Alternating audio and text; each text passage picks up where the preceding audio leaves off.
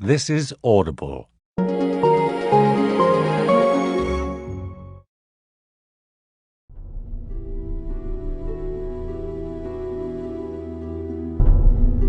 Belinda Audio and Manila Books present this unabridged recording of The Cleaner, written by Elisabeth Herrmann and read by Imogen Church. Yuri Gagarin Children's Home, Sassnitz, Rügen Island, East Germany, 1985. Marta Jonas stood in front of her open wardrobe and pressed the Bakelite headphones even more firmly to her ears. The hissing intensified. The station disappeared beneath the other electromagnetic waves. Pulsating voices and fragments of music from neighbouring stations overlaid the frequency. She held her breath and turned the dial a fraction to the right, then to the left. In vain. She had lost it. The portable radio was hidden behind a stack of neatly ironed, folded and numbered bedding. She frantically reached for the antenna cable. Time was running out. For a brief moment, Barry White's deep, sonorous voice sounded out through the ether. Marta pulled the wire towards the window. The marine forecast regained command of the frequency and monotonously announced the wind speeds in the German Bight in an endless loop.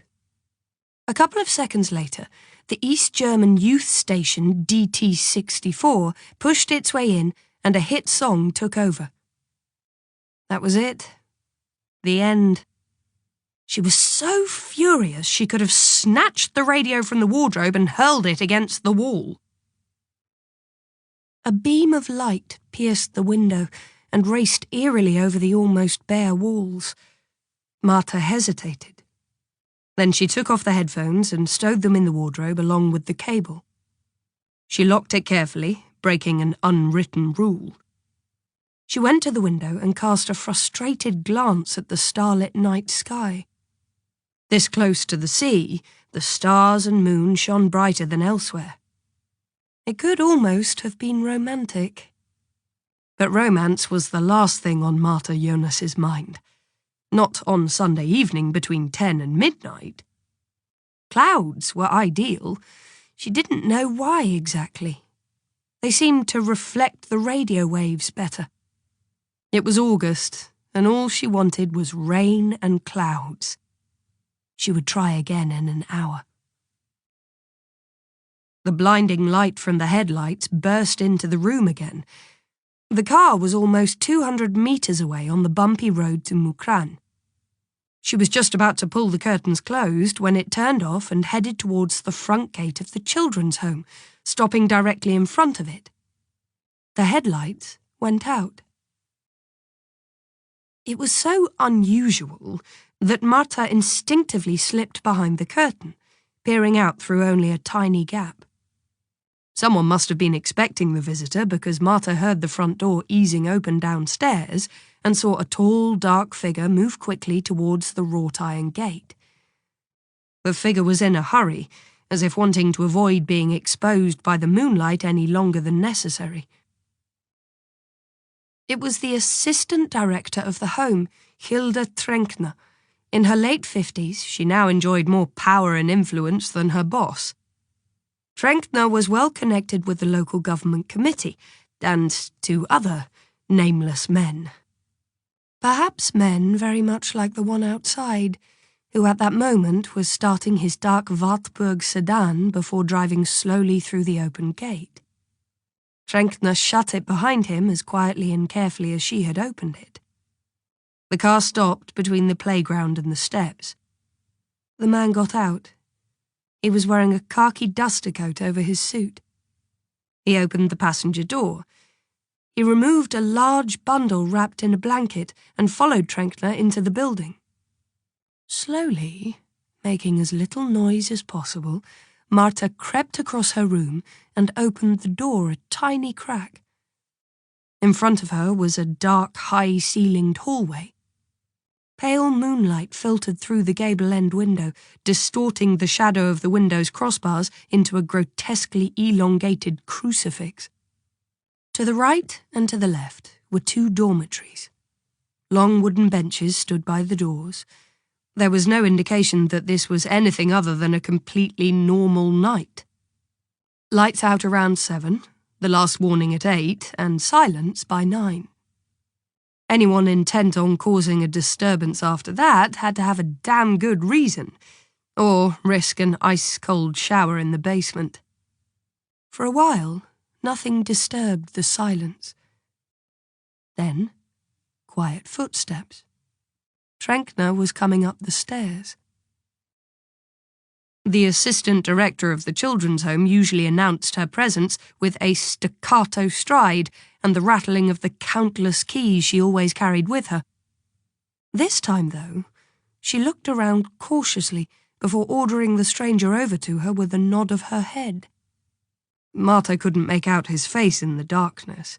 He must have been almost a head shorter than Trenkner, but made a powerful impression, even as the blanket started slipping and he struggled to keep the bundle in his grasp. The blanket fell down, and for a moment, Marta saw the pale face of a sleeping child. So that's what it was, a new resident. She carefully closed the door and went to her bed. She sat on the edge and wondered whether or not she should show herself. It must be an emergency admission. That happened every now and then, when the police had to intervene in a family. There were families that, according to the relevant socialist rulebook at least, were simply an impossibility. Officially, neglect didn't exist, and the living evidence it did disappeared into special homes such as this one. Here, every possible measure, including, when there was no alternative, physical force, was taken to make something decent out of them, against all odds. It was just unusual that it wasn't a police car parked outside. A Wartburg. So, someone important? Marta stared at the floor and waited for the unexpected visitor to leave. By midnight, it would be too late. She would have to wait all week long until next Sunday. A door was closed gently, soft steps padding away. Martha waited. After a couple of minutes, she started to wonder why the car wasn't driving off. What was taking Trenkner so long? Maybe she'd gone into the office with the man to take care of the paperwork. Sign admission reports. But that could also be done the next day, when the new child was formally admitted and introduced to the others. Your locker, your bed, your clothes, your shoes. Here are your school supplies. There is your smock. There is no room for disorder in the children's collective, just like in life. Childhood is a time for learning. You too will understand what that means, sooner or later. Trenkner had a powerful voice. Her unusual size intimidated most people, but she also had other methods. The cellar was among the least of them. Unlike her boss, Marta shied away from corporal punishment. She had studied at the university because she had liked Pestalozzi, Korczak, Blonsky, Sukhomlinsky, and, of course, Makarenko. And yes, of course, children too. Good children. Children who had lost their way. Confused children. Children she could offer a second chance at being a functional member of society. 20 years later, she was a woman in her mid-40s who had shed many illusions, but actually only shed tears over very few of those lost. It was a bitter realization that it was possible to like a child. Perhaps even 2, 3, maybe even a dozen, but never 223 of them. The only way to maintain control of that many was with firm structure and unwavering discipline. Mummy? The voice was subdued and full of fear. The blanket of silence over the home made it sound so close. "Mummy!"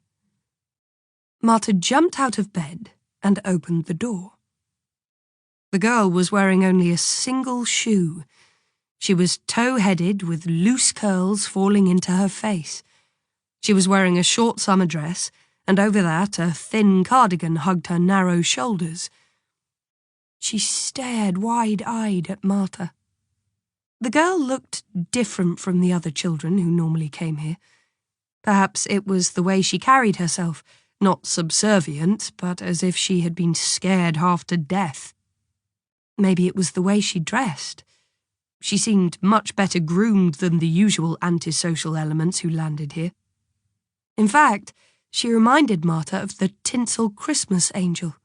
It lay in a box in the cellar now, since Easter and Pentecost had been done away with and a socialist festival of peace was celebrated instead of Christmas. "I want my mummy!" Tears ran down her cheeks. The child's lower lip started to tremble. "Hush!" Martha walked towards the girl. The child flinched and pulled the cardigan even tighter around her chest. "Go back to bed." She shook her head defiantly. Martha sighed and sank to her knees so she could talk to the girl eye to eye. She didn't do it very often. It was terrible for her blood pressure. But the little girl looked like she could break down at any moment. She was swaying as if she could hardly stay on her feet, fighting off heavy fatigue. The child was around 5 years old, 6 at the most. "What's your name?" "Christel." "Christel." "Christel Sonnenberg. Where's my mummy?" "Come along." Martha stood up slowly and tried to take hold of the girl's wrist, but the little thing pulled free. As she did so, she dropped a stuffed animal. "Give it back!"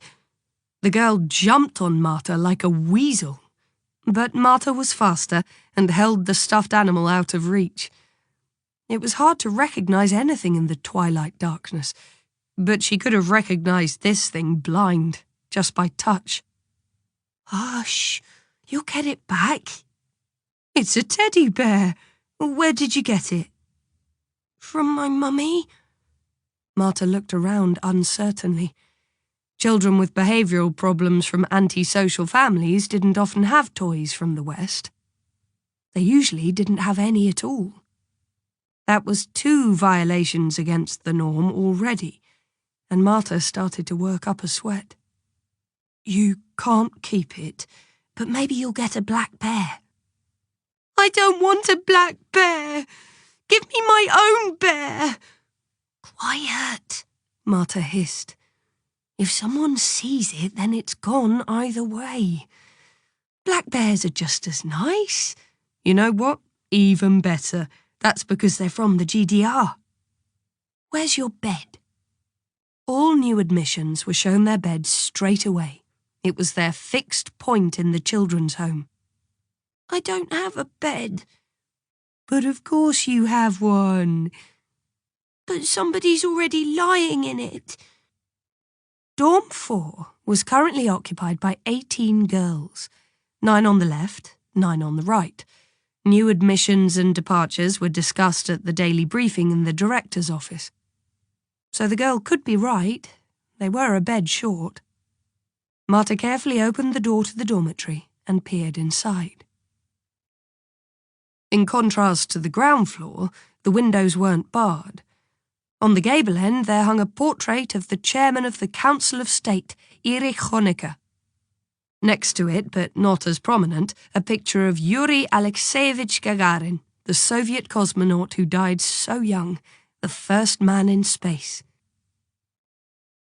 "Where were you supposed to be?" Martha whispered. "Over there?" The child pointed to the last bed on the left side. Martha straightened her shoulders and entered the room as she always did on her rounds. She convinced herself that the children were asleep and not just pretending, tugged a duvet into place, placed a pair of carelessly removed slippers carefully under a bed, and then went to the corner where number 052 lay, Judith Kepler. But there was no one there. The covers were thrown off, even the slippers were still there, and there was a black bear on the floor. A dark brown raggedy bear, twice as big as the teddy bear Martha was still holding in her hands, and twice as ugly. It had to be a mistake. Martha looked around helplessly, but Judith Kepler was nowhere to be seen. Maybe she was in the washroom. She made sure that the communal showers and toilets were empty. When she returned to the little girl waiting in the doorway, she noticed that several of the girls in the dorm were sitting up in bed and rubbing their eyes. "Lie down." They dropped back down like they'd been shot. An unpleasant heat spread through Martha, which she always felt when a situation got out of control. Half of the dorm was already awake. A child had disappeared. Another was standing in the hallway. What the hell was going on here? And where was Trenkner?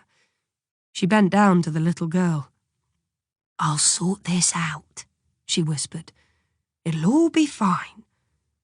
The girl shook her head wildly. "I want to go home to my mummy." "But where is she?" "With Lenin." "Where?" "In a palace with gold and windows made of jewels." "Lenin doesn't have a palace. Not one like that." "But I saw it." Martha had already heard too many lies not to know that there was always a kernel of truth with children at that age. The mother had probably told the child this fairy tale, then abandoned her somewhere, or simply left her at home, helpless and alone. There was a steady stream of cases like this. She had already taken in a number of children of those fleeing the GDR to the west. They never stayed long. Martha didn't know where they were sent, but it was said that in contrast to the mentally deficient and antisocial children, they were very easy to place. "Where are you from?" "Berlin." Where else? And again, the sea was an escape route to what represented freedom for these people. The coast was no more than 10 minutes away by foot. The girl had probably been picked up roaming about while her mother was trying to flee. Relieved to have finally found a plausible explanation for the nocturnal disturbance, Martha remembered the radio. She might have luck shortly before midnight. "Give me my teddy back." "No." "I want my teddy back." Martha was about to take a deep breath before making it absolutely clear to the child that the time for special requests had passed. Then she saw the girl's eyes widen with fright and heard a quiet, not unfriendly voice behind her. "Good evening, Judith." The light in the hallway flickered on. Scared to death, she turned around. The girl hid behind her and clung to her skirt. He was about 45 and of middling stature.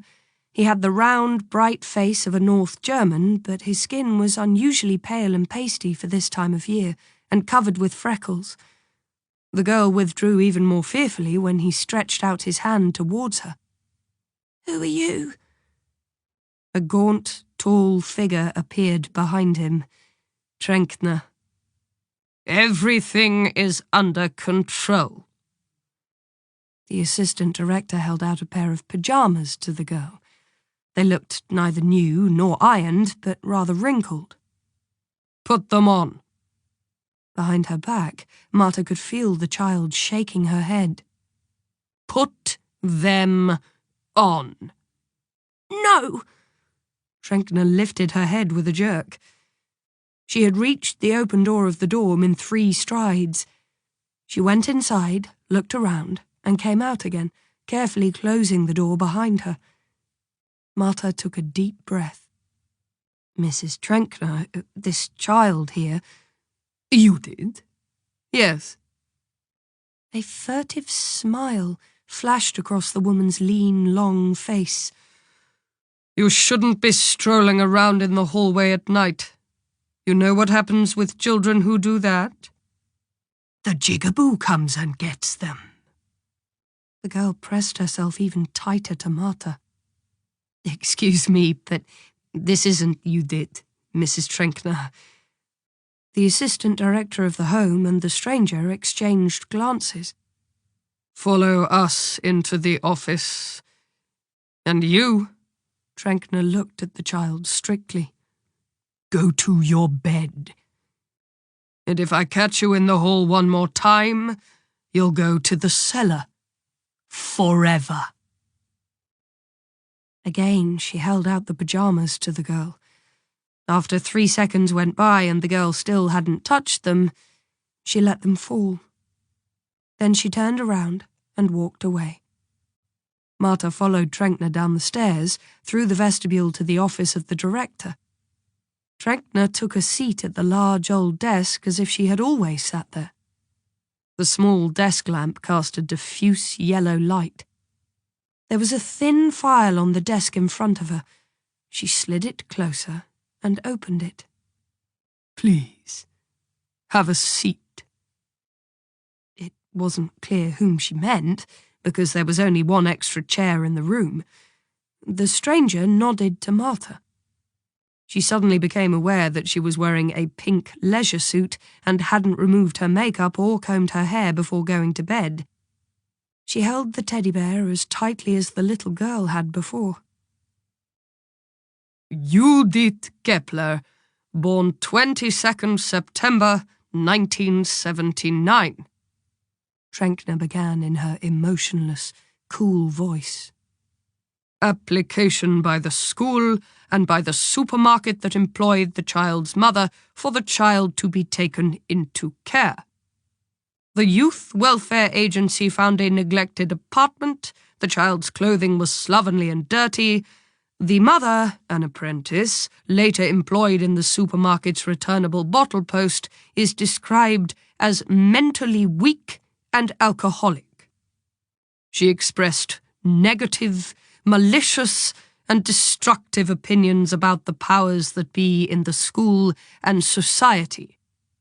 Residential care in a home was initially ordered for a period of 2 years. Trenkner sat up. Her gaze fell on Marta, who had already been forced to listen to the same report a few weeks ago.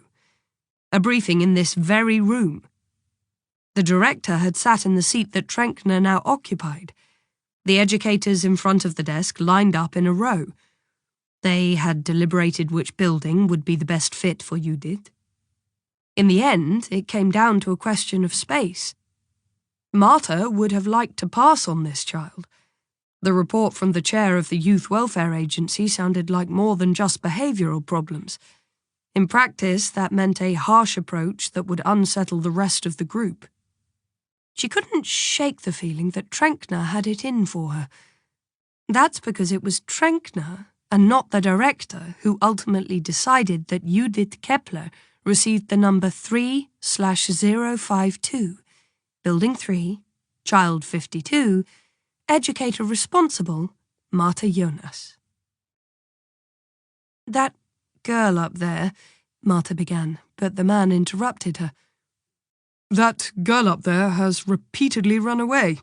She was under your supervision. How can you explain that we picked Judith up in Mukran in the middle of the night? You did? Judith was a brown-haired, stocky child with a button nose. She had language difficulties, often stuttered, and seemed apathetic and mentally as well as physically retarded. But in the 6 weeks she had spent here, she had made amazing progress. Eating habits and table manners had improved drastically. Thanks to the most stringent monitoring, bodily hygiene was in a normal range by now. Trenkner had cured her of her non-normative manners with her special drink cure. Soap suds. Those weren't exactly the progressive teaching methods Martha had once dreamed of, but they brought discipline and order to the children's lives. Judith had become an integral part of the collective after a very brief acclimatization period. She had only left the grounds with the group and under supervision. She had never run away. Judith was a child that subordinated herself, not one that rebelled, like the girl up in the dorm. The man casually took a seat on the edge of the desk. Martha was surprised that Trenkner allowed it. He seemed calm and relaxed. Only the slightest swinging of the tip of his foot betrayed him. "Where were you tonight at around 10 p.m.? "In my room. I had made my rounds before that and checked that everyone was lying in their beds asleep." "When were you due to perform the next inspection?" She remained silent. "Are you hard of hearing? The next round?" 11 p.m., she said quietly. Once again she felt the heat slowly rising in her body. "Did you do your patrol at 11, in keeping with protocol?" It was a rhetorical question. The man knew the answer. She slowly shook her head. "And where were you instead?" Trenkner leaned back and crossed her arms over her bosom. There wasn't the slightest indication of empathy in the elderly face with the pinched lips. "In my room?" The man shifted his gaze to the assistant director. Martha felt her throat tighten. They know. "You're in your room every Sunday between 10 and midnight. What do you do there?" "I read." "And?" "I do my laundry. My delicates, I mean." "And?" Martha looked at the tips of her slippers. "I listen to the radio." "Which station?" DT64, Voice of the GDR, and in summer the holiday frequency." "Look at this."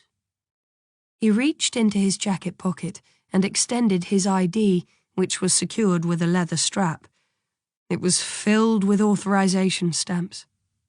She was dizzy for a moment, felt as if she would fall into the abyss. He pocketed the papers again. "Okay, once more. Which stations?" DT64, Martha whispered. She could sense what the man thought of the somewhat pudgy, no longer young woman in front of him listening to the state broadcaster's youth station. It sounded so implausible that she immediately followed it with the next lie, just as transparent. "And the Voice of the GDR." That was one that no one listened to voluntarily. "Please, you could have simply used the house receiver for that." There was one of those little wooden boxes on the windowsill with 5 station buttons and marks on the scale so that no one accidentally hit the wrong station. The man looked at Trenkner, who was enthroned behind the desk like a stone monument of mercilessness. Honecker hung on the wall in the partial darkness and watched her, always and everywhere. Martha felt blood roaring in her ears and beads of sweat appearing on her forehead. Trenkner quietly cleared her throat. "I don't completely understand the structure of your mentality. For some time now, I've had the feeling that your awareness of your political and pedagogical responsibilities has suffered." They know everything. "Above all, on Sunday evenings, you neglect your responsibilities." "But I was so careful. No one noticed anything. I did my rounds and only shifted one a little earlier and one a little later." "Miss Jonas," the man said, "I'm asking you for the final time. Which station did you listen to today?" Radio Luxembourg, London," Martha stuttered. The man raised his eyebrows. "And the shipping forecast." She kneaded the teddy bear with her damp hands. It had soft fur and a taut, hard belly. completely different from the standard issue East German bears, which became ratty and somehow lost their shape. Now that everything was over, she suddenly sensed what something like this must mean for a child. Hadn't she had a doll herself once? Nothing as nice as this toy. There simply wasn't money for that just after the war, and then they had had other worries. A doll with blonde hair and big blue saucer eyes. It looked a little like Crystal. No, you did. The shipping forecast, the man repeated. Ms. Jonas. I didn't mean to. Marta looked up desperately. Tears were forming in her eyes.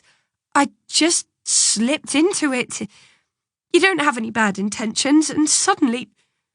It's not my fault. What would come next? Sent to a work camp? Would they interrogate her? Beat a confession out of her? If only she had never given in to it. She cursed the day she first... I'm going to tell you what you will do. I assume you secretly procured a high-powered receiver to listen to the British hit parade as an educator at a state home. Marta wasn't completely sure that it wasn't all a dream. Right? Yes. I listen to it too, sometimes. Eyes blinded by tears, she stared at the man, who then pulled a packet of casinos out of his jacket pocket with a satisfied smile and lit himself a cigarette. While doing so, he looked at his watch, as if remembering a meeting at that very second. Cyndi Lauper is at the top of the charts this week, but I like the old stuff better. And you? Marta didn't know if it was a bad joke. She had to clear her throat because it was so dry. The Bee Gees? The Bee Gees, the man repeated. He pronounced the name like someone who didn't say it frequently. It's easy to forget you need to be a role model. I understand. Marta slowly nodded. She didn't really understand all of this. What did the two of them actually want? Trenkner pushed an ashtray towards the man without taking her eyes off the accused. But there were children entrusted to your care in order to nip the symptoms of a socialist aberration in the bud. Or are radio stations from the West allowed here, in this home, perhaps? Are these completely new methods? Of course not, retorted Trenkner. And then this. He shook his head with endless regret. Uncertain, Marta buried her hands even deeper into the soft fur. She observed how he knocked off the ash from his cigarette and cast a glance in the file that was still lying open on the desk in front of Trenkner. He pensively picked up the admission form. Judith Kepler. That is indeed our little runaway. Correct? He held up the piece of paper for her. There was a photo of Crystal pasted to the form. The man must have seen her bewilderment because a light smile covered his thin, pale lips. No confusion? Look at it closely. Marta obeyed. The photo was perforated on the two long edges. She recognized a partial stamp in the lower left corner. It must have been removed from an ID. Judith Kepler, she read aloud. Bachstrasse 17, Sassnitz. The man returned the paper. A tower of ash fell from the tip of the cigarette onto the desktop. Trenkner bent forward and blew it decisively over the edge. What's going on here? The man took a long drag and gazed meditatively at the smoke he then exhaled. What are we going to do with you? What are they going to do with me? Trenkner interjected again. In the interest of everyone involved, I think it would be best to put the matter behind us." Then she smiled. It was the kind of smile that made the hair on the back of Marta's neck stand on end. She had already seen it so often on this face. "What in the world do you have there?" Marta looked in her lap. Slowly, almost hesitantly, her hands revealed the stuffed animal. "A teddy bear?" The man stretched out his hand. She handed it over without a word. "Western radio? Western toys? This place seems to be out of control." For a moment, Trankner lost her temper. The smile disappeared, sheer rage came over her, and she was barely able to get a grip on it. "This will naturally have consequences." "It's not mine!" Marta almost choked up with emotion. "It belongs to—" The two of them stared at her. The man leaned forward to hear her better. Suddenly Marta saw a dark spot on the lapel of his coat. Her gaze skimmed down to his shoes, which were dusty and dirty. "Well?" he asked, quietly. He threw back his coat, and the spot disappeared into the fold. Marta could have sworn that it was blood. She instinctively looked at Trankner, but she narrowed her eyes to slits. Had she also noticed the spot? Had she noticed that Marta had just discovered it? The assistant locked her in her penetrating gaze. Suddenly she knew that this was the moment she had to decide. And she did what she had always done when she stood between aspirations and loyalties, between Pestalozzi and Samilevich, between relationships and responsibilities. "You did," she completed the sentence. The man lifted the bear and inspected it with interest. "A runaway? That's an unusual specimen." Marta nodded. He exchanged a quick glance with Trankner. Was she mistaken, or was he much more nervous putting out the cigarette than he had been lighting it? He stood up. "You're right. It's late, and I'm still expected elsewhere. Monsieur Jonas, we're not monsters. On the contrary, all we can do is make your life pleasant or unpleasant. Which would you prefer?" "Pleasant," Marta answered hesitantly. "Then let's agree that you'll pay closer attention to Judith in the future. The child needs close attention. She appears to be confused." "Confused," Marta repeated and nodded. "She shouldn't leave the grounds for the time being. She should be separated from the others until the excitement of her excursion has settled down." He looked at Trankner. She pursed her lips and returned his gaze without batting an eye. Then he turned back to Marta. "The state has put this child in your hands with a great deal of trust. Please don't disappoint it." Marta nodded. She still felt the warmth in her lap where she had held the stuffed animal close, and she suddenly began to shake. "Then the state won't disappoint you either. It will give you a chance to make it up. I believe you'd like a new radio. And a couple of records. Do you have a record player?" Marta shook her head. "Then we'll give you one. And something from those beaches along with it. Take a day off next week and pick it all up from us in Schwerin at Demmerplatz." "Thank you very much," she said quietly. "Whom do I need to contact?" "Ask for Hubert Stanz." He nodded and left.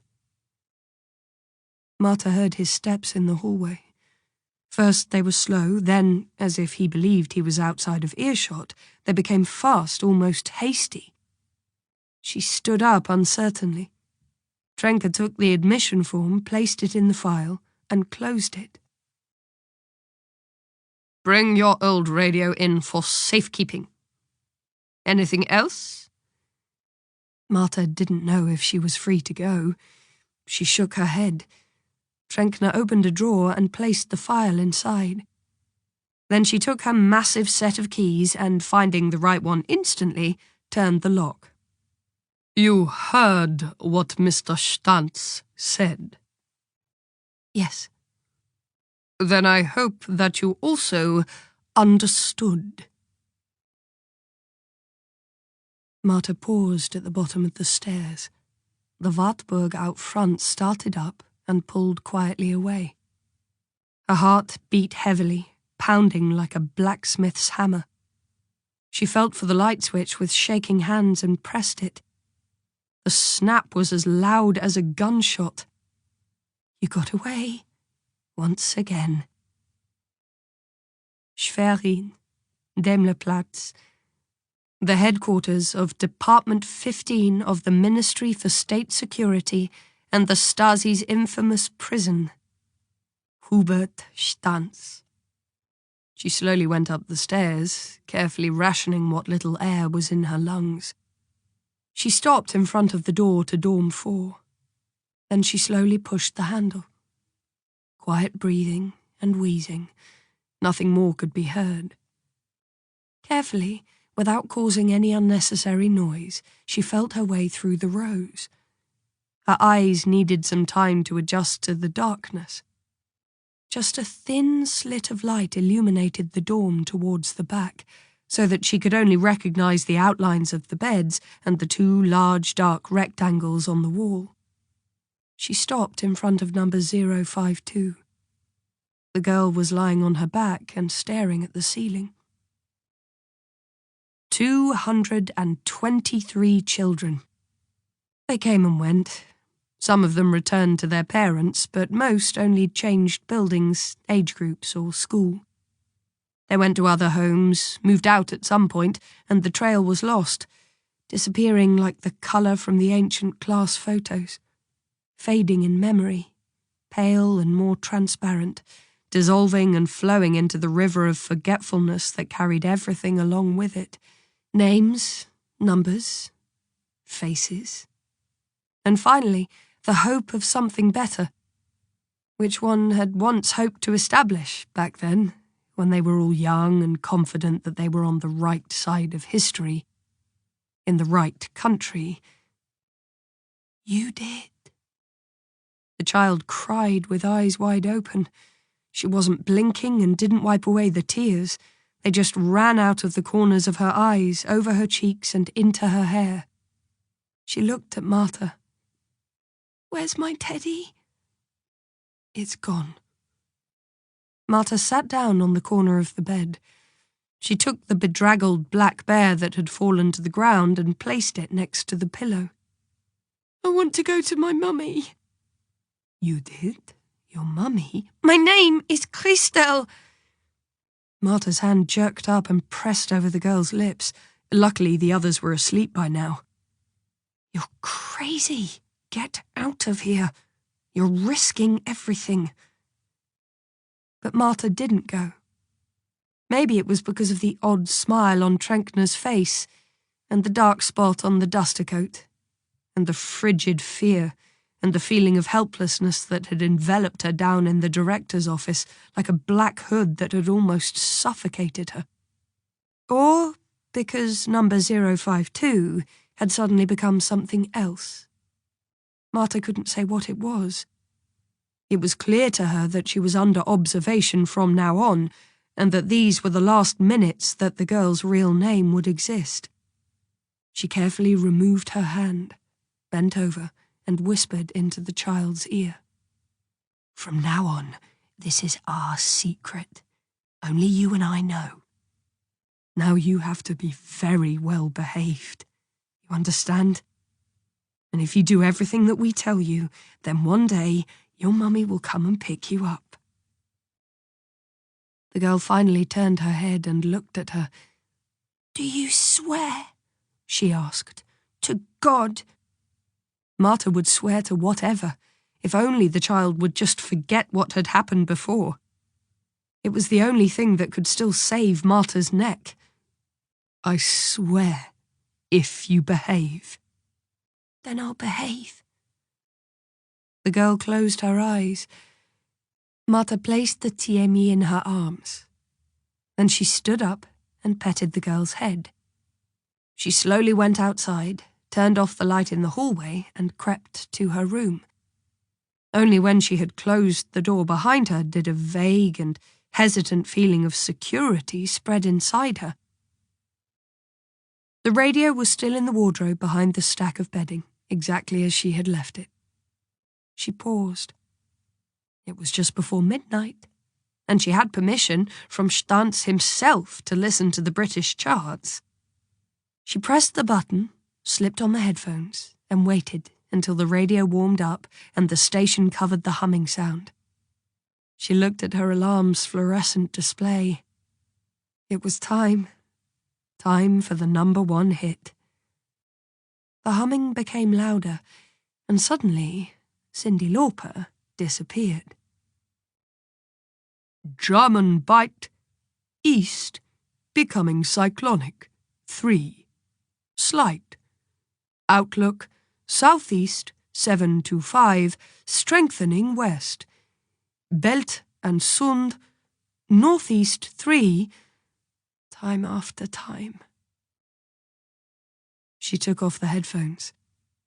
Visibility 7 to 5. She took a deep breath.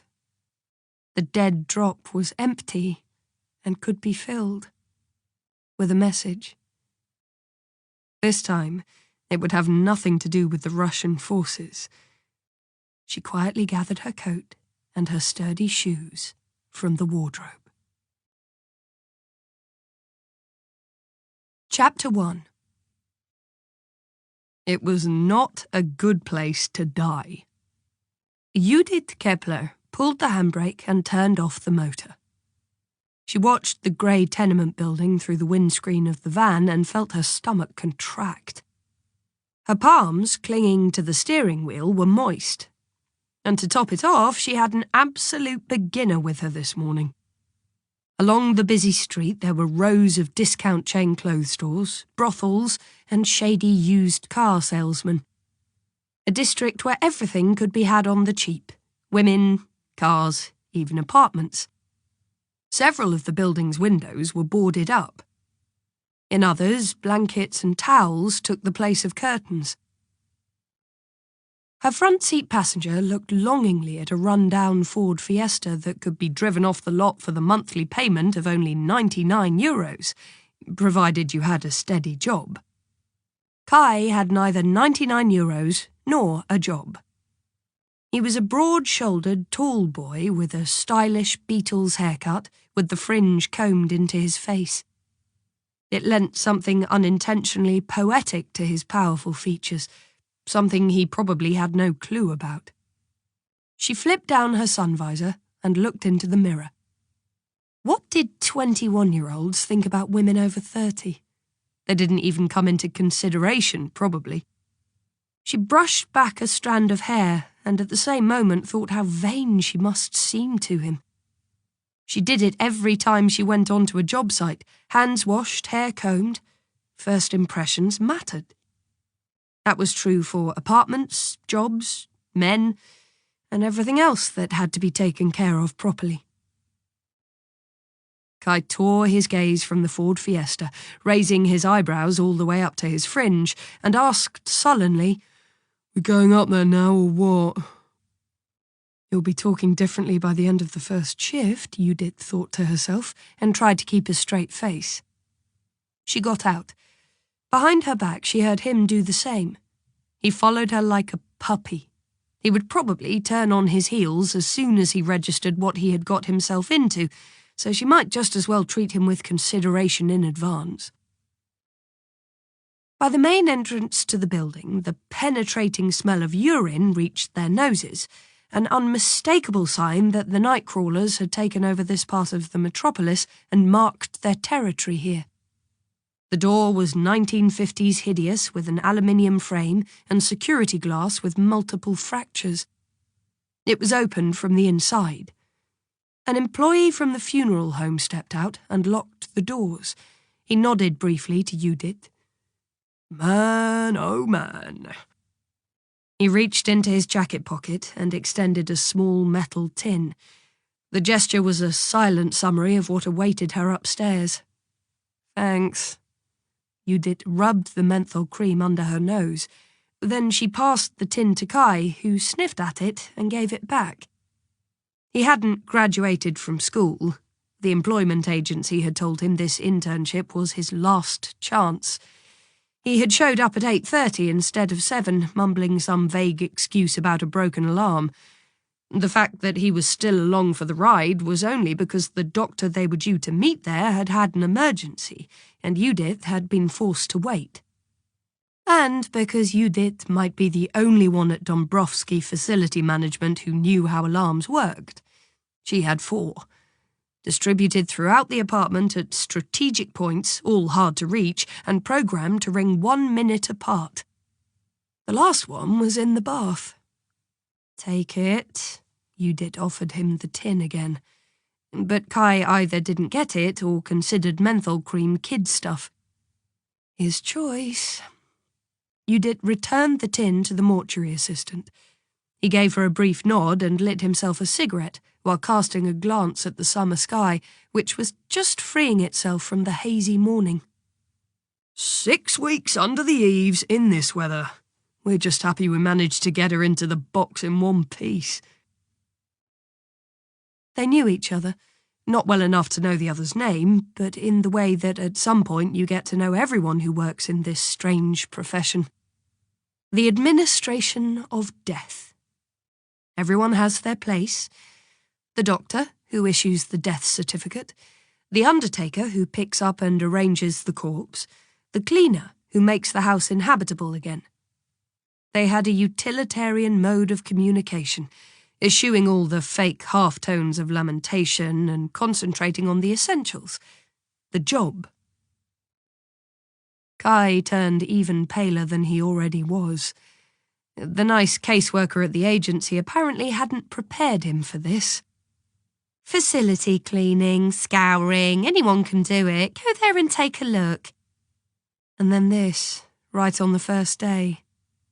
Scuffling steps approached. The doctor, recognisable by his assiduous haste and a bulky leather bag, came down the stairs.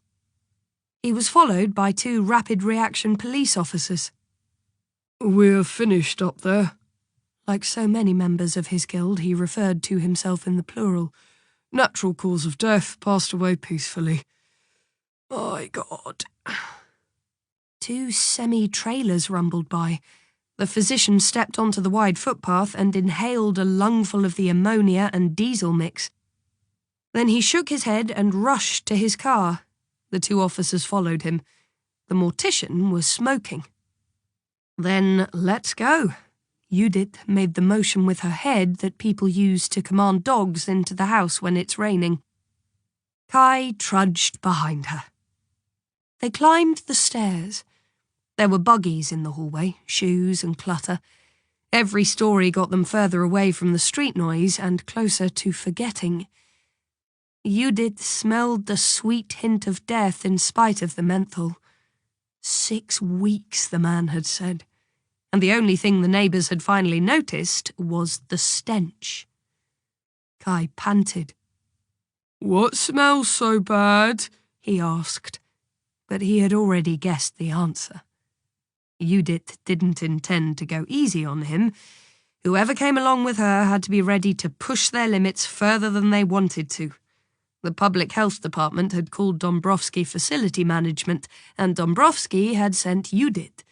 And Judith wasn't one to wrap rookies in cotton wool. This way. A narrow hallway with a threadbare runner, old wallpaper, winter coats in the wardrobe despite it being the height of summer. The first impression was that of poverty and meanness. This had dominated the life of Gerlinde Wachsmuth. And the solitude, Judith thought as she entered the bedroom.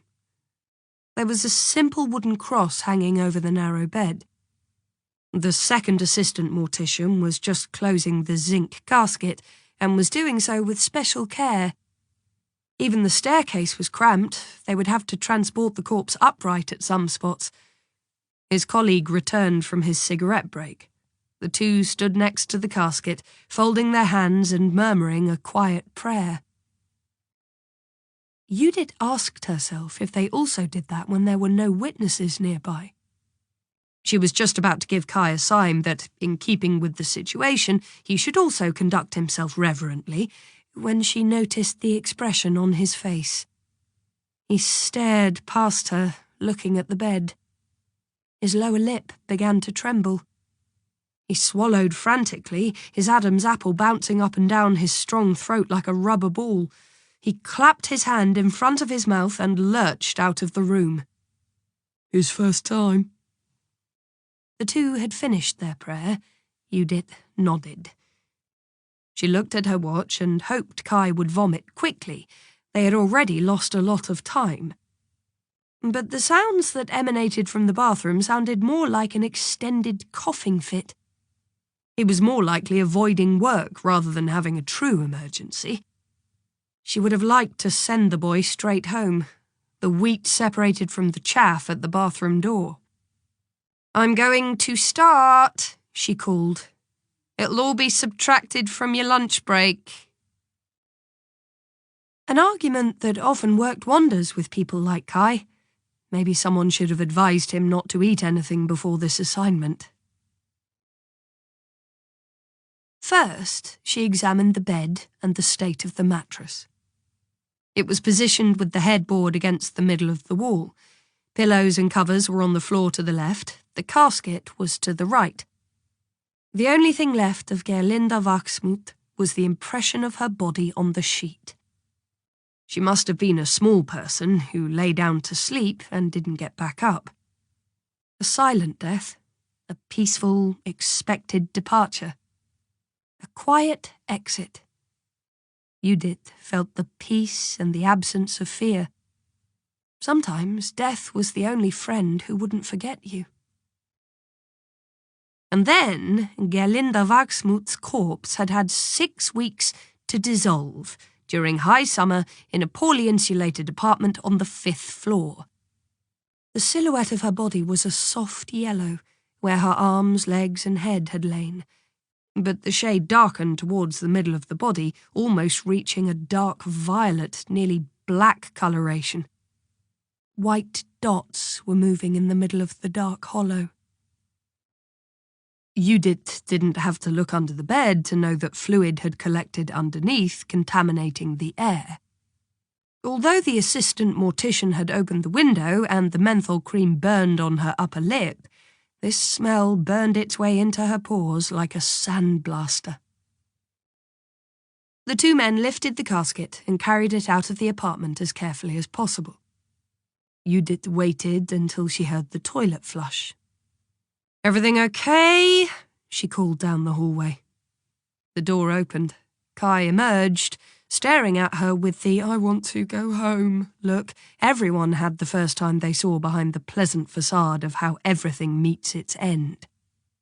"I need safety goggles, a full bodysuit, disinfectants and cleaners, cling film, a spray can, formaldehyde steamer, thermal and cold process foggers, the locked poison box, larvicide, acaricide, phosphine and hydrocyanic acid, and of course the boxes with the scouring powder, hard soap, brushes and scrubbers.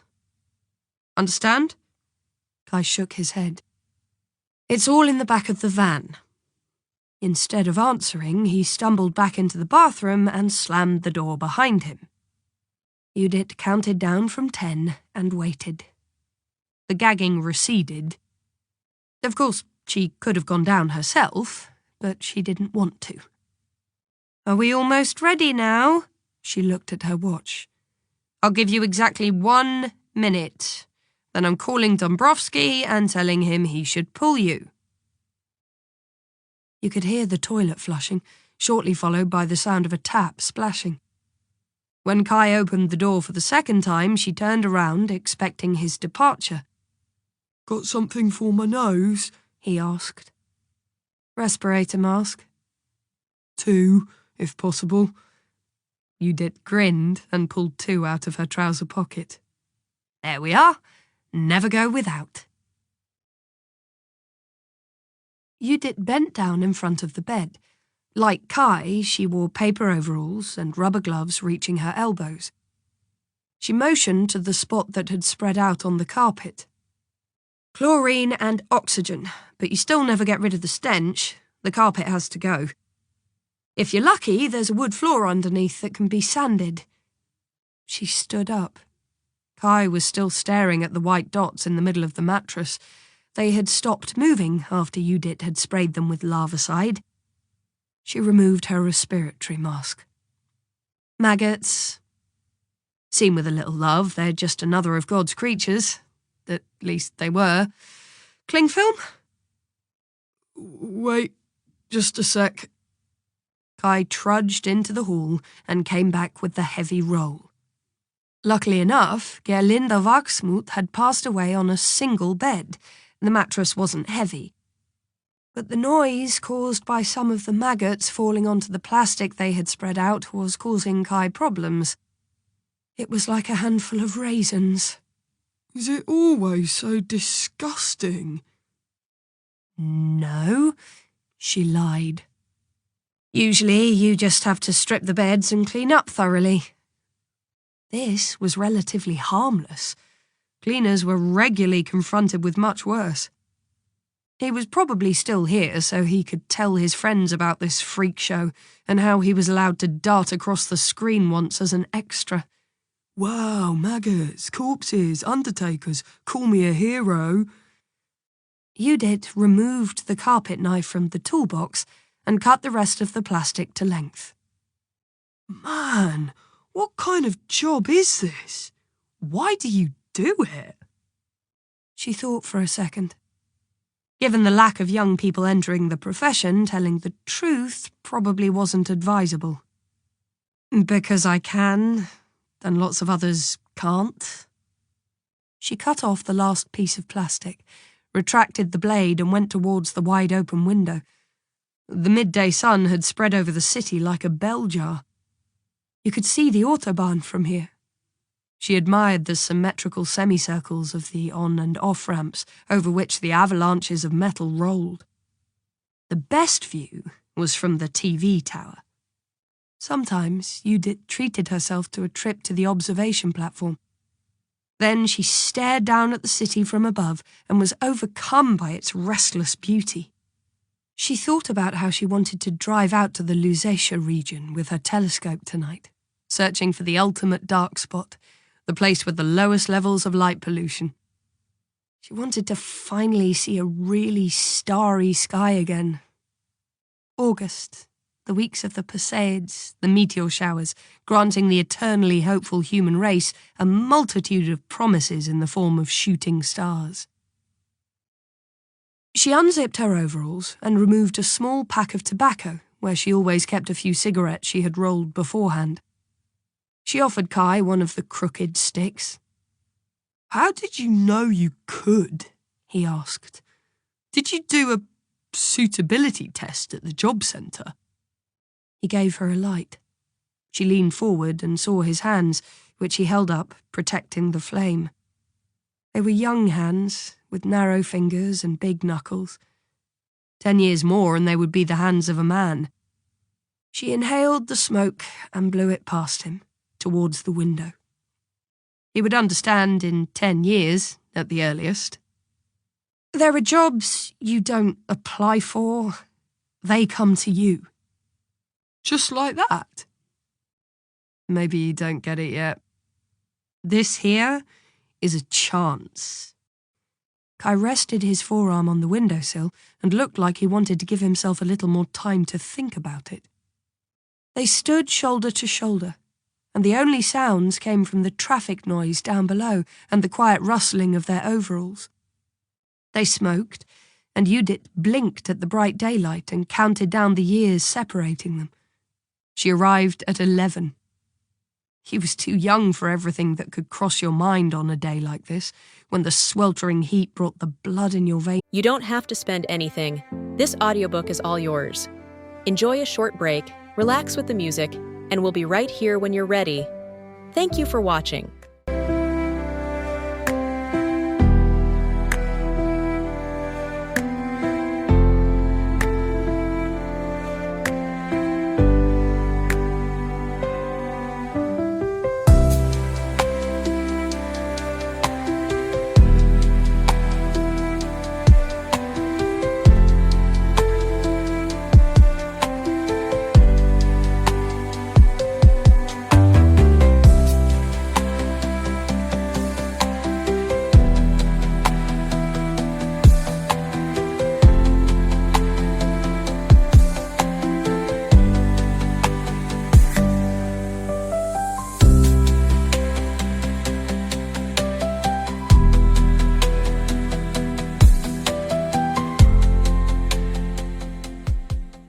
To a boil, and you suddenly thought about shooting stars in a dead person's apartment. She stubbed out her cigarette on the outer windowsill, donned her mask, which didn't make any noticeable difference, and went back into the room. 5 minutes of fresh air had been enough to forget the stench of hell. It hit her like a sucker punch. And the deceased? He wouldn't let it go. How do you deal with the dead? We don't have a close personal relationship, if that's what you mean. Of course he didn't mean that. She sounded as callous as one of the doctors from those American television series that ran around the clock on cable. But it simply came down to the fact that, for her, humans remained human even after dying. They were given one last show of respect. They walked up to the bed from either side. Kai bent over and lifted the mattress on one side, she from the other. I've never seen a corpse. Won't be too long. Maybe you should have become a cop, if you like dead people so much. The mattress fell to the ground. The door's over there, she said. Kai's eyes widened, staring at her in disbelief. I'm serious. You can go. She reached for the roll with the tape, which she had put on the nightstand. I don't want to work with people like you. What do you mean by that? Just what I say. Kai cast an indecisive glance towards the hallway, the path to freedom, and an easy afternoon at the beach bar. And what will you tell the boss? She ripped off 1/2 meter of tape, cutting it with her teeth, because she didn't want to ask Kai for the carpet knife. That you're a fucking idiot? What do you mean? Judith wasn't the slightest bit inclined to explain that to him as well.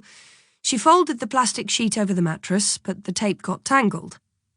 Kai squatted down next to her and had the sheet under control with 2 quick steps. Sorry, he said. Won't happen again. She furiously ripped off another piece of tape, extending it towards him. He cut it in the middle.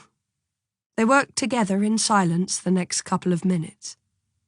Judith started to sweat. Even if it was from a single bed, sealing the mattress was not an easy task in this weather. The overalls were like a sauna, and the mask didn't exactly help you breathe. I actually meant... You're a woman. What does that have to do with anything? What do you tell guys when they ask you what you do? Depends if I want to get rid of them or not. She could tell from the look in his eyes that he was smiling. He was probably hoping it wasn't so bad after all. She turned the mattress so Kai could make a clean rotation with the tape. The tape ripped, the sheet slipped out of her hands, and the mattress went straight over the nightstand, knocking off everything that had been on top. Glass shattered. Judith stifled a curse. There was a commandment that couldn't be broken. Leave an apartment clean but undamaged. Kai bent over. Just a picture frame and the light bulb from the lamp. Put it back up. She took the frame off his hands. The glass had cracked. A photograph of a man aged around 30 was trapped behind it. The faded colours betrayed that the picture must be at least 2 decades old. She carefully removed the shards of glass from the wood and returned the frame to the nightstand. What are you doing? Judith spun round. She hadn't heard the man coming, but his tone of voice and the first visual impression were a match. He was thin, almost gaunt, and the unhealthily red face revealed that he was either suffering from the stares or was an alcoholic. A glance at his jaundiced eyes suggested that the latter was more likely. She discerned a vague, almost caricature-like similarity with the man in the picture. "Hello, we've been assigned to deputrify the apartment." What? Deputrify. The opposite of putrefy. Not by me. Get lost. According to the federal infectious disease laws, this apartment has to be properly cleaned and disinfected. I don't know if you're qualified to do it. I'm not paying, just so you know right now. What were you doing with my mother's nightstand? Don't think I didn't see you messing around with it. His gaze flitted around the room, coming to rest on the wrapped mattress. And leave that here. Don't touch a thing, you understand? Otherwise I'll call the police. Was that your mother who was lying here for 6 weeks? Judith removed her rubber gloves. My condolences. Get out of here, immediately. Kai took a step towards the man. Judith reached for his arm but immediately let him go. "No, you go," she said. Her hand was still thinking about that contact, but her head blocked out the thought of the touch. "I can't permit you to be here until we have finished." The man hadn't counted on resistance. Only now did he notice the changed chemistry of the room. He inhaled sharply through his nose. With remarkable transformational power, his face revealed exactly what he felt. Surprise, recognition, disgust. What's going on? Your mother's body was picked up 2 hours ago. The funeral home will get in contact with you. You don't look as if you've made a long journey. So stop playing the doting son and let us do our work. She's dead, the man repeated. The people next door said that.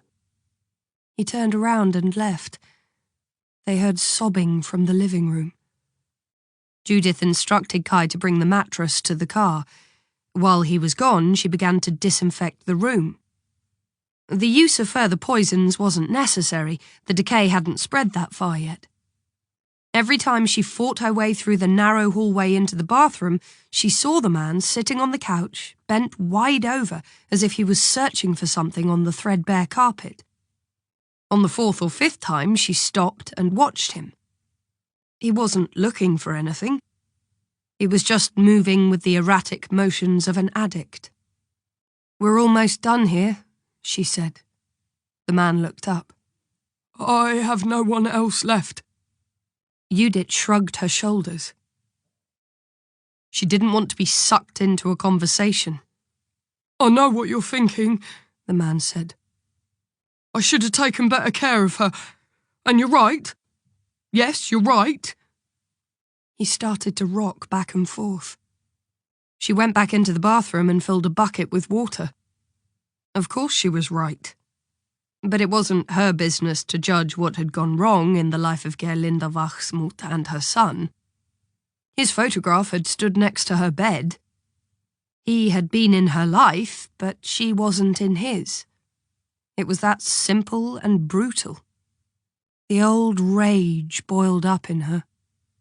But she had learned to keep it under control. You had to differentiate between what was right, what was necessary, and what was pointless. It was absolutely pointless to tell men like him the truth. It would roll off him like drops of rain on a dirty pane of glass. She turned off the tap and then went back to the bedroom without wasting another glance on the hypocrite in the living room. A little later, Kai joined her and they worked until the early afternoon without looking up once. Judith slipped out of the overalls and stuffed them in the blue bin bag. Her work was done. She was satisfied. She instructed Kai to carry the sacks of rubbish down and followed him into the hallway. "Mr. Wachsmuth." The door to the living room was closed. She opened it and uttered a quiet sound of surprise. Kai, already almost outside, turned around and came back to her. "It can't be true," was all he said. The doors of the living room cupboard had been ripped open. The drawers had been pulled out, their contents spread out across the floor. Several picture frames were scattered carelessly on the tiled coffee table. Their backs revealed that someone had searched for something with great haste and little care. Light-coloured spots on the wallpaper glowed where they had hung. Judith lifted one of them. It was a poor facsimile of Spitzweg's The Poor Poet. "The pig is gone," Kai, having inspected the entire apartment once again, returned. "What now?" Judith held the print in front of a spot that would have been the right size. "We have to clean up." She put the picture to one side, knelt down, and started to refill the drawers. Shot glasses, shoehorns, half-burnt candles, lace doilies, a box of photos. All had been tossed to the ground, spread across the floor all the way to the couch. Kai sighed, picked a cushion off the ground and fluffed it repeatedly.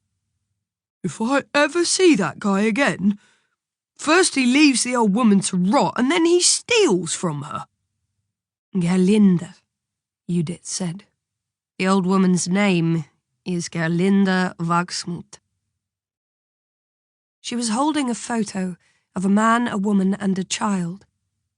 Taken sometime in the 60s, when people still assumed a pose in front of the camera but were no longer spruced in their Sunday best. The man was broad-shouldered and rather stout. Although he gazed sternly into the camera, he had draped his arm around the woman's shoulder. There was an almost girlish smile on her round face. The boy's lower lip protruded. He looked up to his father and grinned at him. Judith flicked through the remaining photos in the box. The man appeared several more times. The child developed into an ugly teenager with sideburns and long hair and began to assume a similarity to the wreck that she had encountered in this apartment a couple of hours before. Then the man disappeared. The woman appeared a few more times, posing in front of the Eiffel Tower or on a beach boardwalk. The rest were portraits cut out from passport photo machine prints. A pictorial history of the pursuit of a little happiness. Father, mother, child. A family. Not perfect. Rather pathetic, even when the son goes as far as to steal from his dead mother. But Judith had a weakness for families. She pocketed the photo. The box would land on the rubbish heap anyway, just like everything else from the old woman's belongings that couldn't be turned into cash. "Are you swiping something?" Kai had rehung The Poor Poet and was straightening it. "Not really. I collect family photographs." "Don't you have any of your own?" "No." Kai must slowly be getting the message that her sense of humour was limited, but he had learned enough today to know when it was better to keep his trap shut. The heat tasted like burnt rubber. When Judith opened the driver's door, it felt like she was climbing into an oven. Despite taking the Autobahn, she needed almost an hour to get to Neukölln. The rush-hour traffic was stop-start in both directions. The further south she went, the more frequently she was passed on the shoulder by low riders with tinted windows and boots full of subwoofers. She wiped sweat from her forehead and rolled up her long sleeves. Kai had fallen asleep on the passenger side. His head lolled against the side window, the exhaustion so extreme that not even the potholes roused him from his coma. She risked a second glance. Did everyone get so tired at that age? She tried to remember how she had felt when she was that young. but she only ran into a blazing flame of self-hatred, vague yearning, and depressing despondency. She saw the scars on the crook of her arm and rolled her sleeves back down. Kai only jolted upright when she reached Dombrowski's headquarters and turned off the motor. She motioned to a pock-marked steel container rusting away next to the entrance. "That's where the rubbish goes. Your job." She removed the key and tossed it to him. He was still too groggy to react and let it fall to the ground. "Should I come on Monday?" "Do you want to?" "I have to think about it." He searched for the key. She had already got out by the time he had found it and resurfaced. "Hey!" he called after her. Judith didn't turn around.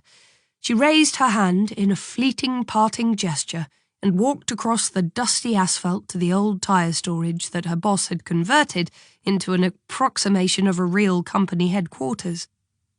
There were lockers, showers, changing rooms, and a break room in a building with a flat roof. To the left, a narrow hall led to the offices. Judith went to the bulletin board next to the entrance and with a single glance registered that no one was still on assignment except for Matthias, Josef, and Frank, along with a small cleaning crew. It looked like a quiet weekend.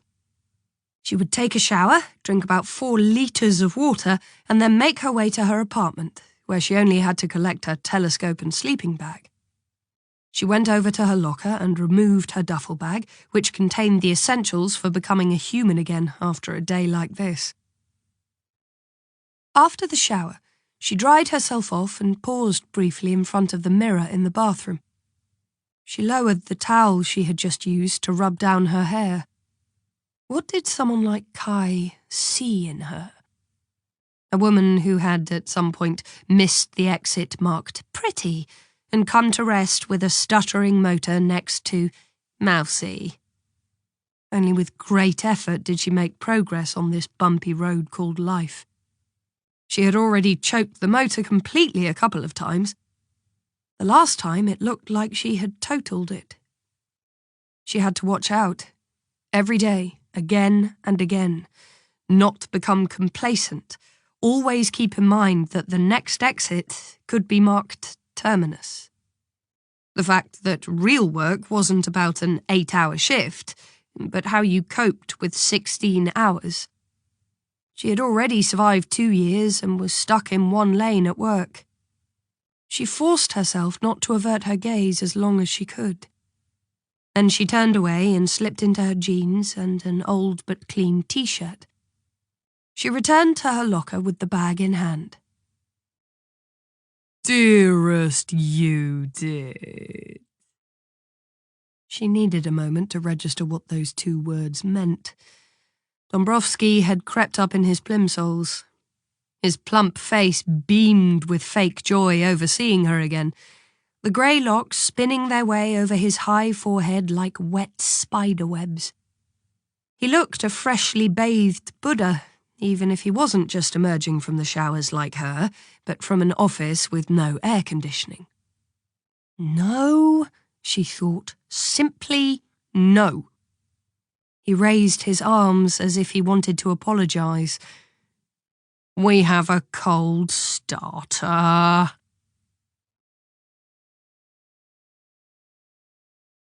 Chapter 2. Quirin Kaiserli left the Autobahn in Adlershof in his 14-year-old Golf GTI and steered towards the glowing city of glass and dreams. He had already lost his bearings by the first traffic light. Cursing, he turned and tried his luck in the other direction. He thought about the cathedral in Cologne being built over the course of 600 years, with people being able to get accustomed to the site. But Berlin put entire new quarters up so quickly that you sometimes thought it was a mirage. He glanced nervously at his watch. Almost 6. His edginess and impatience increased. Buildings in which particle accelerators and satellite systems had been developed appeared in front of him. Quirin vaguely recalled a visit over 20 years ago. Back then, no one had thought of a so-called science and technology cluster. Adlershof had seemed unapproachable, closed.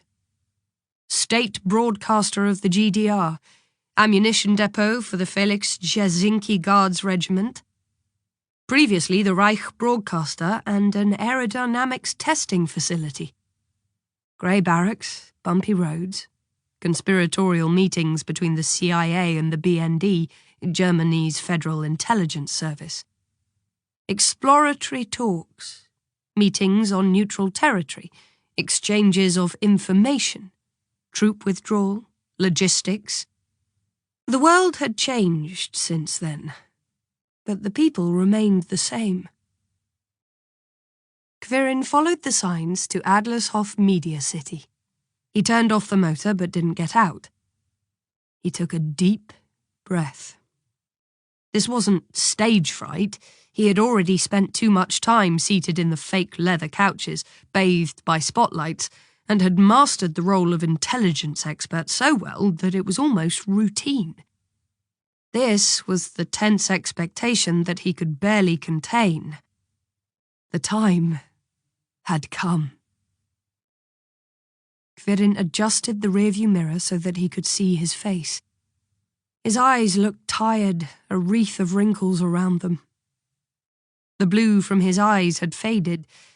25 years on the hunt had left traces. He had spent nearly half of his life looking for a phantom.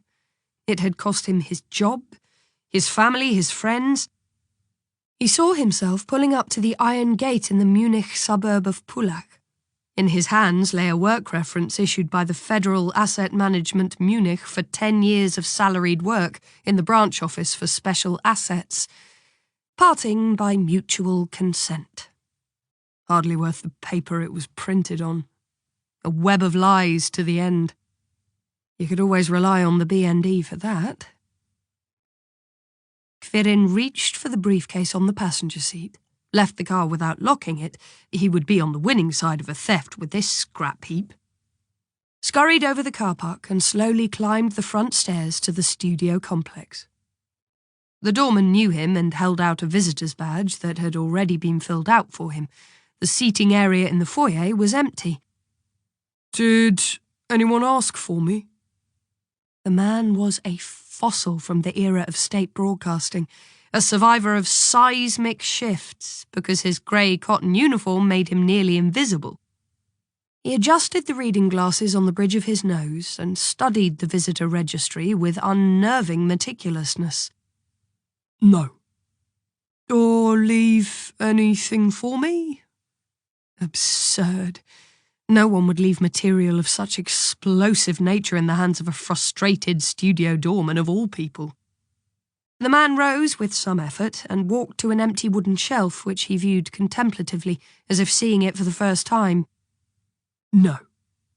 Quirin nodded and walked towards a group of chairs, but only set his briefcase on the ground next to it. He walked back and forth and kept an eye on the entrance. She would come. She had to come. Just an hour left until they started recording, until the moment of truth, until their triumph. A young unit manager, recognisable by her headset, clipboard and black-framed glasses, hurried through the foyer. Good evening! You must be Mr. Kaiserly. She wore her hair combed back neatly into a ponytail and was dressed in the uniform nerdy chic of the hip upper middle class. I'm very glad to meet you. I'm Kirsten. Kirsten, without a surname, beamed at him with that hopeful, maybe we'll get drinks afterwards gaze, solely because his face was not unfamiliar in the media. I'm still waiting for someone. Kirsten tapped her schedule with her pencil. I'll take you to your dressing room and let the doorman know. Is Julian already there? Her smile lost a degree of warmth. She adjusted her glasses and glanced at her schedule. Ms. Vesterhoff is in makeup. Kirsten led the way. Quirin grabbed his suitcase and, in passing, cast a glance through the wide-open studio doors. 3-1, a political talk show, was produced in Adlershof and broadcast every Friday at the end of the main evening programme. After the crime serial and before the midnight news. The time slot was well chosen, the ratings excellent. Domestic political topics of an explosive nature were his specialty. "The camera likes you," Julian had explained one evening at the obligatory after-show party. Heat, wine, and too much adrenaline that coursed through his veins like champagne after the show. "And I like you, too." How long had they known each other? A quarter century? He had kept an eye on her career, and she had followed his. That is, as long as he had a career. His crash had been from the greatest heights. She was one of the few people who hadn't turned their back on him afterwards. Had he thanked her for that back then? Tonight, he thought. Today they would both celebrate. Page 1, top ratings, Julian's glowing eyes. Couple of days of springtime in his soul. When Karin had called her up a couple of weeks before and told her about his source, with all due caution, she had been fired up with excitement. She wanted to light the fuse at the end of the show, but, like any good journalist, had asked for evidence. "We'll present it." "Who's we?" "Sorry, protection of sources." "I know what happened back then. I'm in possession of something that will be of interest to you and 3,000 others. Code word, Rosenholz. Interested?" Rosenholz. Karin's pulse had accelerated when he read the email.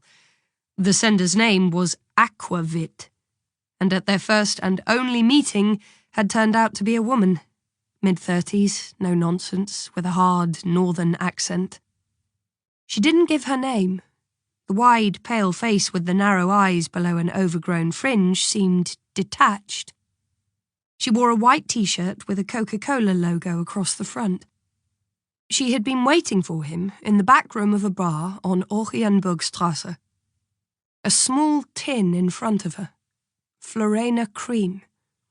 When he opened the lid and saw the rolled microfilm, he knew she hadn't been lying. "Do you have the full file?" he had asked her, holding his breath. "Yes, filtered from hundreds of thousands of index cards. Produced in 1984 during the filming of the Stasi archive. This is the original. Not the pitiful leftovers that the KGB and CIA gave you after the fall of the wall. These are the real names of all of the GDR's foreign agents." "What do you want for it? I don't have any money." "But you have contacts. I want the highest price a German media company is willing to pay, because this here," patting her bag, which the tin had disappeared back into, "will finally make heads roll." She waited for his answer. She was well informed about him, about Rosenholz, about what had happened back then. "Where did you get it from?" he had asked. "And why only now?" "I have my private reasons. I'm not just here because of you. I have to take care of a couple of things before you shout it from the rooftops. Don't you dare try to cheat me or follow me. Whoever was able to hide this material for 25 years is better than all of you put together. So, deal or no deal?" "Deal? How do you picture it going down?" A bombshell. The woman's narrow eyes became even more tapered. 3-1, the talk show with Julian Westerhoff. Everyone will be there. Spiegel, Focus, Stern. Cash? I want 100,000 euros. "I have to negotiate." "Then do it." Karin nodded reluctantly. He was disturbed by the greed, the way she tilted her head. "Good," she said.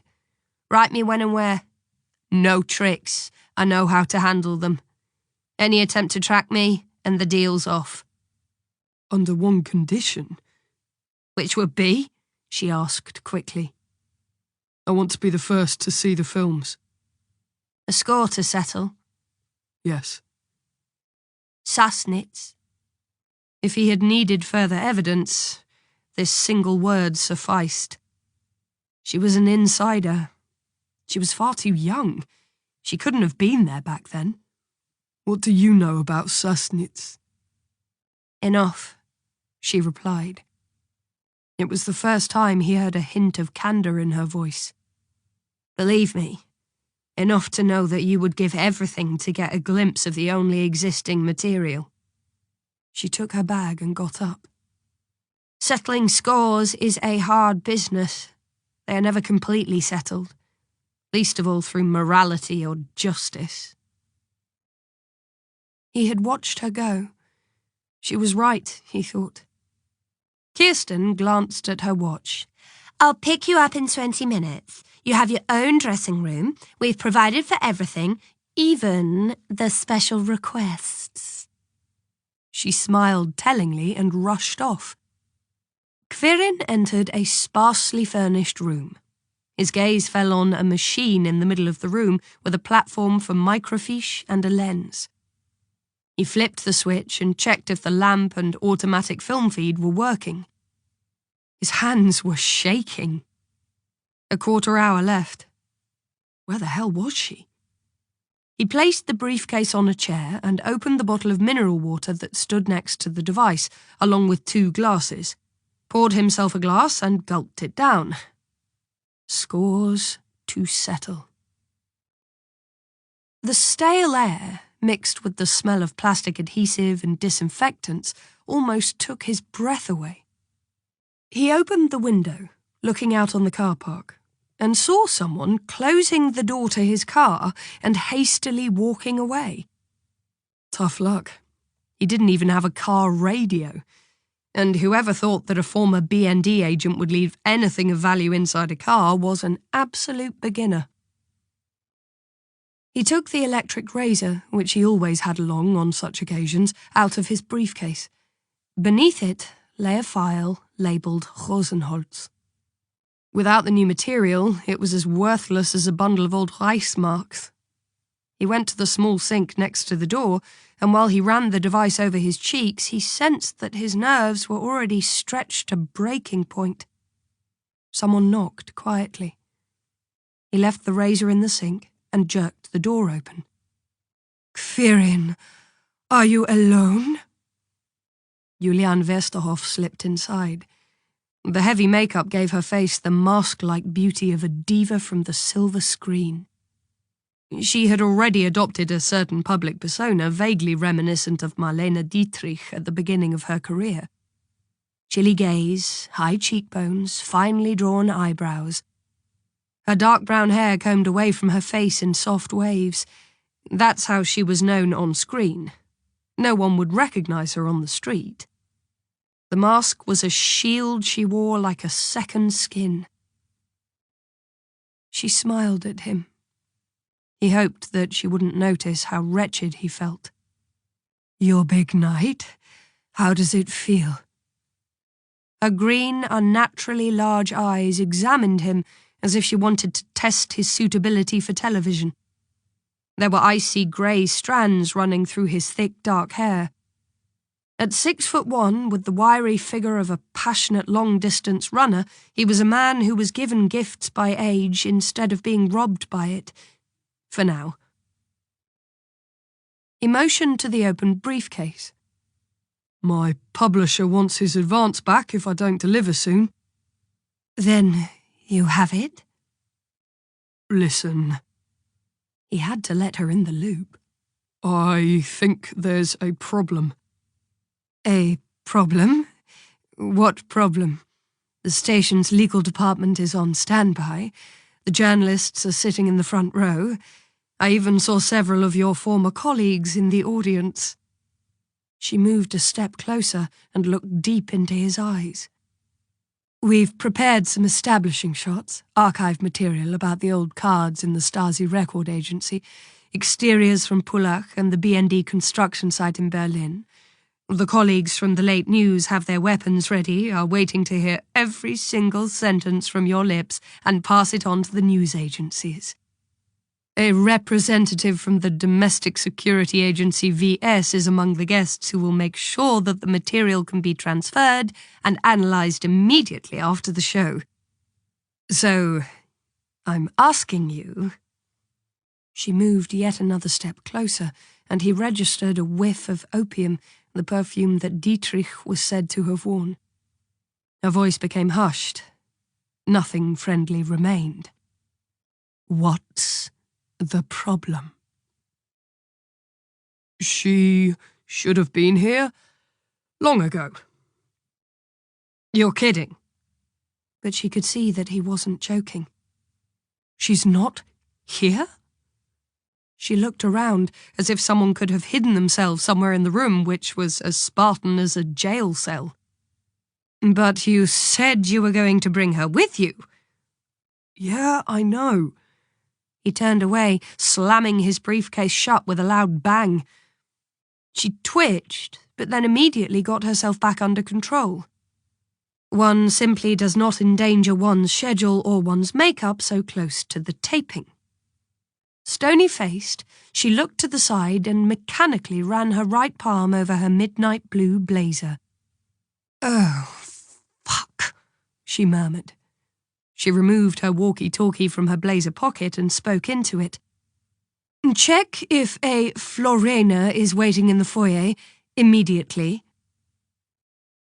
They had agreed to use this name after Quirin had told Julian how the source transported the films. "No?" Her big eyes looked at Quirin. She put the device away. "She's not there. What does that mean?" "She should be here. With you." "We had an agreement." "Agreement? Am I hearing agreement? I thought you were Siamese twins. Do you have any idea what this means for the show? For me? The entire statute of limitations debate would have been top of the agenda. And now?" "Stasi background checks, for or against." The trailer had been running on television the entire week. "This is the topic on Friday evening with Julian Westerhoff. My guests, representatives from the parties in Parliament, the state government in Brandenburg, the head of the Stasi Records Agency, and the former BND agent Quirin Kaiserli." Someone knocked. Kirsten peeked inside. A short technician dressed in faded black appeared behind her. "Ms. Westerhoff, the parliamentary speaker from the left-wing Linke Party is here, and Mr. Kaiserli should be wired by now." "In a moment." Kirsten pulled her head back and disappeared. Julian took a deep breath. "Where are the films?" "I don't know." "Damn it! I've been running the trailer for a week now. I believed you." "And I saw it with my own eyes." "So what? You still don't get what all of this is worth without evidence. Have you learned nothing?" Quirin watched Julian shake her head close to despair. "They're wild accusations. Pipe dreams of a crazy former agent." He didn't understand at first. She slowly calmed herself and chose her words more carefully. "This story has already hung you out to dry once before," she said quietly. "You'll look ridiculous." Ridiculous. When had it begun? The day he handed over his badge? Or much earlier, when no one believed that he had returned from Sassnitz? Perhaps it had also been a gradual process, a long, meandering downward path from BND superstar to being a target in a shooting gallery. "Okay, I'll go." "You're staying. It's too late now.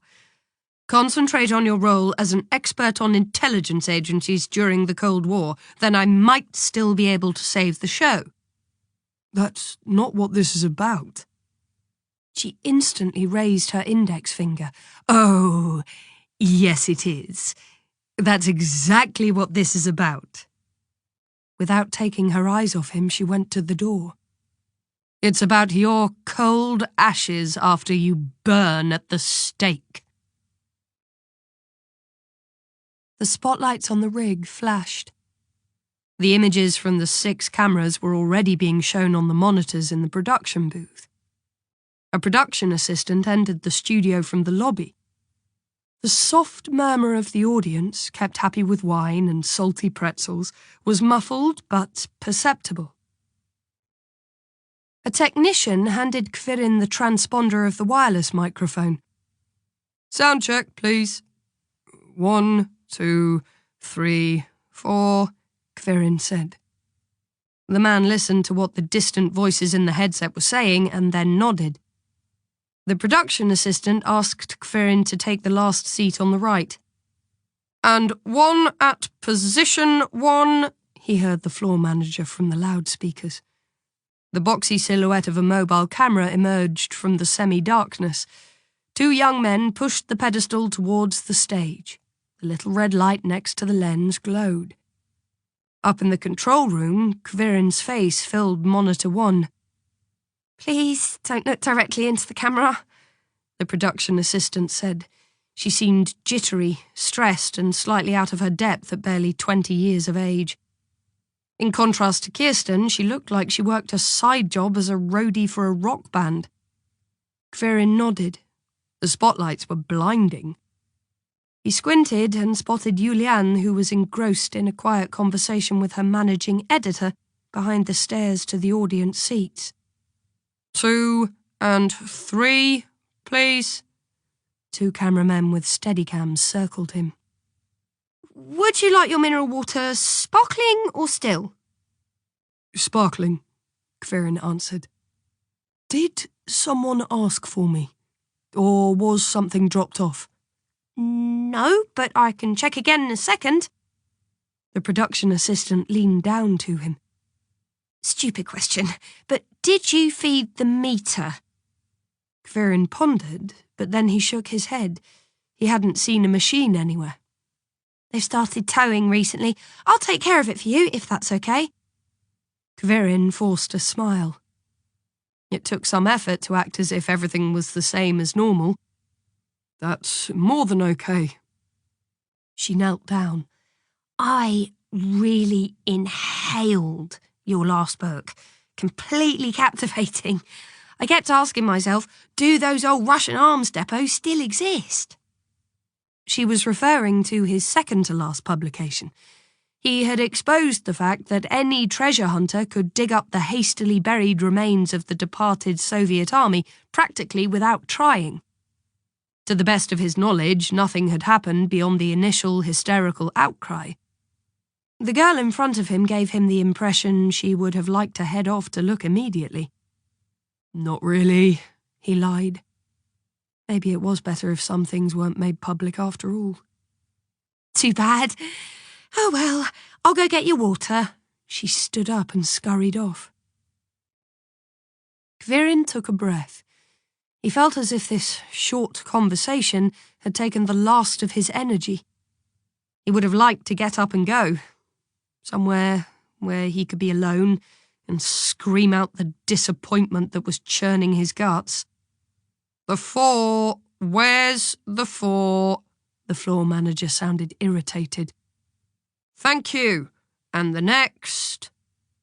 Following the command, the arm of a crane swept past, just a couple of feet from his head. Camera 5. "And the 6. Teleprompter. Frontal." The last camera was pointed directly at the semicircle. "Thanks, everyone, that's it. In position in 20 minutes. Karin stood up and left the stage. His source had vanished. He was sitting high and dry. The 7th camera on the lighting rig moved. Its lens was barely larger than a finger, and with its black metal casing it was almost indistinguishable from the mounting brackets. It followed Karin's movements through the room until he disappeared behind the stairs with a short nod in Julian's direction. The CCTV camera was produced by Great Tune Brothers, a top manufacturer from Shenzhen, and sent high-resolution images to a transponder via a secure frequency. This was not located in the AMC control room, but beyond the studio, in the cracked stump of a transmitter mast formerly belonging to the Reich Broadcasting Company. From there, the encrypted signal travelled 10 miles across the city in a mere 0.87 seconds. It arrived at a computer that sent it 2 meters further to a television screen on the wall of the executive suite of the Hotel de Rome in Beberplatz. Angelina Espinosa removed the headphones. Zoom in. She had a voice used to giving commands, the voice of a high-ranking woman, but she could combine her authority with a kind of steely charm that weakened the knees of every man within 100 meters. Tobias Taschner, known as TT to colleagues, nodded. He was nervous and glad that he was seated. Espinosa was in her late 40s, so a good 10 years older than him, a CIA agent, and her real identity was surely completely different. Their last encounter had also started professionally, before ending rather privately. At the moment, there was nothing to indicate that she could remember that night at all. She put the headphones back on and nodded to him briefly. Let's roll. He zoomed so close to Kaiserly that his face filled the screen. He had set up his equipment on the coffee table, which was so huge that a roller skater could have pirouetted on it. Everything in this hotel was huge. The bed, which he had only seen in passing through a half-opened door, the flat screen on the wall delivering brilliant images, the massive chair, the columns in the foyer, the backs of the 10-foot-long crescent-shaped benches a doorman had led him to with a friendly smile, and even he was at least a head taller than TT at around 6'6".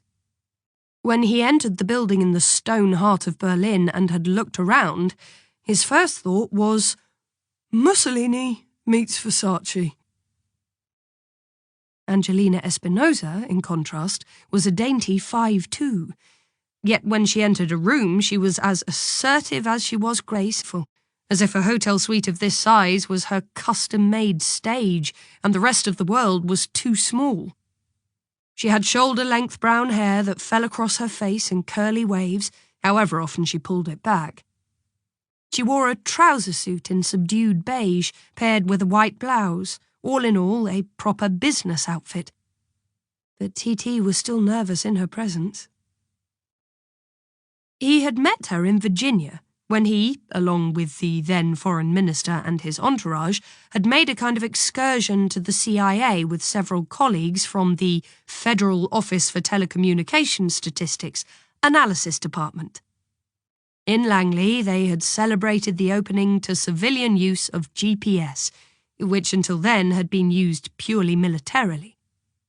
The headquarters had impressed him with the sheer number of buildings on the campus, the auditorium and the expansive memorial garden.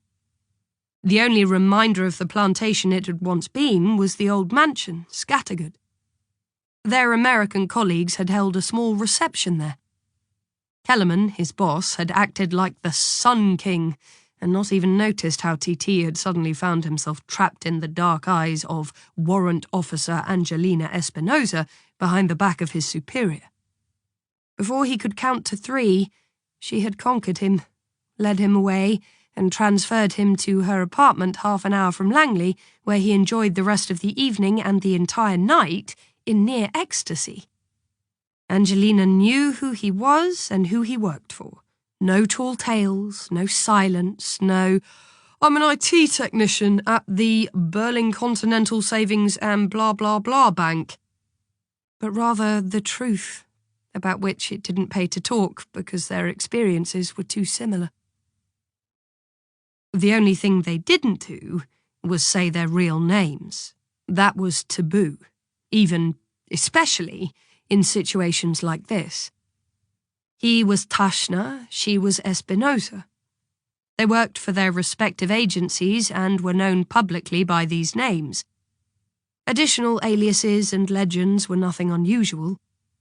TT had internalized his work name to such an extent that he could hardly remember his birth name, or hardly wanted to. The latter was more likely. Their affair was barely worthy of the name, and so they had left a reunion to the rules of chance. TT welcomed the fact that chance had taken him in hand with this assignment in Berlin, of all places. She had checked in under the name Sandra Kering, and he had introduced himself as Oliver Mayer at reception. So he hadn't known who was awaiting him at the door. His job consisted of recording the live images from the CCTV in Adlershof, here at the Hotel de Rome, setting up a dedicated line with Kellerman, and preventing it from being interrupted at any point during the operation, if at all possible. And of course anticipate the every need of the specialist from the agency, who had been specially requested for this mission and was being paid by the BND through a consulting agreement. The instant that Angelina opened the door, he was ready to do his duty with the utmost enthusiasm. Even put his body on the line if necessary. Not her. She was thinking of nothing but her assignment. She reached for a glass of mineral water, drank, and TT stared at the light imprint of lipstick her mouth left on the rim of the glass. That would probably be the furthest her physical commitment would go. This audiobook is freely shared with you. Take a deep breath, enjoy the music, and let your mind unwind. Thank you for watching and listening. I'll be wherever you are.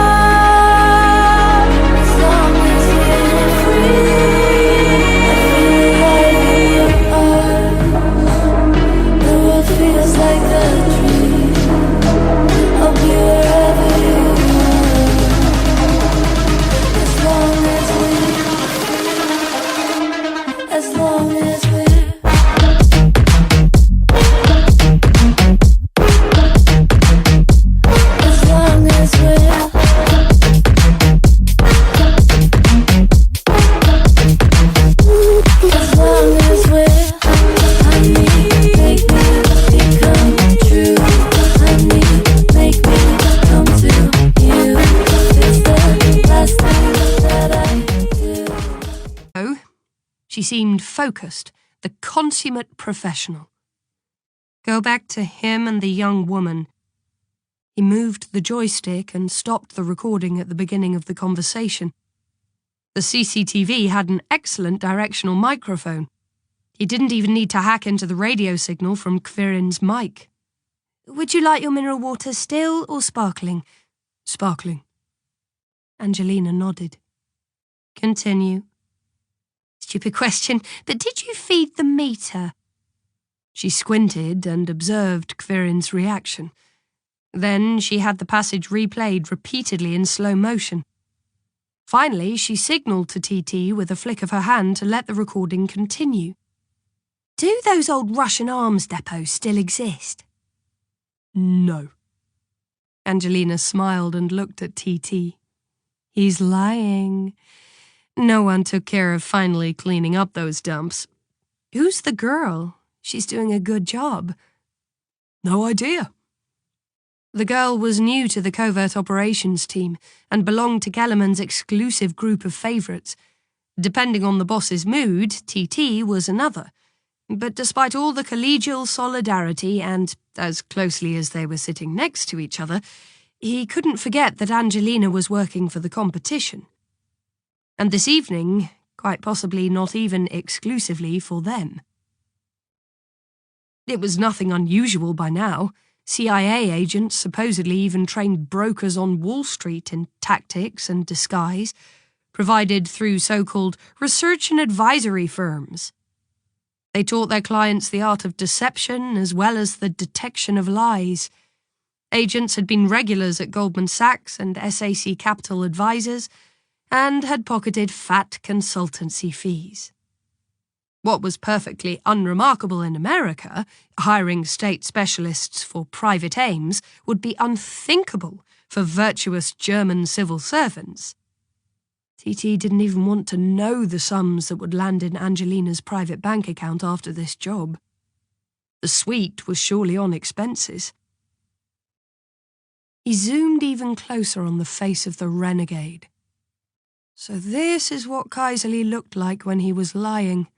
The traitor, fouling his own nest. Angelina was occupied with the former agent's facial expressions, frame by frame, for a solid 15 minutes. TT followed her orders without interrupting her once. Finally, she leaned back on the sprawling cushions and closed her eyes. He winks. He doesn't blink. TT pushed the rack to one side so he could put his feet on the edge of the coffee table and get comfortable himself. And what's the difference? Blinking is something you can't control. Winking you can. Besides, she shifted back into an upright position, much to TT's regret. His pupils contract, just for a fraction of a second. And then he has one quirk that's very rare. She wrinkled her nose. What? Angelina laid her head on her left shoulder. Her hair slid in front of her face like a glistening veil. She bent forward, and TT had to pull himself together to prevent his eyes wandering to her plunging neckline. That, she said, is the difference between the pay scale of a federal civil servant and $10,000. We've got 20 minutes. She kissed him. Adrenaline shot into TT's bloodstream. It was like in Langley, hot, quick, and nearly honest. He asked himself if he had mentioned in her personal dossier back then how quickly she got down to business. Then the time for thinking had passed. Gwirin Kaiserly cast a sideways glance at the neighbour to his right, a deputy leader in the Brandenburg State Parliament. Still 15 minutes until the end of recording. Right now, he was lecturing on why, in his opinion, the regional government should continue to rule, despite the fact that at least a quarter of them, including the party leader and chairman, had cooperated with the Stasi in the GDR. Julian wouldn't let him get his excuses out. In the other states in Germany, Stasi informal collaborators are barred from the state legislature. In Thuringia, they were even declared unworthy of parliament.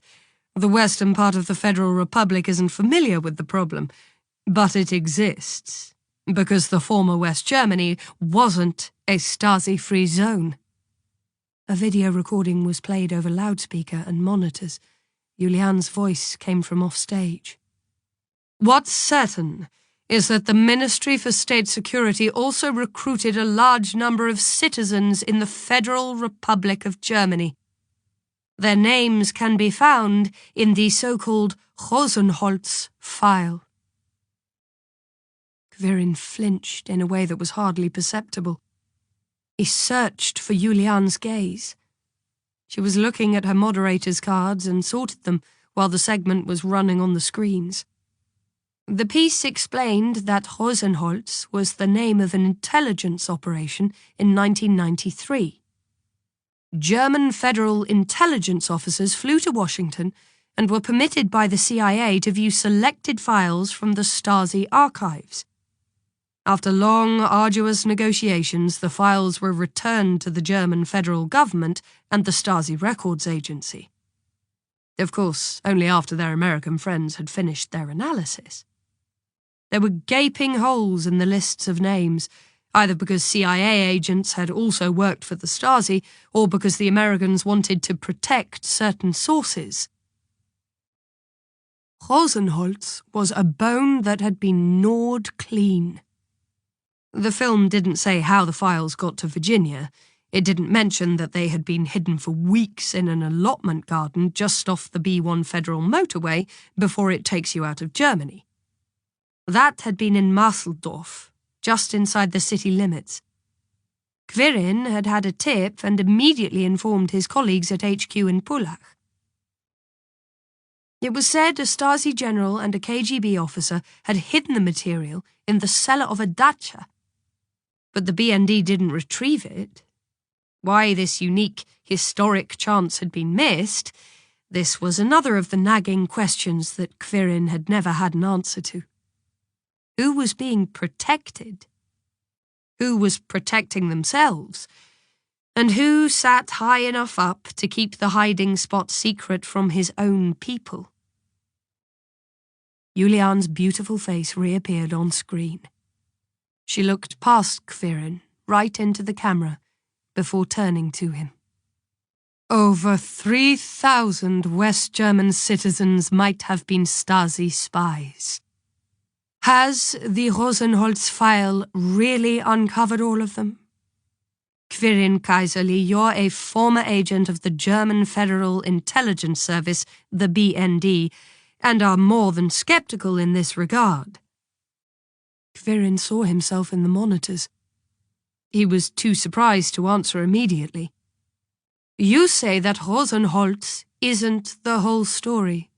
Is that right? He cleared his throat. Yes. How so?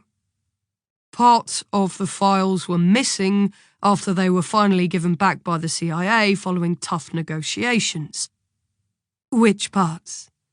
Among others, the entire alphabetic register from La to Li. So the files were manipulated by the CIA, the KGB, or the Stasi.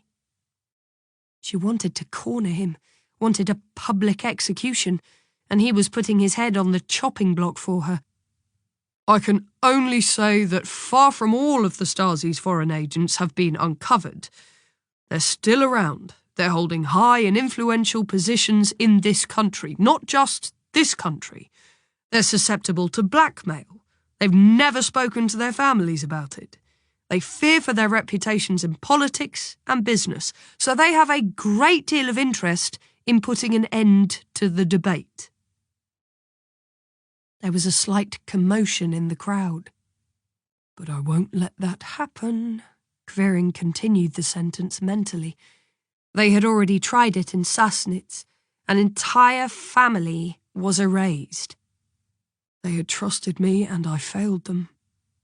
And all the efforts to find the mole were unsuccessful. Maybe I'm not the only one who can't forget. Somewhere out there, a complete microfilm file existed. The original. It should have been here on this table in front of the eyes of millions of viewers. And he would have finally known who had betrayed all of them, could have finally closed that chapter of his life.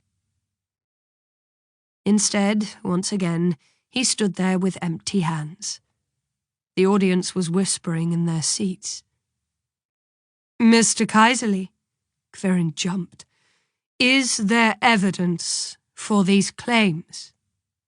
The murmurs fell silent. Julian shot him daggers. He breathed deeply. Yes, he answered. Everyone should hear. Above all, those who had felt secure for 25 hellish long years. Yes, there's proof. I've seen the files. And where are they now? Everyone stared at him. Quirin stared at himself through the monitor. Mr. Kaiserli, when did you see them? In what circumstances? Do you have evidence? No, he answered. Not yet. But I'll find it. Angelina lay naked on the huge bed's velvet blanket. TT had connected the equipment in the bedroom so that they could follow the taping from a horizontal position. The CIA agent had stared at the screen the whole time and instructed TT to show her the last 30 seconds once more. Split screen. The image on the monitor separated. On the left were the pictures from the AMC camera, the right showed what the CCTV caught. Angelina put her headphones back on. TT followed her cue. Give me Kellerman. TT made the camera pan over the rows of audience members and paused at a man in the second-to-last row. He zoomed a little closer. Kellerman was leaning back, arms crossed, a town crier condemned to listen. He was in his early 60s, powerful, good-looking in a casual way, with a large nose and uneven facial features. His short hair and brawny physique gave him the air of a wrestler in a tailored suit. But he was one of the highest-ranking department leaders in the BND, and he loved it when his opponents underestimated him. The closing remarks were being presented, and you could see the audience to his left and right preparing to leave. Kellerman. She pronounced his name in an American way which almost sounded like Killerman. If TT's boss was pleased, then he only let it show through the slightest smile. He's telling the truth. Kellerman gave the signal. He clicked the cartridge of his pen and put it in his left jacket pocket. Give me the other positions. The CCTV swung around to the production assistant, who reached to her ear at that precise moment, listened attentively, left her position at the foot of the stairs and hurried towards the exit. Then the camera panned to the 4 other spots, all in the first row. The men who had been seated there had already got up and had slipped away into the mass of people streaming towards the exits. The left half of the monitor went black. The taping was over. TT used the joystick to direct the CCTV at Kaiserly. He was trying to get rid of his microphone cable without tearing his shirt off. You would have arrested him on the spot, right? TT let out a sigh. No idea. Angelina laughed quietly. Don't try to fool me. I spotted 1 guy from VS and 2 from BKA, not to mention the mutts from the press. It wouldn't be the first time the guy pissed in your... muesli? Cornflakes. TT corrected her attempt at German slang. He was upset that Kaiserly got away and was allowed to continue to spread his lies unpunished. The man trampled on everything that the service had once meant to him. He had been a role model for TT. His role model. And now... Angelina ran her fingers softly through his hair. Don't let it get to you. There are dogs like that everywhere. And you always blame us. She softly bit his earlobe. If the full files existed, wouldn't you have found them long ago? TT looked at her with astonishment. Relations between the 2 intelligence agencies were close, for long stretches almost brotherly, although there was no doubt who was the little brother. In the 90s, the working relationship was so close that there were even joint operations between German and American agents that Pullach only found out about after the fact. But that was a long time ago, before TT's time. Sometimes Kellerman talked about it in his office after he was off the clock. Those were stories like the ones cowboys in the Wild West told around the campfire, or veterans at D-Day anniversaries. Kaiserly occasionally appeared in them. Kellerman's eyes glowed then, until he remembered what had become of his great hero, a journeyman labourer who continuously spread lies and half-truths about the BND. If you don't have them, TT said, consciously leaving the end of the sentence hanging in the air. The real Stasi identities? Angelina stood up and went into the bathroom, which could easily have swallowed TT's entire 1-bedroom Munich apartment.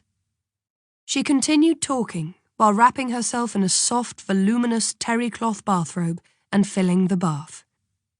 We really have other concerns. I don't think those original files still exist. Whatever is still in circulation are counterfeits. Things like that always surface. Alleged copies of the Stasi file cards were already floating around on the market in the 80s. They were offered to several newspapers. But at the time, no one had the courage to snap them up. So why the big fuss now? She returned to the bedroom. What's so important about these ancient lists of names? TT shrugged his shoulders. It's above my pay grade. You shouldn't ask me. She loosened the belt on her bathrobe and came closer. Who then? Killerman? She lowered herself onto his lap, and Titi instantly felt his willingness to deepen transatlantic relations. He was able to reach past Angelina and turn off the monitor. She purred like a cat. Don't try to fool me. You're looking for a real bastard. She kissed him. Then you lot have to set a trap for him. She kissed him again. So give him some bait. She kissed him once more. Titi's phone rang. He needed a minute to find it. It lay under the bed, and he asked himself how it had got there. Then he noticed the chaos around them, and he didn't wonder anymore. He just grinned. Unknown caller. Headquarters must have patched him through because his number was secret. With the uneasy feeling that always overcame him when somebody called him around this time of night, he answered, Yes? Everything okay? Titi recognised his boss's raw voice, filtered to sound chummy. Couldn't be better. Listen, I know it's late, but I need you to do me a favour. That didn't sound good. When Kellerman was acting pally, stress was on the horizon. Titi shot a glance at Angelina, who was just getting a bottle of champagne from the minibar. She sensed something had changed as Titi sat up and listened with concentration. Finally, he nodded. I'll take care of it. He hung up and got out of bed. Angelina raised the bottle and looked at him questioningly. What about this? I'll be back in an hour. There's something I need to take care of first. Business or pleasure? Titi pulled on his pants and grinned. Business? The hunter is checking the traps.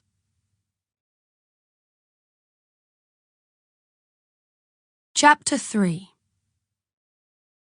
Dombrowski, Klaus. Late 50s. Judging by his voice, stature and demeanour, he was still the furniture mover he started off as more than 30 years ago. In the meantime, he'd turned businessman, master of more than 350 more or less legal employees. His empire comprised 14 moving trucks and teams, 31 street cleaning and salting vehicles, 23 crews of cleaners, and the countless day labourers under his rule, whom he still had lined up at 5 a.m. in front of the employment agency at Nordhafen to personally pick them out as required. He knew every one of them by name. He had an attitude that would have seen him out on his ear at any normal job, even the army, effective immediately. He led his company like a berserker. But he worked like one too. He appeared unexpectedly everywhere to check, curse, insult, rampage, but he had also hauled more than one of his troops out of detention at the last minute before they were deported. The way in which he had got expired papers extended could only be called cutting through red tape if one was very generous. Not every house move, not every service for civil servants' cottages on the edge of the city had to be on the books. And there was a recurring rumour that he had even paid bail money and stood as security for employees from time to time. Dombrowski himself had no comment. Perhaps he might have said something if he was asked, but people didn't talk to Dombrowski. At most, they talked about him. His curly shoulder-length hair was greying and thinning significantly. On special occasions, he wore it down, and otherwise tamed it with a rubber band. He cultivated a reputation as a former hippie who, in his long march through the institutions, had always carried the moving boxes of others to higher and increasingly more elegant offices, and now swept the back steps of the powerful. Perhaps he also took care of other kinds of dirt, but that was just a rumour. He paid permanent employees 12 months' pay, instead of the 13 or 14 common in Germany, squeaked past the minimum wage by just a few cents, but then once a year at Christmas added a bonus in the manner of a pre-revolutionary Russian feudal lord, provided you had been able to drag yourself to work with a temperature of 105 and work unpaid overtime for the sheer joy of working and being needed.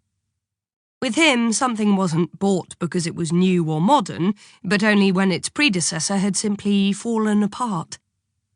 He had got the office furniture for a bargain when the contents of the GDR Ministry of Foreign Trade had been sold off for pennies on the dollar. It was said that the head of the ministry, Schalk Golodkovsky, had personally sat on the chair that now groaned under Dombrovsky's massive body. The computer monitor on the shabby desk belonged in a museum. When he turned in Judith's direction, because naturally she had been compelled to follow him and listen before she rejected this doubtless outrageous request, the joints of the chair squeaked pitifully. "Here, look at the roster. No one's here." "Then call someone." "On Friday evening? Anyone still in their right mind wouldn't pick up." "Then how stupid do you think I am?" Dombrovsky gave her a smile that would have frightened anyone else. It was as wide as the grin on the wolf that had just eaten your grandmother. She stood still. Pure curiosity. How far would he go? Maybe more than that. She was unable to draw a line in the sand. "Judith, my dear Judith." "No, just say no." She began to visualize the two letters. A precautionary measure, a jagged, clear N, a barrier, an emphatic O, like a zero. No. "A cold starter. You know what that means. I can't just send anyone." The term actually came from heating oil specialists and described people whose heaters stopped working in the middle of winter because they had run out of oil. Emergency cases for which quick delivery could bring in exorbitant fees. No one knew why Dombrovsky had adopted this phrase, of all things. Perhaps because you needed specialists who had the brains to turn off their hearts and sense of smell the moment they were confronted with something that was worse than letting your own mother rot for 6 weeks. There were only a few specialists who fit the bill. Judith was one of them. "I don't have anyone else, so don't act that way. Kastner is on holiday, Josef is on the crew at the IHK. And Dieter? Dieter is sick." He wanted to hand her the keys to the car. Judith crossed her arms. "Maybe I have something planned." A dark spot in Brandenburg wasn't what people generally understood under the word date. But it was still a plan, and it had something to do with her personal life, a phrase that Dombrovsky had erased from his vocabulary. He gently waved the set of keys like a piece of meat to a dog. "You don't have anything planned, Judith. You know what the industry is like. If this works out, then we'll get a city block. If not, it'll go to McLean." They had lost Friedrichstrasse to McLean last year. After that, Dombrovsky had cut the Christmas bonus for the first time ever. "Please." Her no evaporated. She took the car keys with an angry sigh. "What's the issue?" "Like I said before, murder." He motioned to the chair in front of his desk, steel pipes with burst foam cushions, left over in the furniture truck during some move. Judith reluctantly took a seat. "The corpse will be picked up soon, so no deputrification, just disinfection and cleaning. However, and this is the problem, forensic took ages. The entire apartment is a wreck. The painters are coming on Monday, Tuesday is the first of the month, on Wednesday the next renters will already be sitting there on their new couch from social services. That's the way it is. And now you're on board." That sounded like a dry run. Nothing damp, sticky, black, no gluey mattresses, no bugs, worms or insects that fled in every direction as soon as you turned on the light, no stench. Maybe it had even been a clean murder, poison, strangulation, suffocation, or a shooting, small caliber, instantaneous death, little blood. Then she would only have to erase the outline of the body and clean thoroughly. On Monday, the painters would be puzzled by a couple of faded tomato juice spots on the wallpaper. The perp? This was important. Once, a cleaner had been attacked by a mentally ill man who had stabbed his wife in a state of delusion and had disappeared. On the day the apartment was cleared, the murderer returned to the scene of the crime. The colleague survived, but since then, Dombrowski maintained even closer connections with the police. At large, no leads yet. I don't like it. And take the gun along. Dombrowski pulled open the desk drawer, removed a pistol, and held it out for Judith. It's an apartment building. The janitor will let you in. Neighbours are watching. You have a phone. The police know we're sending someone over. Nothing will happen. But something did happen. Okay. I can't force you. I can only ask you to. All the while, he stared unwaveringly at her with the innocent look that he only risked in rare moments of true helplessness. Judith asked herself where her no was. Why did it always disappear when she needed it most? What about the furnishings? As far as I know, the apartment is furnished. That's a job for... He rummaged through his stacks and pulled out a slip of paper. Fick. That's the janitor's name. He's expecting you in exactly 20 minutes at the front door of Marzahner Promenade 48. Bewildered, Judith accepted the note. That's right around the corner from my place. Dombrowski leaned back in relief and removed a half-sucked cigarillo from the ashtray. Since his second bypass, he only occasionally stuck it between his teeth without lighting it. Then you don't have far to go once you're done. The police cleared it this morning. If you do your job properly, they can rent it out without a loss. He noticed her hesitation. Don't show me up. You can do it. There'll be something extra in it for you at the end of the month, when we get the whole city block, and take the smock with the long sleeves. He looked at her arms. She stood up and went to the door. He bellowed after her, I've got a box for you. Professor's estate from the Free University. Joseph told me that's your kind of thing. It sounded like they had cleaned out a dominatrix's secret chamber. Judith took the box and carried it outside. Books. The leftovers from estate sales rejected by antiquarians, which could only be got rid of at flea markets with grinding effort. When she pushed the box onto the floor of the van, she opened the lid and took a quick look inside. There were picture books and tour guides, mostly from the 60s. She pulled one out. Mountains, the sea, serpentine roads, colourful houses, the Amalfi Coast. It could be Italy, but Judith wasn't completely sure. Frick was a small man.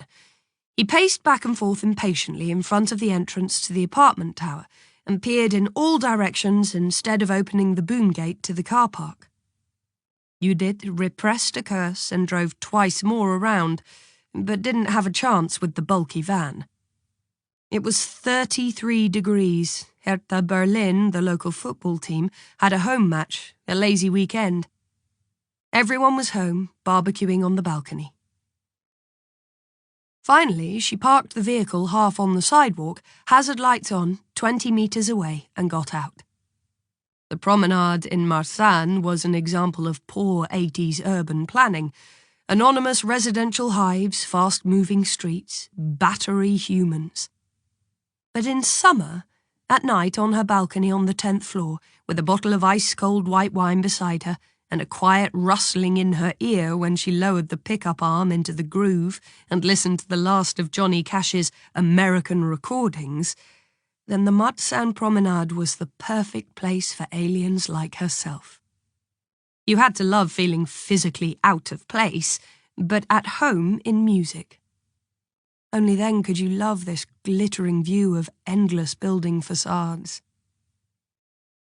Judith opened the back doors of the van and looked indecisively at her equipment.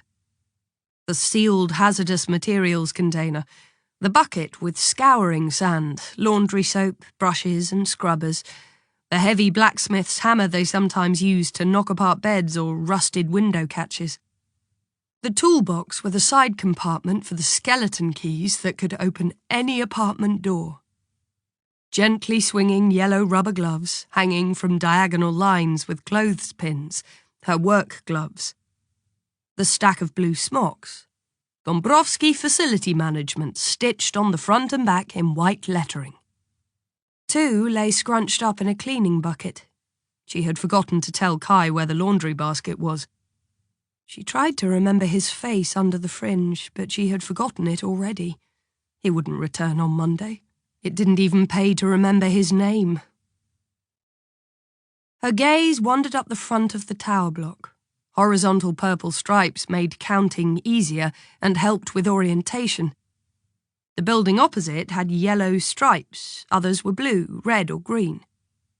She felt the throbbing nervousness in her ribcage.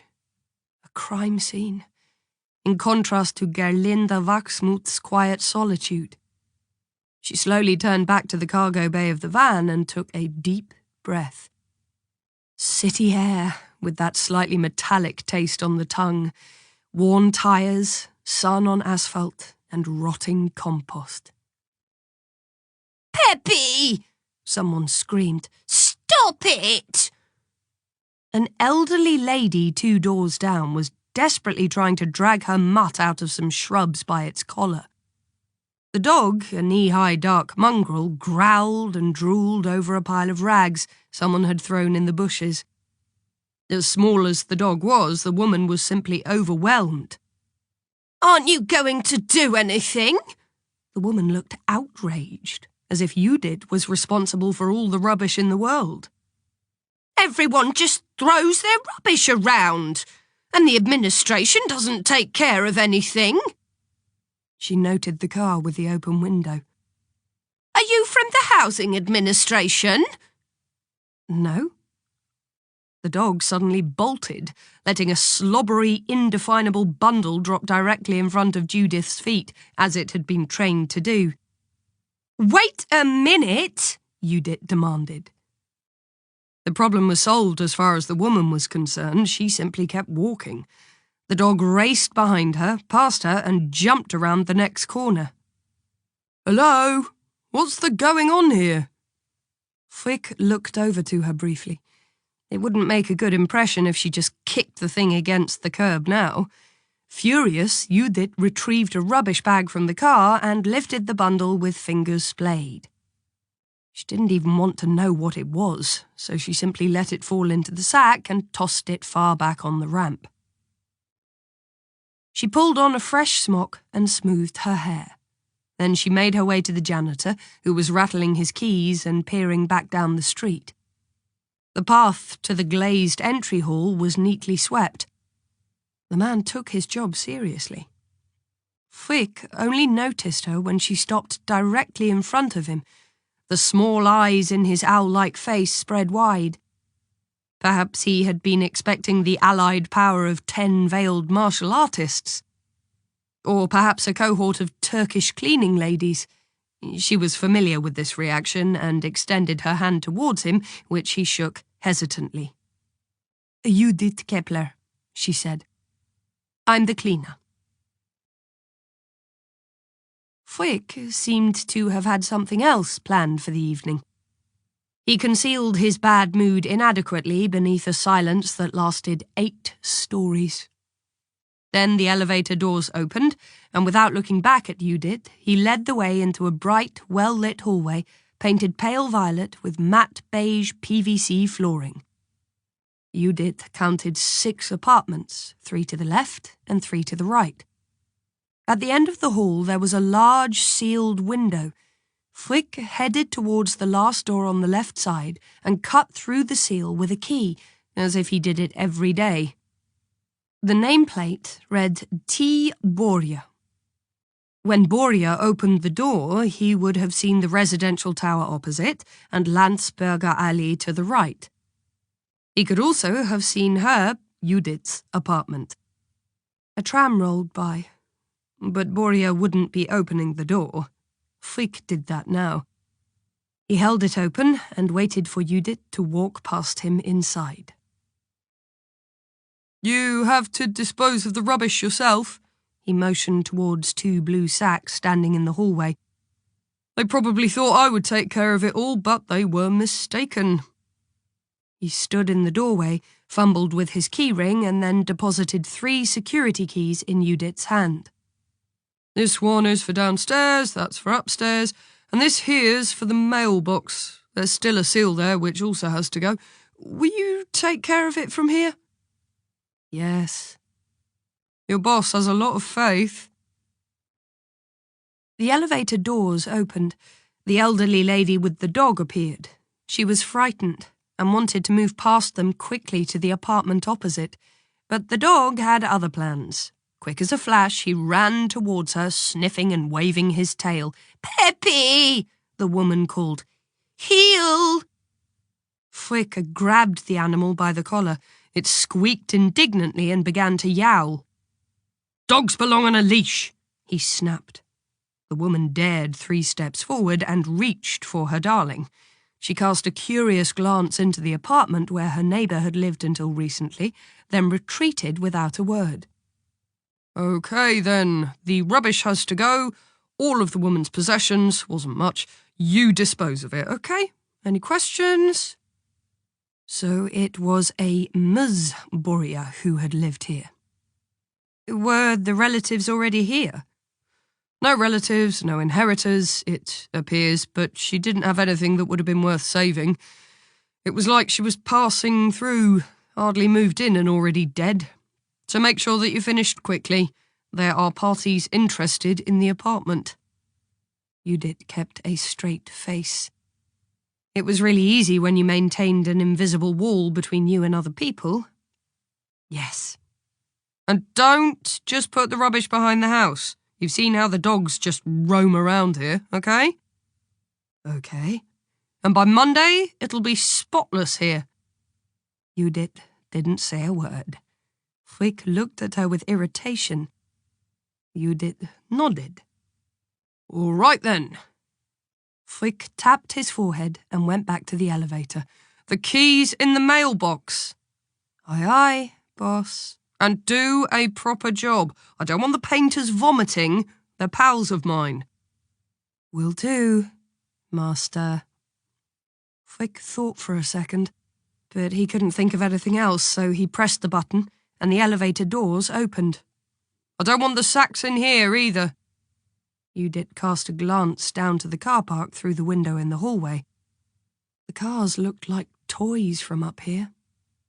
All right. The elevator doors closed. She waited until she heard the jolt from the lift on its way down, then she clicked the keys onto her carabiners and removed the rest of the official evidence sticker from the doorframe. She wanted to steel herself against what awaited her, but that hadn't ever worked. It was different every time, just as every murder was different and distinct from those that came before. Chapter 4. It starts in the living room.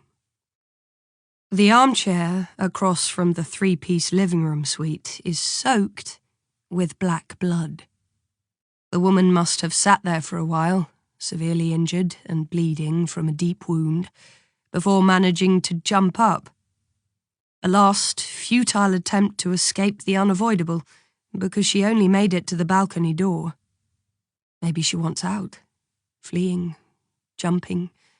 Flight impulses are irrational, The dried blood on the bright laminate is smeared with bare footprints and heavy shoes. He catches her, pulls her back, and flings her across the room to the bay window. Judith prowls around. He must be furious, enraged. The situation slips through his fingers, gets out of control. He doesn't get what he wants, even though it had almost been within his grasp. He points the gun at his victim. He aims. He pulls the trigger. Once. Twice. The window has a bullet hole. So does the wall between the windowsill and the radiator. He misses her. Is he playing with her? Boria falls to the ground, rises again, drags herself through the connecting door into the bedroom, brushes the frame with her wounded body and tries to close the door, in vain. He kicks the door open, raises the gun, shoots, once, twice, shoulder and arm. Ragged splotches of blood on the wallpaper. But Boria is still alive. Why doesn't he finish her off? Is he talking to her? Yelling at her? She slides down the wall. A wide, rusty trail marks her collapse. She doesn't give up. Crawls further. He stands over her, the gun cocked, hits her, kicks her. She rolls up, rolling over the cheap chenille rug to the bed, panicked and instinctively looking for shelter, and he watches her dying, until he raises his gun one last time.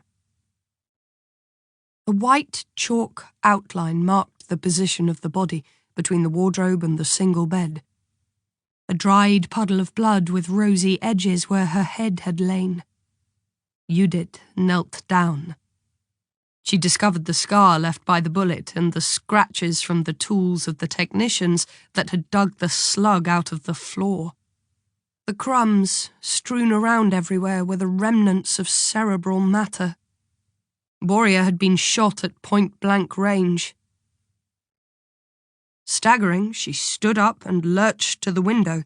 She ripped it open, leaned out, and drew the heavy, warm air into her lungs. Something under her soles crunched, and she hoped that it wasn't bone fragments or parts of the ear canal. "This is a job, nothing more." Dombrowski's voice rang in her ears, as if he was standing next to her. She remembered the blood. Blood everywhere. Streams of blood, knee-deep and choppy on the tiles, on the floor. "This stuff is damn hard to get rid of." There had been 4 of them. One after another had left the room. In the end, she was the only one left. That afternoon, Dombrowski had returned and saw the results. A gleaming bathroom with black grout. "It's porous, girl. No one goes at it with scouring powder. What breaks down protein compounds?" Hydrogen peroxide in a 15% solution or a chlorine bleach solution. "And why don't you use chlorine?" "Because it's all gone." He growled in dissatisfaction. "Where are the others?" She shrugged her shoulders. Dombrowski looked around the training room in which he had spread buckets full of pig's blood that morning, to no little amusement at the theatricality. This is where he put them to the test. This is where it was revealed who had the chops to become a disinfector, pest controller, or crime scene cleaner. The room looked like new, except for the grout. "Couldn't stand the sight of blood, eh?" That was before Dombrowski had had his bypasses. He offered her a filterless. She took off her safety goggles. Then they sat next to each other on the edge of the bathtub and smoked a while. "What about you?" He interrupted the silence. "Why can you handle it?" He was the first person who'd asked her. Judith pushed the cleaning bucket in front of her feet a smidge to the right. She tapped her ashes into the water and shrugged her shoulders. She was clean. After completing the last round of rehab, she had started at Sign-On Rehabilitation Agency as one of many untrained employees who had to fight their way back into a world with alarm clocks, work schedules, and the binding nature of agreements. But the exit was a dead end. No one wanted her on the real labour market. A glance at her resume was to recognise a system of failure in a string of short, fitful false starts. She had run out of chances by her early 30s. When she heard a rumour that Dombrowski was looking for people for his special training and wasn't finding them, she'd applied for the test. Using short sentences, he had explained what it was about, transforming the horrible into the bearable. Dombrowski looked down at his powerful mover's hands. Death isn't the brother of sleep, and even less ash and dust. It's decay, rot, putrefaction. It stinks for a while, and then something new comes along. Nothing was ever truly lost on our planet. If you know that, then it's more than just a job. He stood up. You can start tomorrow, if you want. Nothing was lost. Maybe that would have been the right answer to Kai's question.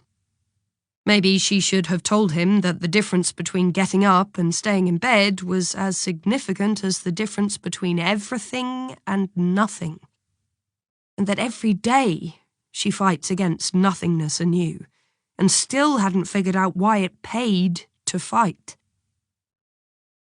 She could see into her apartment from the bedroom. The moon was already visible, bright in the evening sky.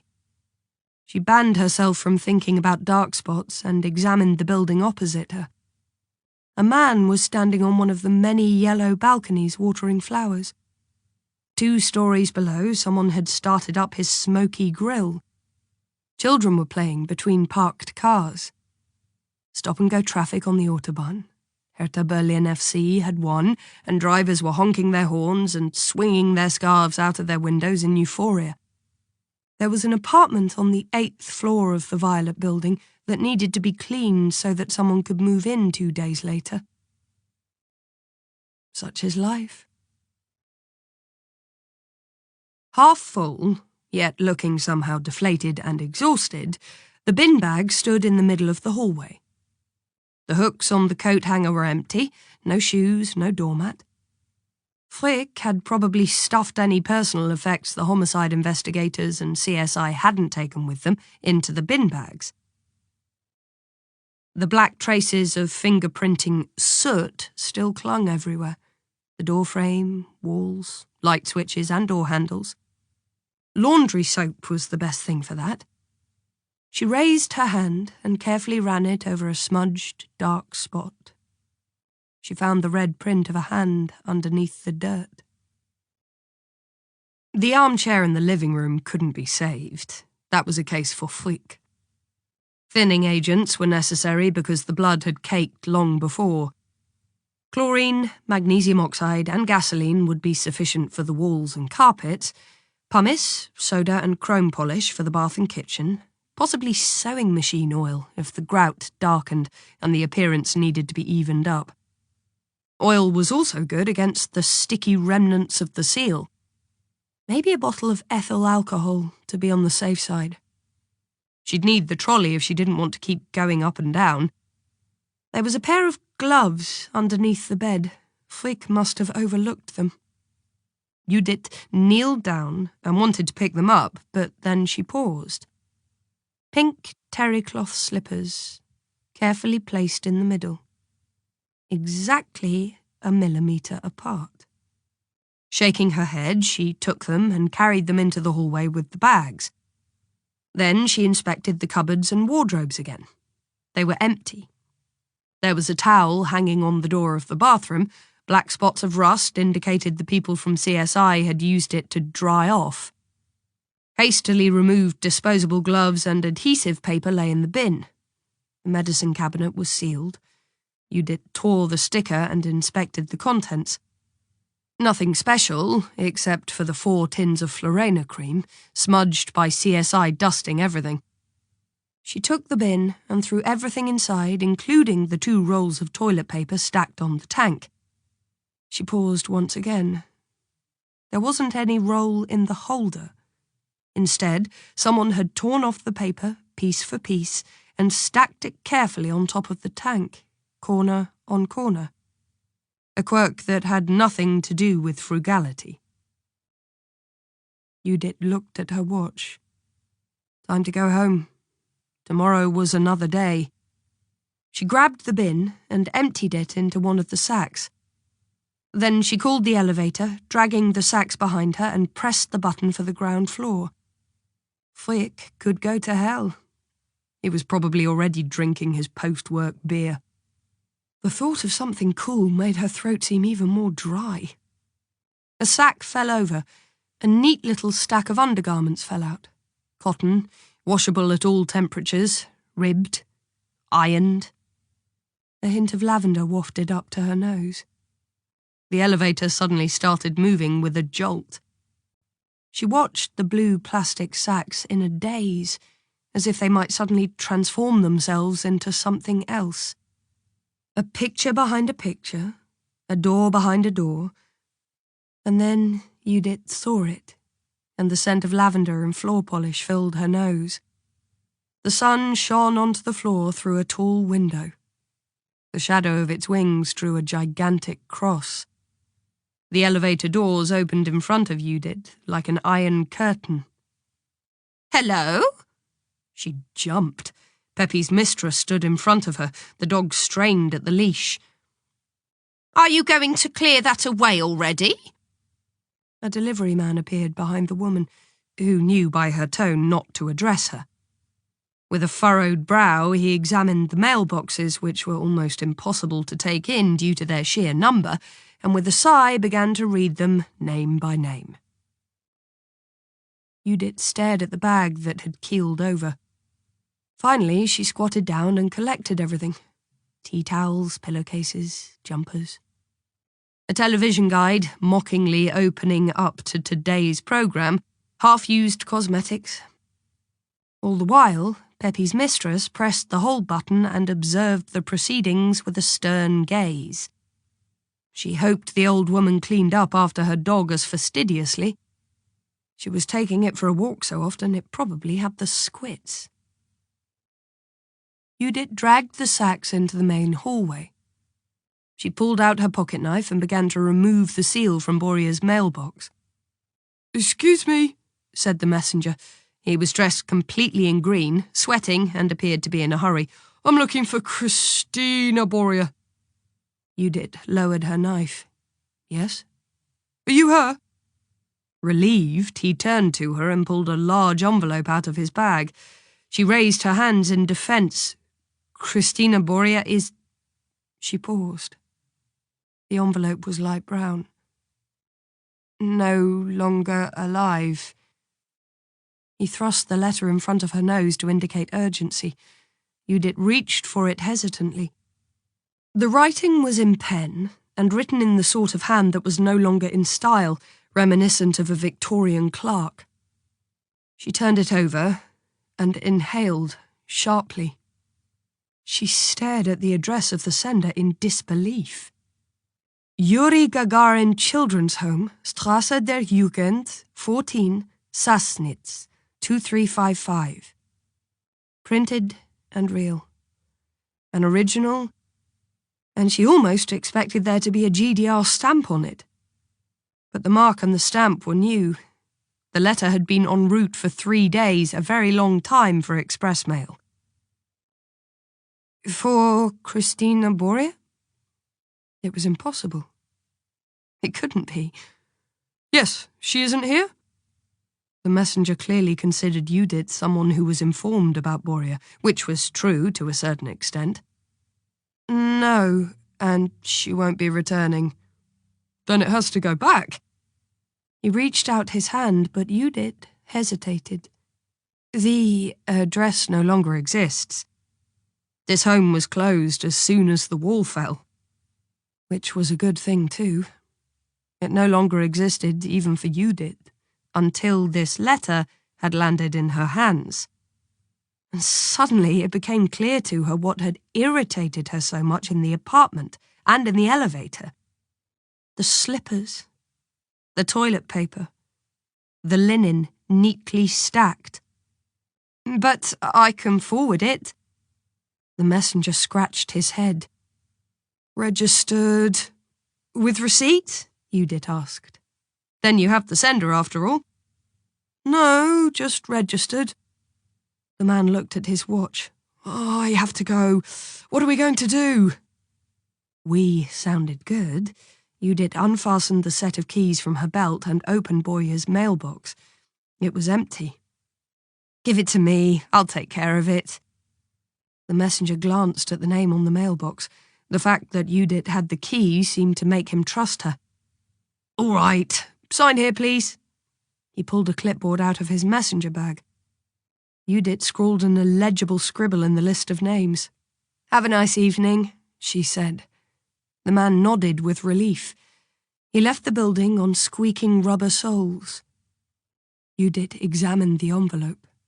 Sassnitz, seagulls, ships, the wide world and provincial narrowness. A port city way up at the end of the country, the ferries to Malmö, Ystad and Trelleborg. Narrow alleyways, crumbling houses, banquet of the sea, fish factory, interzone trains, train station, cellar, darkness, cold hell. It was so long ago. A couple of noisy teenagers kicked empty beer cans along the road. Wearing heels that were far too high and far too cheap, two girls giggled towards Landsberger Alley. Friday night. Jeans and a sweatshirt clung to Judith's body, which screamed for a shower, wine with lots of ice cubes, and her bed. She hoisted the sacks onto the floor of the van next to the boxes of books and sat down in the open door, envelope in hand. The word Sassnitz pulsed behind her temples. The scent of lavender and dust mixed with the city steaming from the heat. She lit a cigarette. The smoke bit into her parched throat and she inhaled so deeply that she became dizzy for a moment. She ripped open the envelope and held a file from the home in her hands. A thin, light green leaflet made of woody paper. Printed on the front, the name Judith Kepler. She still didn't understand. Her hands began to shake. The documents were carbon copies of an original that was produced with a mechanical typewriter. A photo was pasted to the first page. A little girl around the age of 5 with long, blonde, angelic curls and unnaturally big blue eyes. The photo must have been taken from identification papers because the remains of a stamp was still visible in the lower right corner. Judith stared at it until her eyes burned. Then she read the first lines of the admission form. Apartment in a state of neglect. Child's clothing dishevelled and dirty. Mother feeble-minded alcoholic. To be committed to YGKH for 2 years. The words dissolved. They liquefied. Judith blinked. Her cheeks burned as if she had just been given 2 sharp slaps. Just like back then, when she had dipped her spoon once too often into the jam jar, when her shoelaces had come undone, when she had been caught not going straight back to the home after school but had walked to the train station instead. To the train station, not the port. How could that be explained? Yearning for the sea and the horizon, sure, but the station? The station again and again. Over the years, Judith forgot what had drawn her there. But it always ended the same way.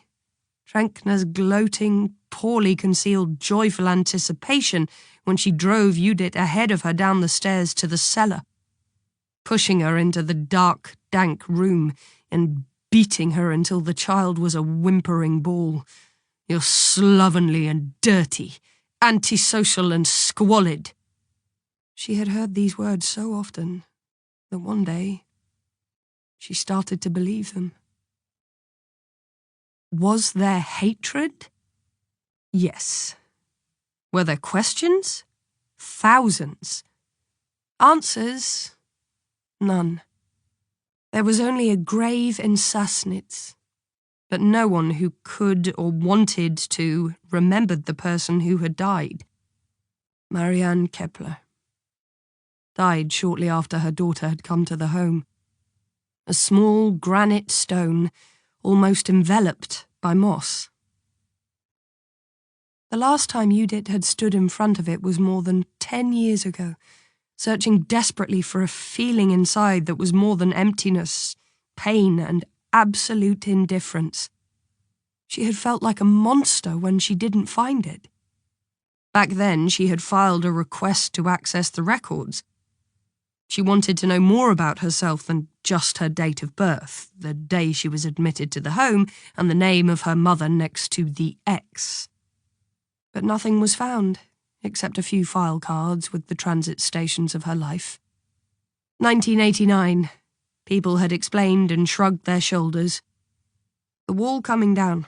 The shredders had been running day and night in children's homes, not just in the Stasi headquarters. "We're sorry, Ms. Kepler, but we were unable to find more than the basic data on your admission and release at the former city council."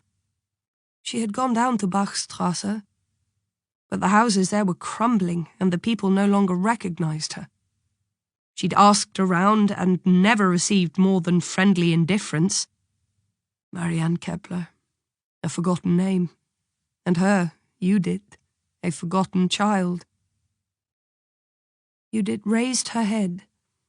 The coarse cries of the teenagers echoed over the building walls. They sounded like the mating calls of an unknown carnivorous species. Her apartment lay on the other side of Landsberger Alley. She needed wine. She needed music. But above all, she needed to find out about what Christina Boria had to do with the slumbering monster inside of her. Judith turned back her carpets and emptied the rubbish sacks onto the bare floor. Then she climbed over the evenly distributed piles, a fogged-up glass of wine in hand, and sat down on the couch. The file from the children's home lay next to her. She was tempted to read it again and again, but first she had to find out who Christina Boria was. She took a long sip and examined the things in front of her. Frick had been right. It wasn't much. One mound was made up of clothing, not expensive, not flashy, H&M, Zara, Mango. Cheap, international products that could have been bought anywhere in the world. Trendy, middling income, inconspicuous lifestyle, no relatives, Frick had said. So this was everything Boria had owned. Perhaps there was more in the evidence room at the police station, but the police normally only take things like computers or phones. After a thorough search, they would leave all the private things behind that weren't considered evidence. The other pile was made up of daily basics and domestic waste. Empty bags from the bakery, a couple of yogurt containers, scraped clean, dish towels, toiletries. A bottle of body lotion with the lid carelessly screwed on had expired. Maybe that's where the scent of lavender came from. Dishes, 2 coffee mugs, one of them used, a cereal bowl, plates, cutlery. Books. A city atlas of Berlin, a picture book about Huguen. Dan Brown, The Da Vinci Coden, Anna Bovaya, Svamaren, Pia Hagmar, Somientrom. Judith leafed through the novels. They were all in Swedish. Judith stuffed everything back into the bags. The TV guide fell to her feet when she picked up the book, a 2-week guide, open to the last day on the programme, Friday, today. She scanned over the colourful pictures and showtimes. The bottom of the page caught her eye. 3-1. The talk show with Julian Westerhoff. The guests, blah blah blah. One name was circled along with his picture. Karin Kaiserli, former spy. Judith retrieved the bottle of wine from the fridge, topped up her glass, and fell back onto the couch. It was the only show Boria had marked. Boria probably liked to watch talk shows, or perhaps was a fan of Westerhoff. She was on every week, just like clockwork, and beaming tirelessly and with a steely determination would declare to the Republic what kind of machinations she had uncovered. Over time, the shows and topics blurred into one another, and you got the vague feeling of having heard it all before. So why would someone mark a Westerhoff show weeks in advance? She examined Kaiserli's picture once more. He didn't look unsympathetic, more like an intellectual Harley-Davidson biker than a spy. She was about to toss the paper in the bag and look at what little Boria had apparently brought along to Germany from Sweden, when it occurred to her that Swedes don't watch German talk shows. Judith grabbed the remote control. You claim Rosenholz is only an incomplete picture. Julian Westerhoff, made up like a waxwork model, was taking a good-looking man in his early 50s to task. It was Kaiserli. He was saying something about microfilms and informants, the debate about the statute of limitations. Judith sat up. An unpleasant man made a comment. The moderator dug deeper, and Kaiserli looked as if he was explaining to 4-year-olds why bad boys had stomped on their sandcastles. Do you have evidence? No, he answered. Not yet, but I will find it. The camera panned over to the audience. Judith turned up the volume. The Stasi issue frequently bubbled up out of the dregs of the summer silly season. Karin Kaiserli, former BND agent, intelligence expert. Years ago, there'd been a scandal when someone had quit the spooks and started washing their dirty laundry in public. Was that him? She topped up her wine again and watched with interest as Kaiserli was put through the ringer good and proper. He appeared to be a good loser, because when Westerhoff said farewell with a few parroted phrases and the credits were scrolling across the screen, she saw him shaking hands and parting with the other guests. She turned the television off and reached for the children's home file again.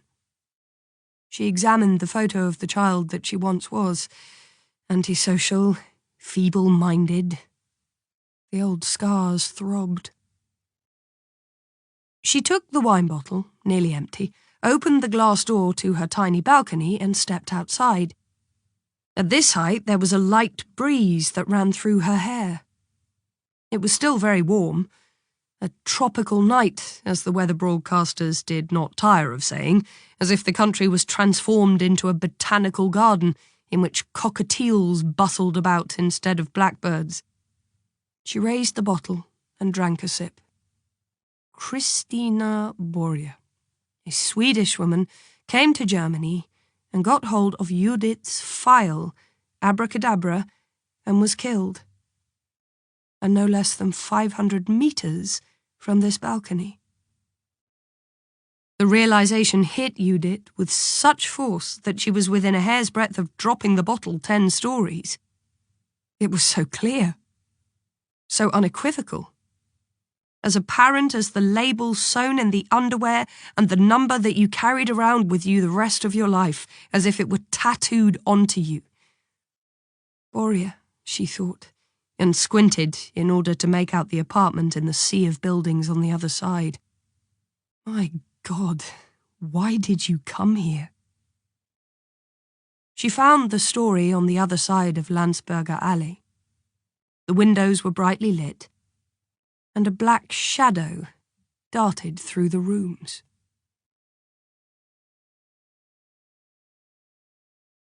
Chapter 5. TT still had the master key in his car. It hadn't been long since he'd wired the apartment, and he was sure that no one had found the cameras and the microphones, and that the police weren't on his tracks. He carefully placed a kitchen chair on the coffee table. The construction was shaky, but it was his only chance if he wanted to get at this camera.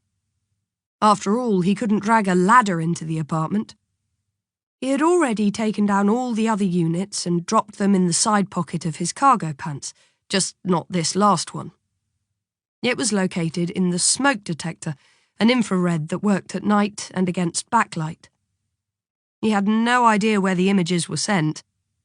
When he looked around, he didn't even want to know. He only wanted to get out of there as quickly as possible. Avoid complications, that's what Kellerman had said. Maybe sockets would be swapped out during renovation, and then even the stupidest electrician would catch on that this apartment has more in common with the TV studio than a normal flat. Had. Past tense, he corrected himself. His hands were still shaking and his palms sweaty. He tried not to stare at the armchair with the big black stains. There could hardly be more complications in this apartment. He climbed up and unscrewed the casing of the smoke detector. Untouched, the camera was located exactly where he had installed it, but he wasn't able to move the clip to loosen it. Sweat pooled on his forehead. He suddenly felt hot, and a wave of nausea rose up from his belly. He had to get hold of this thing, otherwise he'd throw up on his feet. When they said there was never a dull moment in this job, he doubted that was what they meant. A draught of air brushed over him. Even before he could turn around, he knew that someone was in the room. Out of the corner of his eye, he saw a shadow, and then he heard a clear, cold voice. "What are you doing here?" He jumped and almost lost his balance. His eyes spread in astonishment because there was a woman in the doorway. She wore white overalls and a gas mask dangled in front of her chest. She held a gas cylinder clamped underneath her left arm, and in her right hand she held the hose and the nozzle that she pointed at him like a trigger. "I'm from property management, and who are you?" "What are you doing here?" The construction beneath him shook. TT was aware of the unfavourable position he found himself in. He wanted to climb down from the chair, but the woman came closer, quick as lightning, and now stood less than 2 steps away, the nozzle pointed directly at him. "Answer." "I can prove my identity. You can call the number here." He feverishly tried to think of who he could reach in the middle of the night to confirm a cover story. There was surely a procedural number for this operation, and people that sat next to telephones around the clock to confirm all the fairy tales their colleagues told all around the world. But that was only true for people on operative assignments. He belonged to the Department for Technical Procurement, and this job fell into the category of damage control, even though it looked like the exact opposite at the moment. She looked at the lid. "What's that?" "A smoke detector." "Do you think I'm stupid?" She waved around in his direction with the nozzle. "I have a litre of magnesium phosphide, a phosphorus hydrogen compound. I wouldn't want to breathe it. A man of average build would die after a few seconds. We use it for rats." She took a step closer. TT realised she didn't necessarily mean the 4-legged kind of rats. He tried to hold his breath. He had never heard of magnesium phosphide. "That may be the casing for a smoke detector, but what's inside?" TT couldn't produce a single word. His entire body began to shake. He had no idea what had happened in this apartment.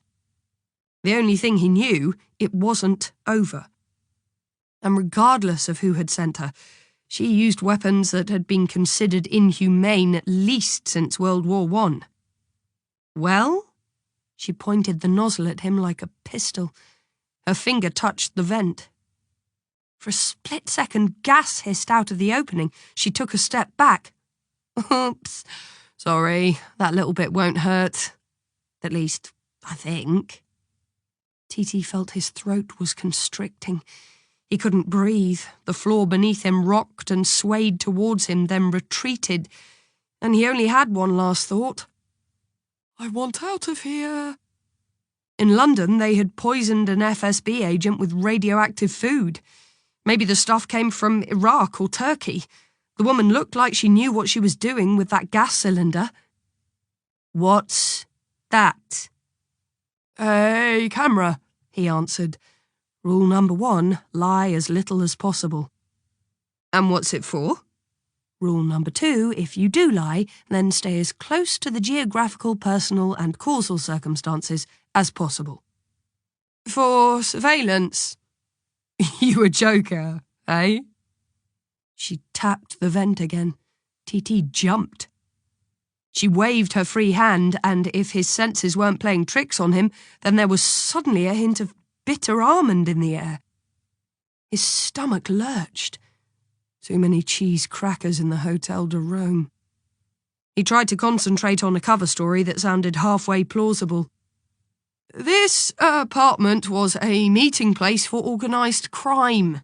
That's why." "Can I come down?" No. She wasn't completely normal, and she was cold as ice. She moved like a soldier on manoeuvres. In her protective clothing, she looked like an alien in a car wash. "Organised crime." Apparently, she knew as little as he did, so she wasn't working for another service. That made the issue considerably easier. "Cigarette smuggling," he answered, because it sounded so harmless and the members of the various triads decimated each other with numbing regularity. "Lots of Vietnamese live here." She put on the gas mask. Not good. Then she directed the nozzle directly at his face. Not good at all. Her voice sounded muffled underneath the visor, but no less menacing. "Maybe you read the nameplate before you broke in. It sounds as Vietnamese as your tall tale about facility management. Who are you?" Now he had even forgotten the cover name he'd used to gain entry. Gunther Liebrecht? Gerd Schulze? He had smuggled himself into so many buildings with so many different identities that now, at the critical moment, he had simply lost track.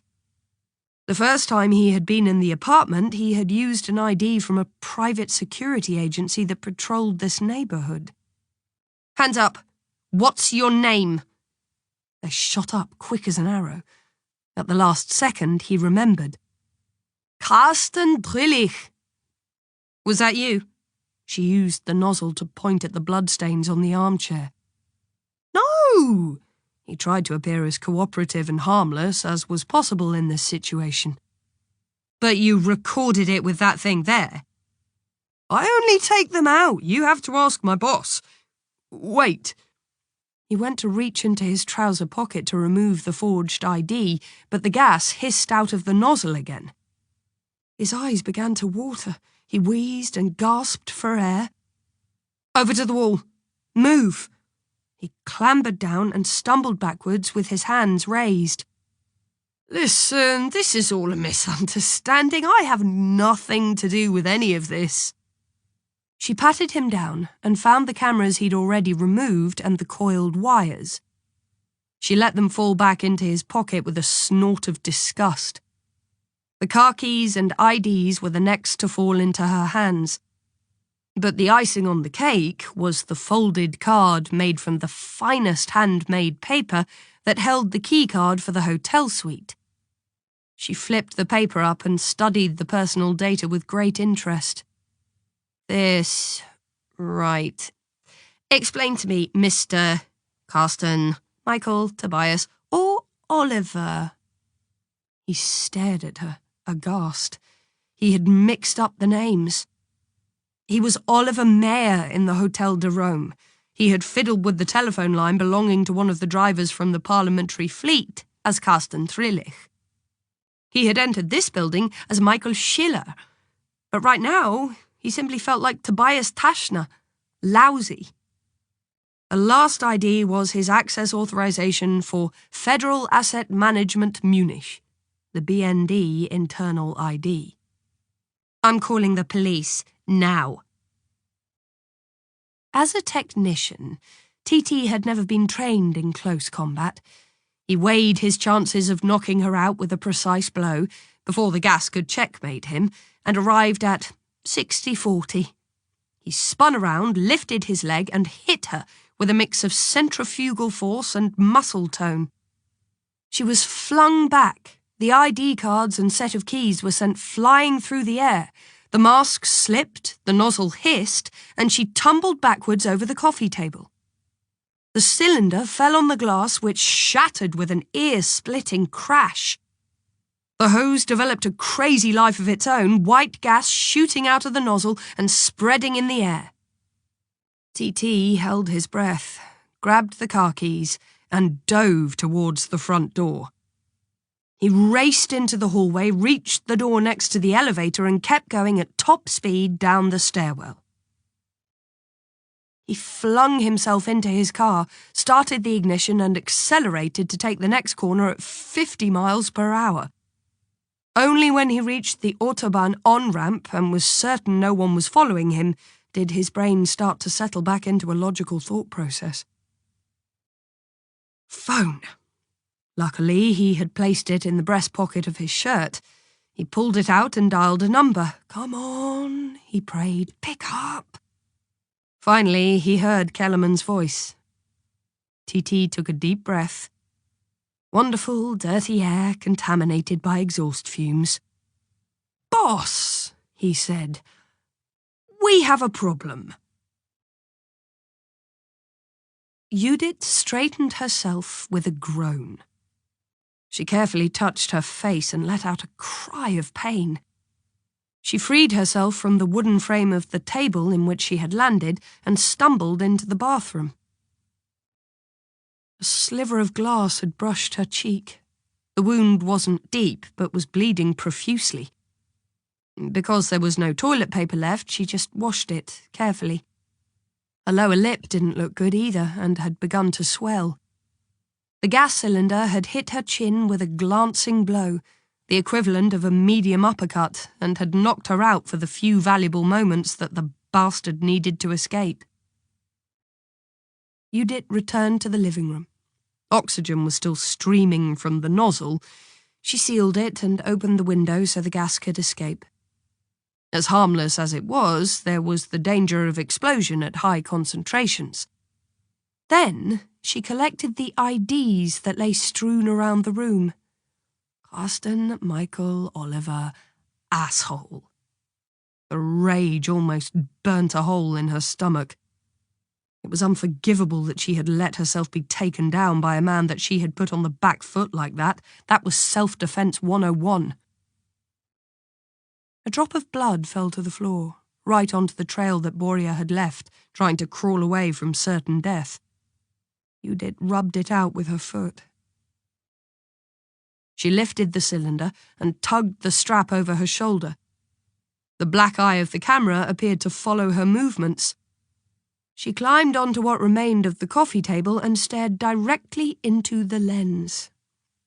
Somewhere in this country sat a nameless black shadow, staring back.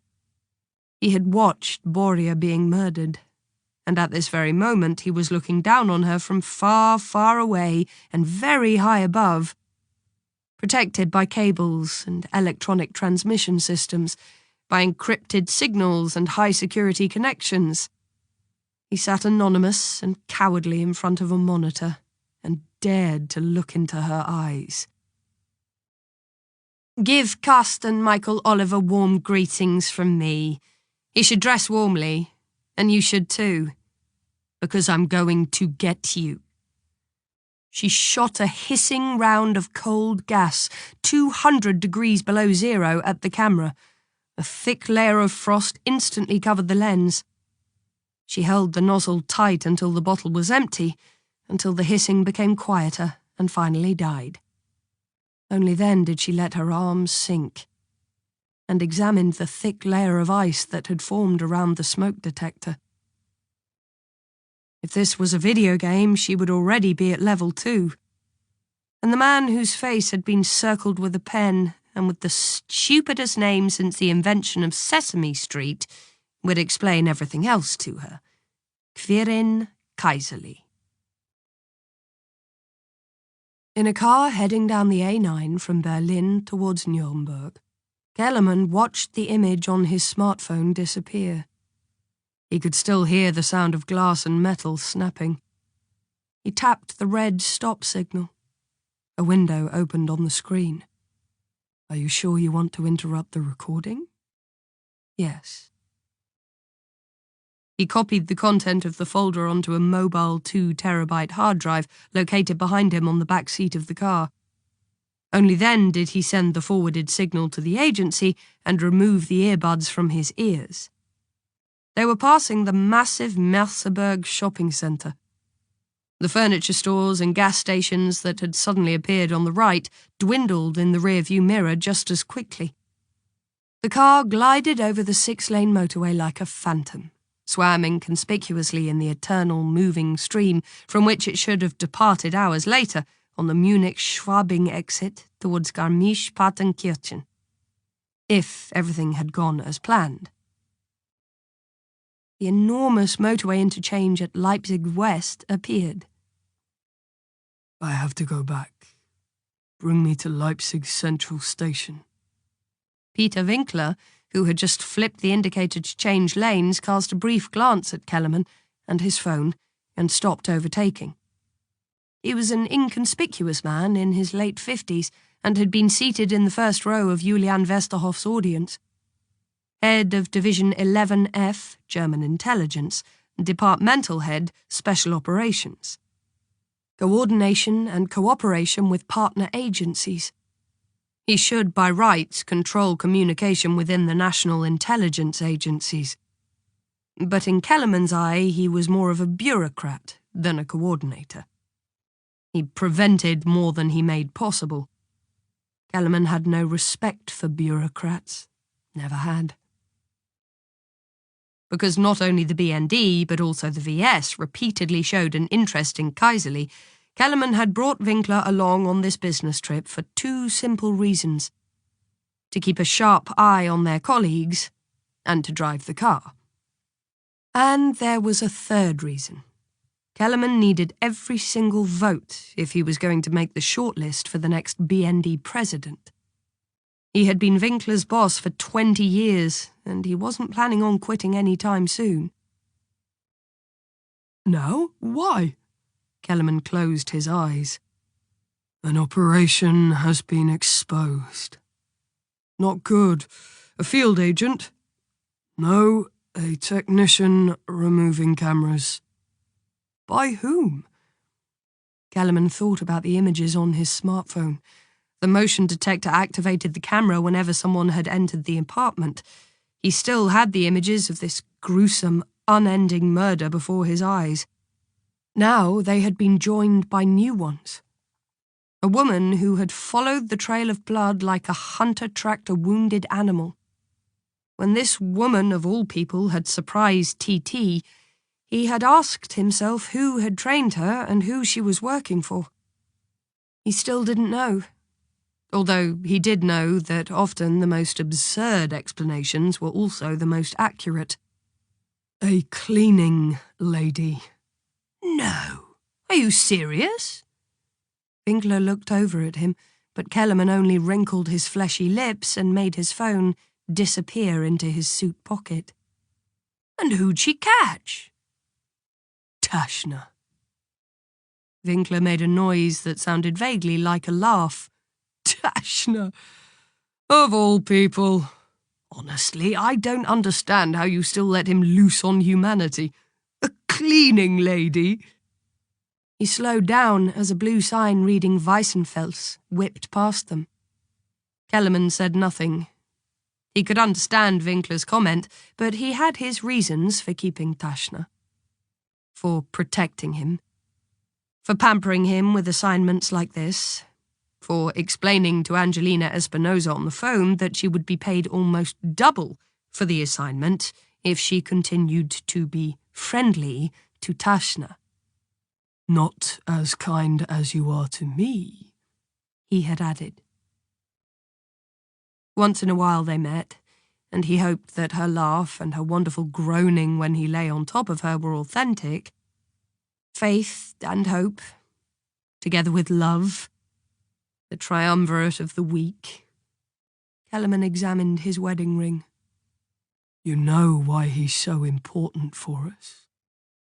At some point, Kaiserly will make contact with him, turn to us. Yes, Winkler growled, but not because of a pile of old microfilm. Have you heard from him again? Winkler shook his head. No. You? Me neither. He didn't look good tonight. No, not good. I think the turn is coming up. Winkler left the off-ramp and merged onto the B48 towards Leipzig city centre. Kellerman leaned back on his upholstered seat and wondered why hotels and fodder silos here were built next to each other, just off the Autobahn.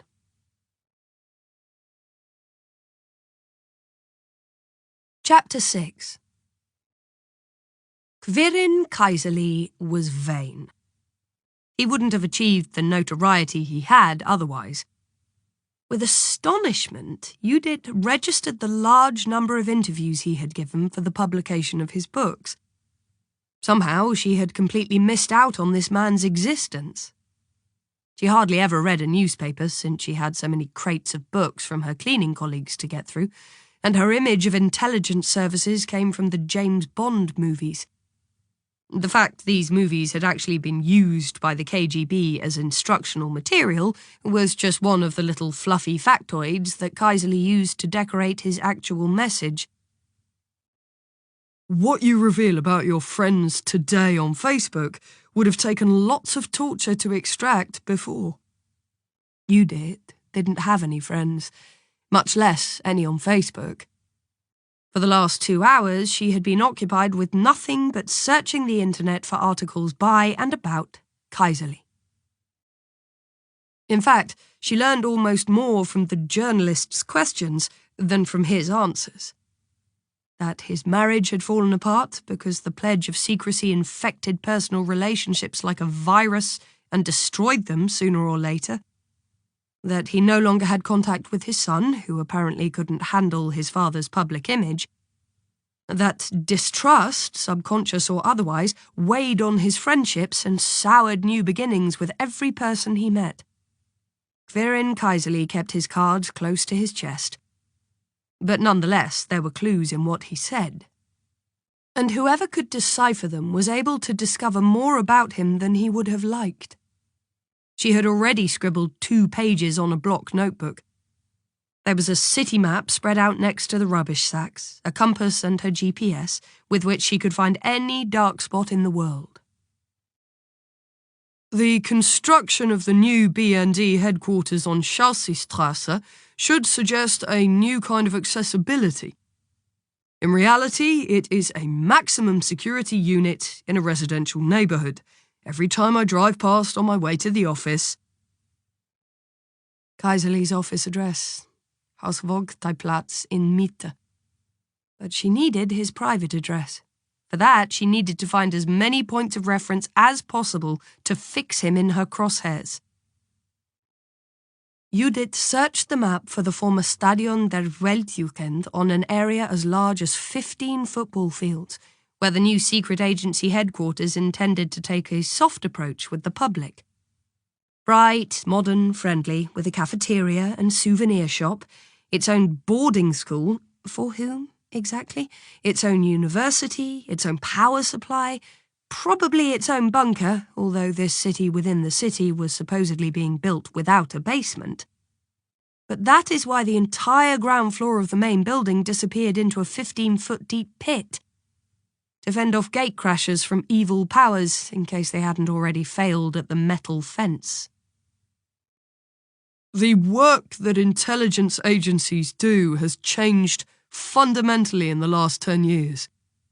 Observation and surveillance has been displaced by a gigantic flood of data. Hackers are replacing personal experience and assessment. How should we understand that? People make mistakes, but through them there is the chance of disrupting plots. It's wrong to bet the house on highly specialised data surveillance when terrorists have long returned to messages in a bottle and smoke signals.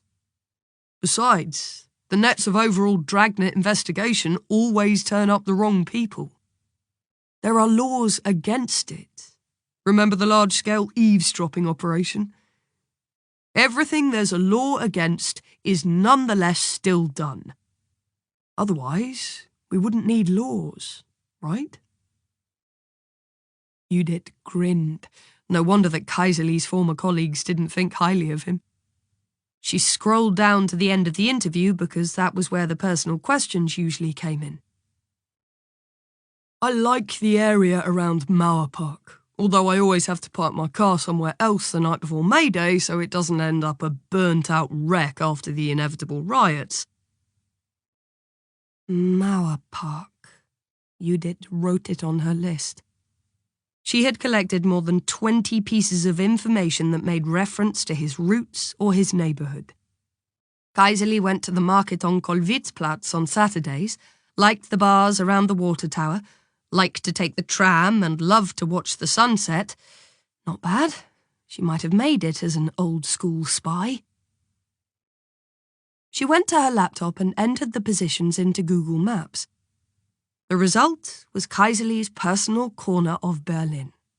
If she added the fact that his apartment was west-facing and included his mention of climbing stairs as a sport, then he lived in the 4th or 5th story of an old house without an elevator.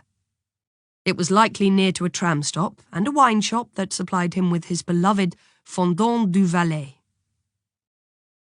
Bingo. Marienburger Straße, Prenzlauer Berg.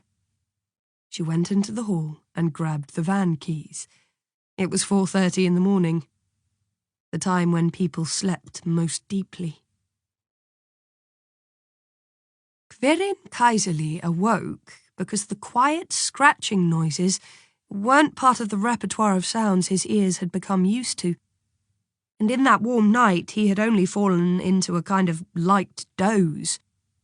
Behind the blinds there was a hint of pale morning light, allowing him to recognise contours and outlines. He heard the scratching again. It sounded like a cat was going at his door.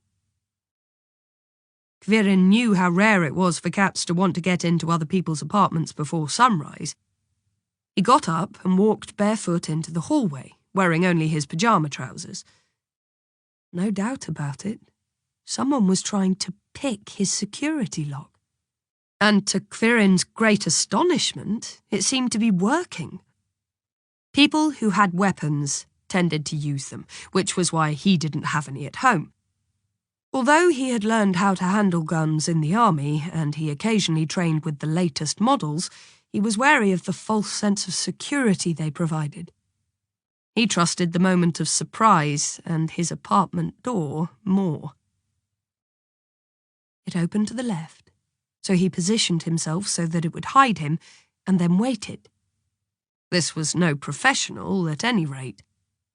He heard the quiet clinking of a set of keys falling to the ground and a suppressed curse. An amateur, maybe a teenager who wanted to get some cash and quickly. But why fight your way up 5 stories instead of letting the couple on the first floor with the Bose loudspeakers have the honour? The ones who like to blast the entire street with their questionable taste in music.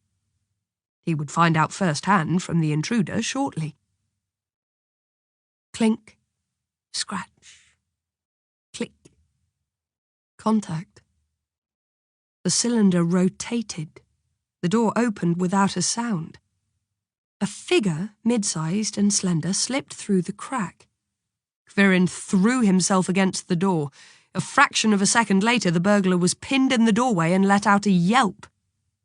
Quirin had already flipped the light switch when he realised he had trapped a woman. He had caught her from the left shoulder down. She groaned and tried to push the door off in vain. "Well, who do we have here?" he asked with astonishment, and at the same time noticed how stupidly grandfatherly it must sound. Let me go! She only came up to his shoulder and must have been very athletic because keeping her in check demanded a significant amount of energy. He grabbed her by her right arm and pulled her roughly into the hallway. She yanked herself away with an angry cry of pain and rubbed her shoulder. "Have you completely lost your mind?" she hissed. The accusation was so spontaneous and so heartfelt that Karin almost laughed. She wasn't pretty in the ordinary sense, no longer very young, but her eyes sparkled with fury, and she looked like a woman who knew no fear. Apparently, she had recently been in a fight, because there was a deep scratch running diagonally across her cheek, and her lips looked unnaturally swollen. Despite this, she didn't look like a thief. More like a... His gaze fell across her hands. They were rough and reddened, as if they often came in contact with chemicals. Although she made a fairly battered impression, he didn't overlook how very fit she actually was. "Who are you?" he asked, closed the door and positioned himself in her escape path with his arms crossed. If she wanted to run off now, she'd have to knock him out. Karin didn't doubt she could. For a moment, he even wished she would try. It had been a long time since he'd last been in hand-to-hand combat, and she looked like she could start with him at any time. "That's not relevant." Instead of looking for a way out, she looked around attentively and took a couple of steps back into the hall, her gaze slipping away from him to the rest of the apartment. She moved past him towards the living room. Karin followed her. "You're mistaken. You're misjudging the circumstances under which you gained access to my apartment." "Really?" She turned around lightning fast and disappeared into the bedroom. The ceiling light flashed on and she returned. "Are you alone?" "Yes," Karin answered, only restraining himself with difficulty. His surprise over the unexpected visitor was slowly being displaced by annoyance. "Just the two of us. Are you sure that's what you want?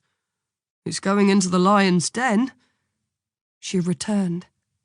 She looked down at his pyjama trousers and repressed an amused expression, which annoyed Karin. He wasn't in that bad shape. "Yeah, really frightening. Karin Kaiserly." "What do you want?" "You're the only person who talks about the shitty BND. Do you know this Carsten Michael Oliver person, the asshole?" "What on earth are you talking about?"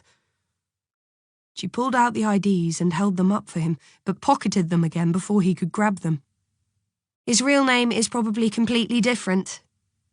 What does it mean when a guy takes down cameras in an apartment and forgets his own name as he does it?" "I'm assuming you caught him in the act." He was catching up fast. She nodded hesitantly. "Then your apartment was probably under surveillance." "Why?" Karin ran his hand through his hair. They shouldn't be having this conversation in the hallway. "Come with me." He led the way into the living room and offered a Scandinavian-looking armchair made of leather and curved cherry wood. "Take a seat. I'll make us coffee. And next time, let me know in advance that you're coming." She nodded and looked around. Karin went into the kitchen and turned on the coffee machine. He scooted into the bedroom and slipped into a linen sweater while the machine was warming up. Still barefoot, he padded across the wooden floorboards back to the kitchen, made 2 cups of coffee, and returned to his odd visitor. The woman had sat down and looked tired. It seemed like more than physical exhaustion. She was slim, tough and limber. She had clearly calmed down, and when she looked up at him, he noticed her eyes. Clear, blue, dark blue and shadowy. Her curly hair was pulled up in a careless bun, some sort of dirty blonde. A couple of wild strands fell into her face and onto her shoulders. She had a smooth kind of physicality, and even in the grey morning light her narrow face seemed classically severe, like an angel painted by Gustav Klimt. His first impression had been misleading. She wasn't pretty. She was beautiful. in a very unique, cagey way. Sugar? Milk? No thanks. She didn't hold the cup by the handle, but rather cradled it in both her hands as if she wanted to warm herself. Yet the morning air was still unpleasantly humid. The heat accumulated under the roof, which wasn't properly insulated, like so many other buildings in this part of the city. So your apartment was under surveillance? Not mine, the one I'm currently working in. He asked himself what kind of job she had. She wasn't a journalist, she was too blunt and uncalculated for that. He guessed something between a soldier and a bike messenger. Urban guerrilla, street fighter, amateur boxer. Okay. And you thought to yourself, I'll just break into Kaiserly's place and ask him because he's so knowledgeable about all the evil things in this world. Why didn't you just call? She looked up from her cup. I didn't have your number. And where'd you get my address? A smile flitted over her face, lighting up her battle-weary features for a moment. From you? She must have noticed his surprise because she put down her cup and raised her hands. It was easy, actually. You reveal too much about yourself, including where you live. Really?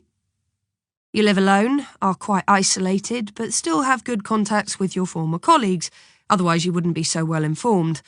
You like to eat well because you go to the market, you have few friends, maybe none at all, and you miss your family. Once in a while you fall off the wagon, probably because you think about how old you are now and whether it was worth it all. She picked up her cup again and took a sip. It gave Karin the chance to process what had just been said. She was exactly right. Every word.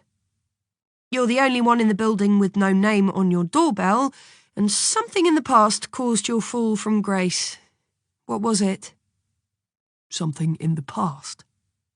She waited a moment longer, then she understood. What do you want? He asked. Why is someone put under surveillance? Because they have or know something that someone wants. Who does the surveillance? Public authorities, like the police, internal security, military counterintelligence service, the BND, or private security contractors, security firms. Your neighbour, your landlord, your ex-lover. And why would someone have 4 different names? That indicates you're dealing with a pro. She let out a sigh of irritation. I guessed that. Let me see the IDs for a second. She pulled them out of her trouser pocket and handed them over hesitantly. His eyes widened for a second when he saw the photo named as Carsten Trillich. He recognized him immediately, even though he hadn't seen him for more than 10 years. TT. Bachelor of Engineering. Average graduate at the Bundeswehr University in Munich-Neubiberg. With a dual degree including practical training at the BND. Good marks, technically okay, completely unsuitable for leadership roles and only taken on permanently thanks to his, Karin's, support for him after 2 extended probationary periods. The boy had never forgiven him for burning his bridges. They hadn't seen each other since. He checked the other cards. He paused at the BND ID, shook his head and handed them back to Judith. You haven't even introduced yourself. My name is Judith Kepler. I'm a cleaner. He didn't say anything, waiting. But she didn't deliver a punchline, so it wasn't a joke. A cleaning lady. He wouldn't have guessed that, never in a million years. A quiet hilarity rose inside him, but he didn't allow himself to show it. It wasn't every day that you got assaulted by a cleaning lady. Any comment about that would have been extremely politically incorrect. She impatiently tapped the IDs on the arm of the chair and then threw them on the coffee table. You clearly know the guy, so is it someone from the BND? Karin nodded. The BND is the Foreign Intelligence Service. If he was doing surveillance on an apartment in Berlin, then your client came from abroad or had contacts there that were of interest. She came from Sweden. Sweden. Al-Qaeda. Right-wing extremists. The main hub for Russian agents. Technology transfers. The arms trade. 1/4 of all officers in Russian intelligence agencies have Swedish as their first foreign language. You'd want to keep out of Sweden if you didn't know what you're doing. If they want to send you there, you get a doctor's note or have your grandma die, but you don't go. If that doesn't work and you still have to go, don't forget your Geiger counter before you eat. Avoid Belgian prey lines. Tidy up. Prepare. Be ready for anything. That was Sweden. Judith Kepler should throw the IDs in the closest bin and never cross paths with Tashna again. Whatever she was involved in was a couple of levels beyond what could be handled by a building cleaner. I'm so sorry I can't be of help. You've been caught up in a surveillance operation by chance. It's not pleasant, but it happens. Just forget about it. Is that it? I thought you were against a state full of snitches. Against scaremongering and general suspicion, but you've just crossed paths with a BND information technician in an apartment in Germany. That means you obliviously walked into a foreign information service operation. I wonder how you got the IDs. Honestly, he leaned forward and looked her over closely. I wonder how you got out of it alive. Her nostrils flared, infinitesimally, but for a moment it gave her face the expression of a warrior whose honour had been insulted. You're kidding me. Not in the slightest, he retorted quietly. She wiped her hair away from her forehead in a restless gesture, yet in the next moment she appeared composed. So it was them. She stood up and walked towards the hallway. Who was what? Quirin called after her. They killed her. She was already almost at the door by the time he could stop her. She whirled around in fury. Wait a second. He tried to make his voice soothing. He had exaggerated to protect her from herself, but she appeared to take the matter more seriously than it warranted. Who killed whom? The BND. A woman. An intuition arose in him, so improbable that he couldn't consider it. She went to open the door, but Quirin had already grabbed her by the shoulders and pressed her against the wall. And who do you think the BND killed? A woman from Sweden. How old? Around my age. When? 2 weeks ago, approximately. Her name was Kristina Boria. Quirin let go of Judith. Boria. Kristina Boria. That was impossible. That couldn't be. The cleaning lady stood still, rooted to the spot. He held his hands in front of his face because he couldn't handle her stare, directed at him like an X-ray. No, he said. No, He remembered the rough accent, and that she had known about Sassnitz. The murderers from back then were still alive, and they had killed again. The cleaning lady was still staring at him. Why do you want to know all of this? He asked. Why don't you just do your job and go back home? Because Boria was an institutionalized child, just like me. Did you know each other? No. Then how do you know that? Her gaze finally slipped away. She looked for something in her bag and produced a small packet of tobacco. She removed a roll-up and lit it without asking for permission. It doesn't matter. How are you involved with the dead woman?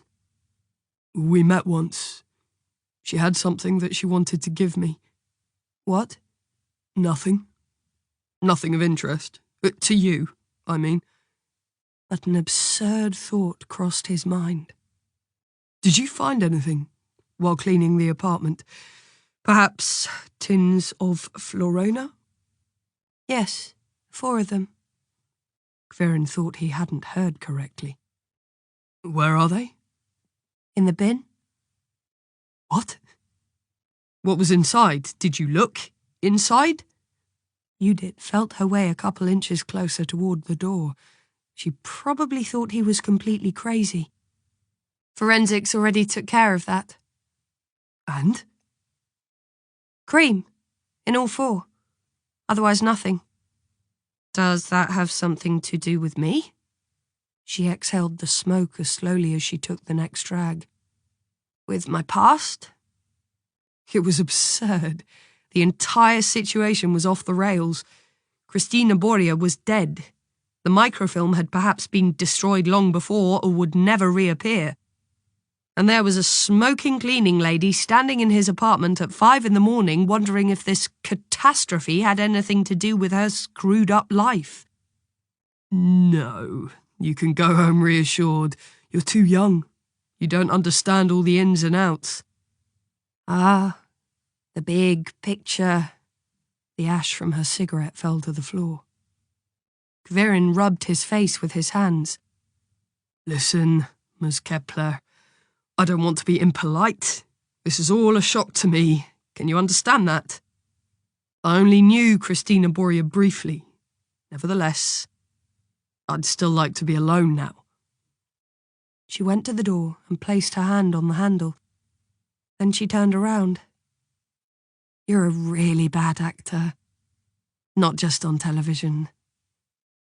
She left without a word of farewell and quietly closed the door behind herself. Tashna's IDs still lay in front of him on the coffee table.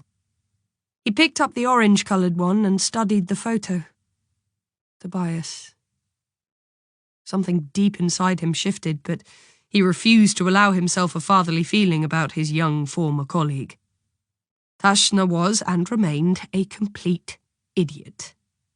Was Kellerman still his boss? Then TT would have to confess to him how this unbelievable glitch had happened.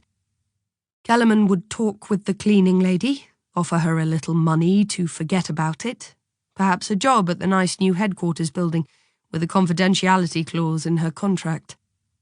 But would a woman like Judith Kepler go for that? He pensively placed the IDs back on the table. He went to the window, which was wide open, and looked down on the deserted street.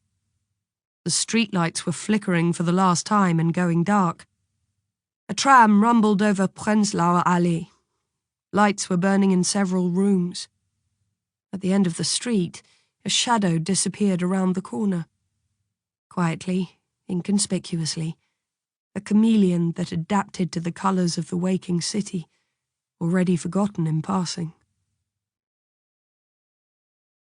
It was bright as day when Judith returned to her apartment. This time she took the crate of books up with her and put it in the living room, then collected Boria's possessions and dumped the sacks in the hall. She showered and put on fresh clothes. When she stood in front of her record collection, she couldn't decide. The ancient Dean Martin record that Joseph had once given her, beaming with the words, "Saved it for you," or the new one from Anthony and the Johnsons, which she had bought just a year before. Judith no longer listened to CDs since she'd discovered vinyl. Although everyone thought she was crazy, she believed there was a difference. Besides, she loved the moment when a record slipped out of its cover and onto her fingertips. She carefully blew over it and then played it. Vinyl needed time and devotion. CDs and files were more about immediate accessibility. She decided on The Crying Light because she needed a voice like Hegarty's after that seething cauldron full of violence, lies, apathy, and condescension. Music like the good kind of silence after a conversation with friends. At least, that's the way she imagined it. She put the record on, retrieved a new bottle of wine from the fridge, and stumbled over her carelessly abandoned work clothes. She stuffed the things in the washing machine, and when she turned over her dirty jeans, the old family photo of Gerlinde Wachsmuth fell into her hands again. She carefully removed it and smoothed it out. It looked like a failed dream that had left a bitter taste. You thought he'd come.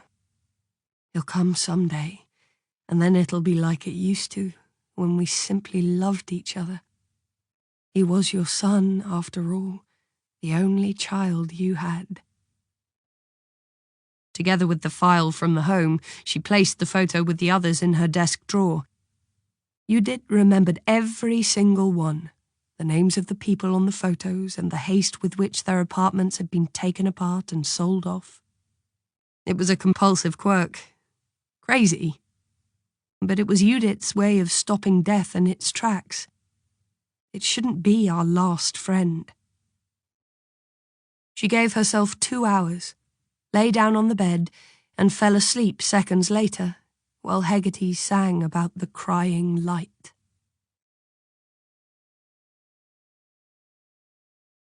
Chapter 7. Judith had finished her assignment by Sunday afternoon. The apartment smelled of bleach and Castile soap. The painters only had to putty over the bullet holes and paint the walls. Before she left, she checked every lamp, every socket, every corner, and every crack in the furniture. But she couldn't find any microphones or further cameras.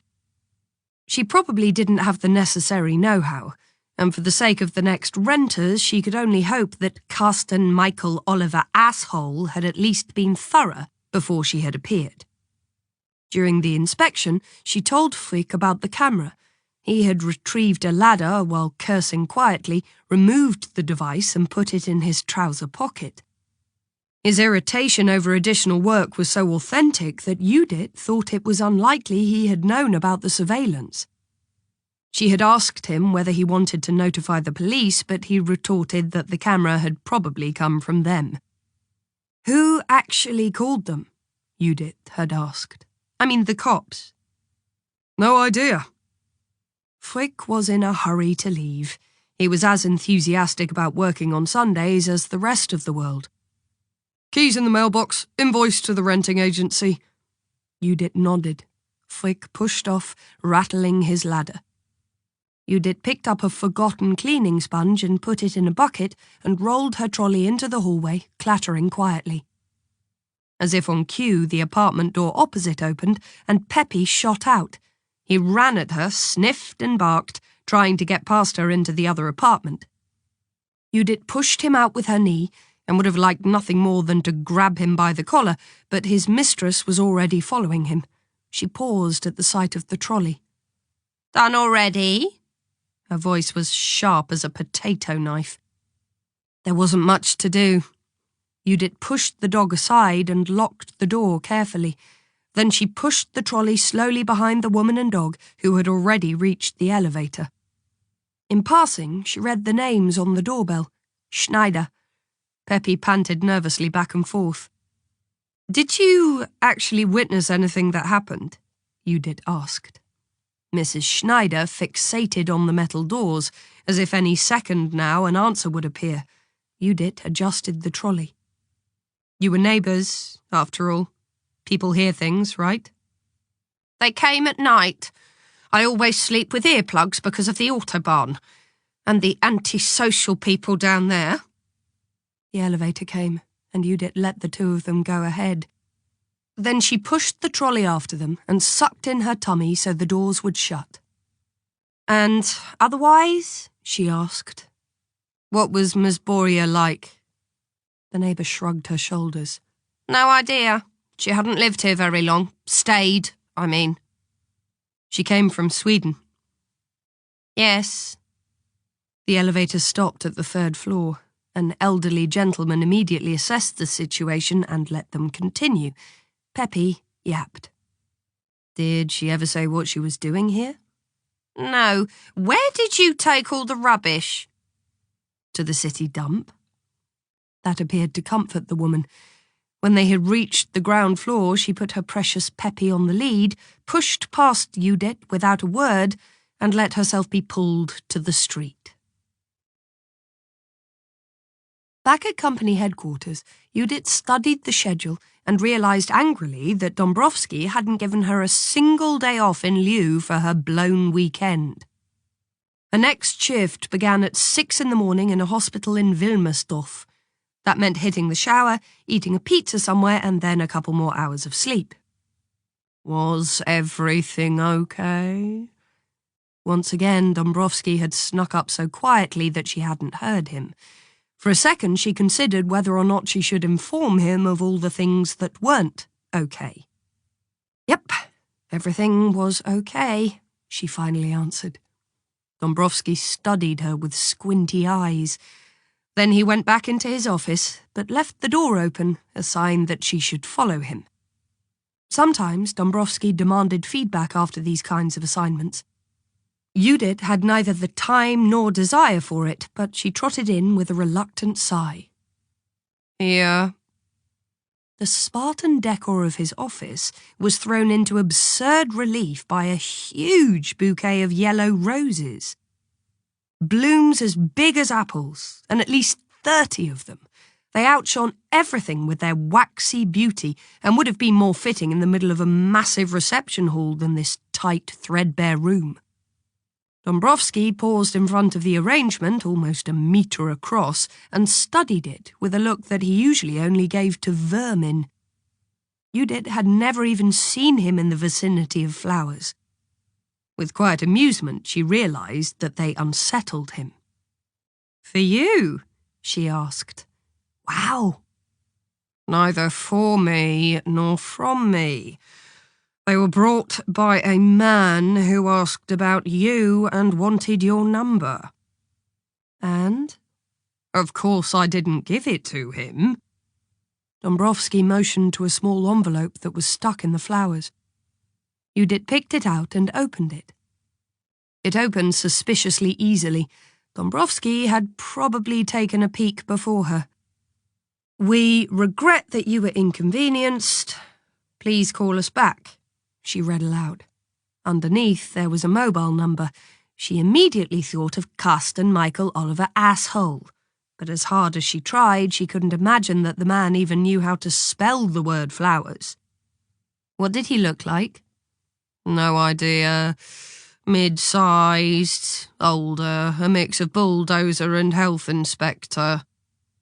Dombrowski scratched the back of his head and looked at the roses as if they exuded a mysterious threat.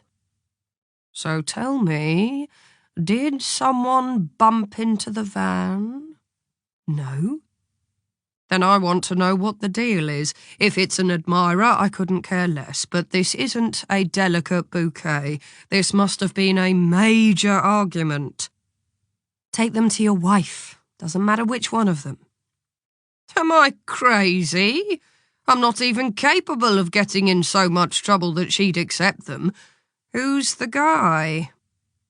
He motioned to the note in Judith's hand. She shrugged her shoulders. I don't know. You have to believe me. I really don't know. Bocce di Baccio was located on Friedrichstrasse and was busiest during the week around lunchtime. However, on Sunday nights at around 7, it was still relatively empty. Only later on would it fill up with those who believed they had to bolster themselves with almond gnocchi, cinnamon scampi and pheasant breast before, during, or after their other evening activities. The man sat at the window, early, maybe mid-60s, powerful, half-bald, remaining hair kept short. Fine threads, expensive watch, looked like a former bare-knuckle boxer, but acted like he had bought the joint long ago. He was used to taking up a lot of space. The table was covered with his smartphone, iPad, keyring, and newspaper so that the person he was clearly waiting for would have to make themselves fairly small. If he knew that he was being watched, then he didn't let it show. He had already arrived a half hour before the appointed time, had selected a bottle of red wine, and then conducted several telephone conversations. Now and again, he stared out into the street in boredom. When the half hour had passed, he looked at his watch with increasing frequency. He ate a slice of white bread he had dipped into a saucer of olive oil and shifted his body language almost imperceptibly. From relaxed to attentive and, finally, annoyed. When he was sure he had been stood up, he seemed nervous. After an hour, he motioned to the waiter and hurried off towards the next underground station. He was about 5'11", walked upright and purposefully, his coarse features twisted in annoyance when he had to wait for a gap in traffic. Apparently, he took it personally, to speed cross the road with loping strides. 7:42. The next train would arrive in 4 minutes. Without rushing, Judith pocketed her binoculars and carefully stepped back from the fake silk skirt of a mannequin. The large plate glass windows, which stretched almost to the ground, were directly across the road and belonged to a cheap clothing chain that McLean had pinched. A former colleague was shining the floors 1 story above. She climbed a couple of steps on the escalator and waved at him. He registered her farewell with a short nod of the head. Then she left the building through the employee entrance. She paused for a second halfway down the stairs to the Französische Straße underground station and waited until the vibrating floor announced the next train was approaching. It rolled into the station. The loud screeching of the brakes and the enormous draught of air drew the attention of the few waiting passengers, and Judith saw the man board a carriage close to the front without turning around.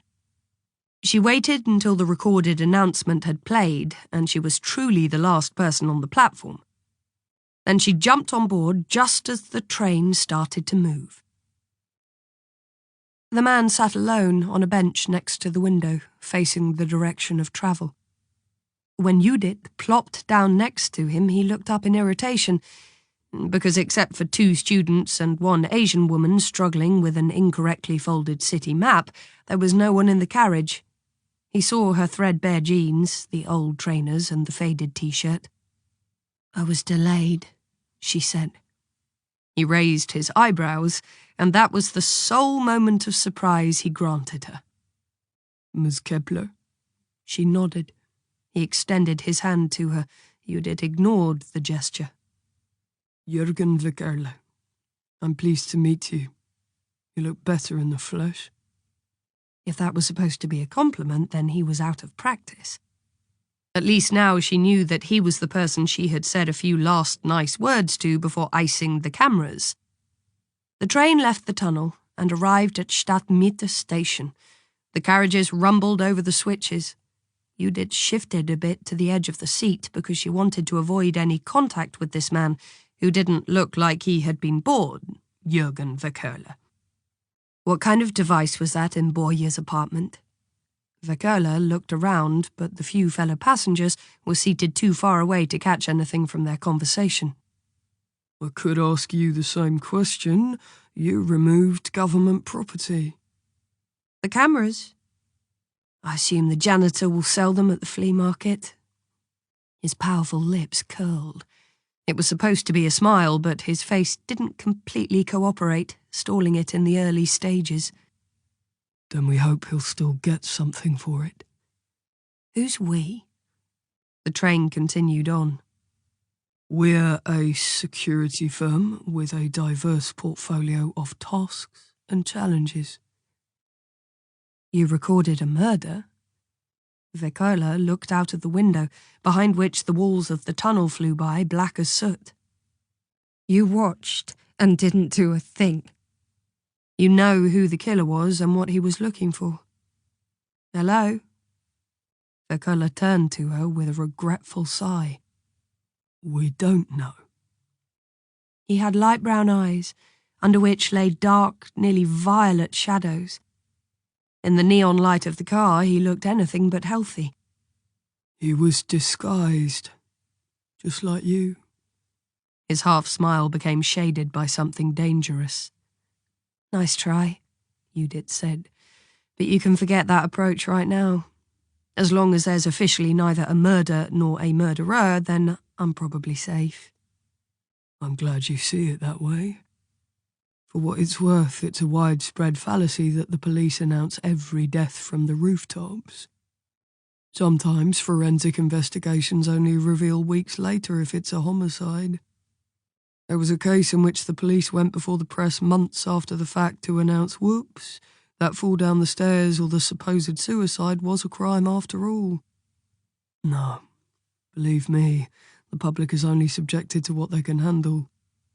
Most of the time. Don't make the cops out to be dumber than they are. You're an unusual woman. Judith was familiar with this kind of patter. She hadn't asked for an assessment of her character. And no one else has ever managed to scare off one of our technicians. What was actually in the cylinder? He called in sick. Oxygen. He should actually be doing splendidly. They were silent while the train pulled into the Kochstrasse station with an ear-splitting screech.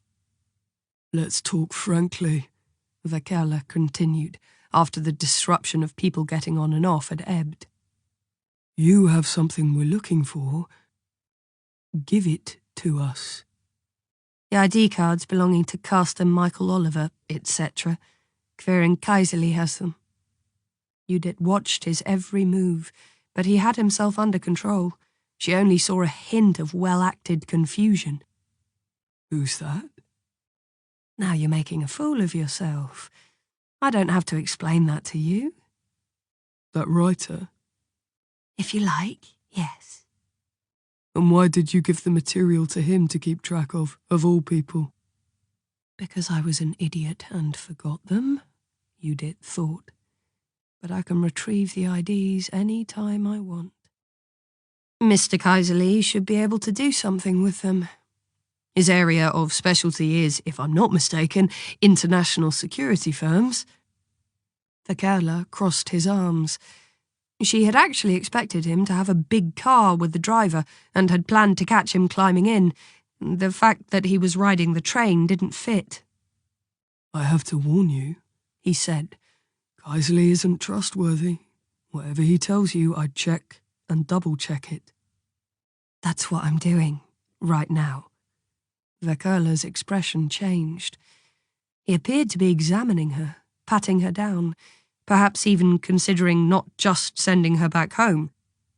She stood up to his gaze. Did you find anything else? He asked. Nothing. Miss Kepler, why aren't you being honest with me? Ask yourself the same question and you have the answer. You and the dead woman, did you know each other?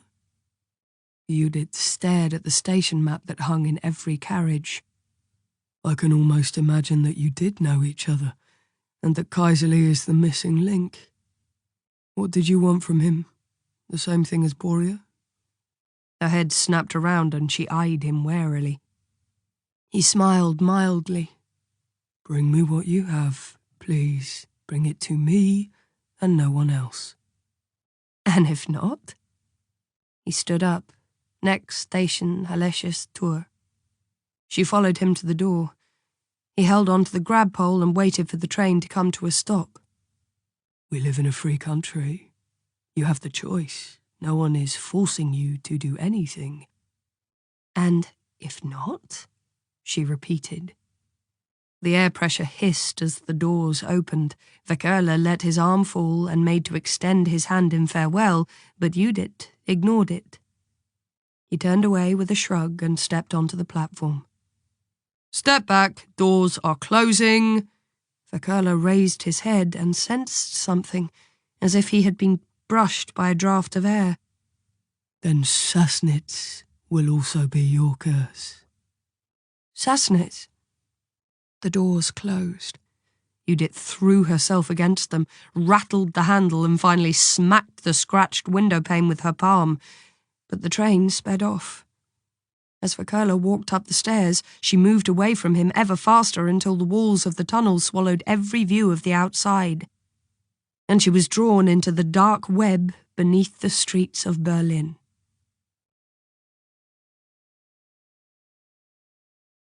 Chapter 8. Kai lay on his bed, undecided if he should dive back into the primeval mud of his dreams, or at least make the attempt to wake. His body was light, almost floating, somehow dissolved. It transformed into a pastel yellow sea of vibration, white dots that fed off of him. He jolted upright and stared at his bed with eyes wide, moved his legs, feet, lifted his arms, smelled his t-shirt, jumped up and ran into the bathroom. He had stayed at home for the whole weekend. Hadn't painted the town red with the others for fear that they would notice the smell that seemed to stick to him like tar. It was the craziest job he had ever heard of. While he soaped himself again and again, he thought about what he would tell his caseworker at the employment agency and whether he should sue them. Damages for pain and suffering, sick leave, trauma. What he had seen, smelled, and felt far exceeded anything the soft psyche of a 21-year-old could handle. What made a woman like Judith do that kind of thing? Because I can, and lots of others can't. And he had stuck it out. He had expected a word of appreciation for coming back and continuing. Instead, she hadn't even said goodbye. As if it was completely obvious that he would have had enough after just one day. Who did she think she was? He dried off and went into the kitchen, the towel wrapped around his waist. In the bin, he looked for the instructions on the piece of paper that had been put in his hand on Friday by a hulk of a man wearing a blue smock with the name Joseph embroidered on it. Sankt Gertrauden Hospital. Work starts at 5:30, meeting point Dombrovski's Gateway. Leave at 6. Knock off at 3. They were crazy. And all that for €6 hourly minimum wage? Whoever went along with that was a complete idiot. But Judith wasn't a complete idiot. She considered him to be a loser who couldn't even manage to draw in his daily battle with the alarm clock. I had something against the idea that she could be right. An hour later, just before 12, he was standing at the back entrance of the hospital where everyone who couldn't survive without cigarettes could be found. He didn't have to wait for long. A flock of cackling blue smocks, all women of various nationalities, came through the rotating door and looked for a spot in the shade. The last of them, separate and silent, was Judith. She checked her phone, but then put it away without calling anyone. He was looking forward to her expression when he appeared before her. If she wanted to give him the boot, then she should say it to his face. Kai had experienced enough firings to be able to divide them into 2 different categories. The soft cell, compassionate but simultaneously begging for understanding, and the taciturn approach, the papers already in the outbox, pick them up yourself and you'll save 2 days waiting on the mail and can still get back to the agency today. Judith didn't belong to the bowl of cherries camp. He girded himself with defiance and the carefully checked fury that he felt every time people labelled him a loser. He was just about to approach her when he noticed how she was looking around carefully. Cigarette in hand, she casually strolled across the driveway towards the street and then quickly scurried to her Dombrovski van. Kai sprinted after her and reached her just as she was opening the door. "Calling it a day already?" If he had surprised her, then she didn't let it show. She turned away and opened the driver's side door. "Or are you deserting?" She climbed in. He positioned himself in the doorway so that she couldn't close it. Finally, she forced herself to acknowledge him. He looked her in the eyes and knew something had happened. His apology poured out before he could hold it back. "Oh, I'm too late. I took a shower for 4 hours. "Only 4 hours," she smiled weakly. He had expected a variety of reactions, but not this. It was a disappointment, but also a relief. He noticed for the first time that she had dark blue eyes, with big black rings underneath. Either she hadn't slept, or she had a full-blown hangover. "Are you done staring at me?" She had switched into attack mode in a matter of seconds. "Get in. I don't have all day." The ride to the station took less than 15 minutes. She didn't say a word. Just when Kai asked her if she wanted to pick someone up or jump into the next train herself, she took a right past the massive building and merged into Invalidenstrasse. "Where are we going?" he interrupted the silence. "Do you have a new assignment? Something that no one else can do again?" She changed lanes with a hazardous manoeuvre and, at a complicated intersection, crossed lines to go to the other side, despite the honking of the other drivers. "WLB," she said. "Work-life balance. I've got a date. The person I'm going to see once started just like you. So don't worry about your career. Just do what I tell you. Stay in the car. If someone starts asking dumb questions, just drive around the block." They had arrived at a set of gates. Judith pressed the intercom button.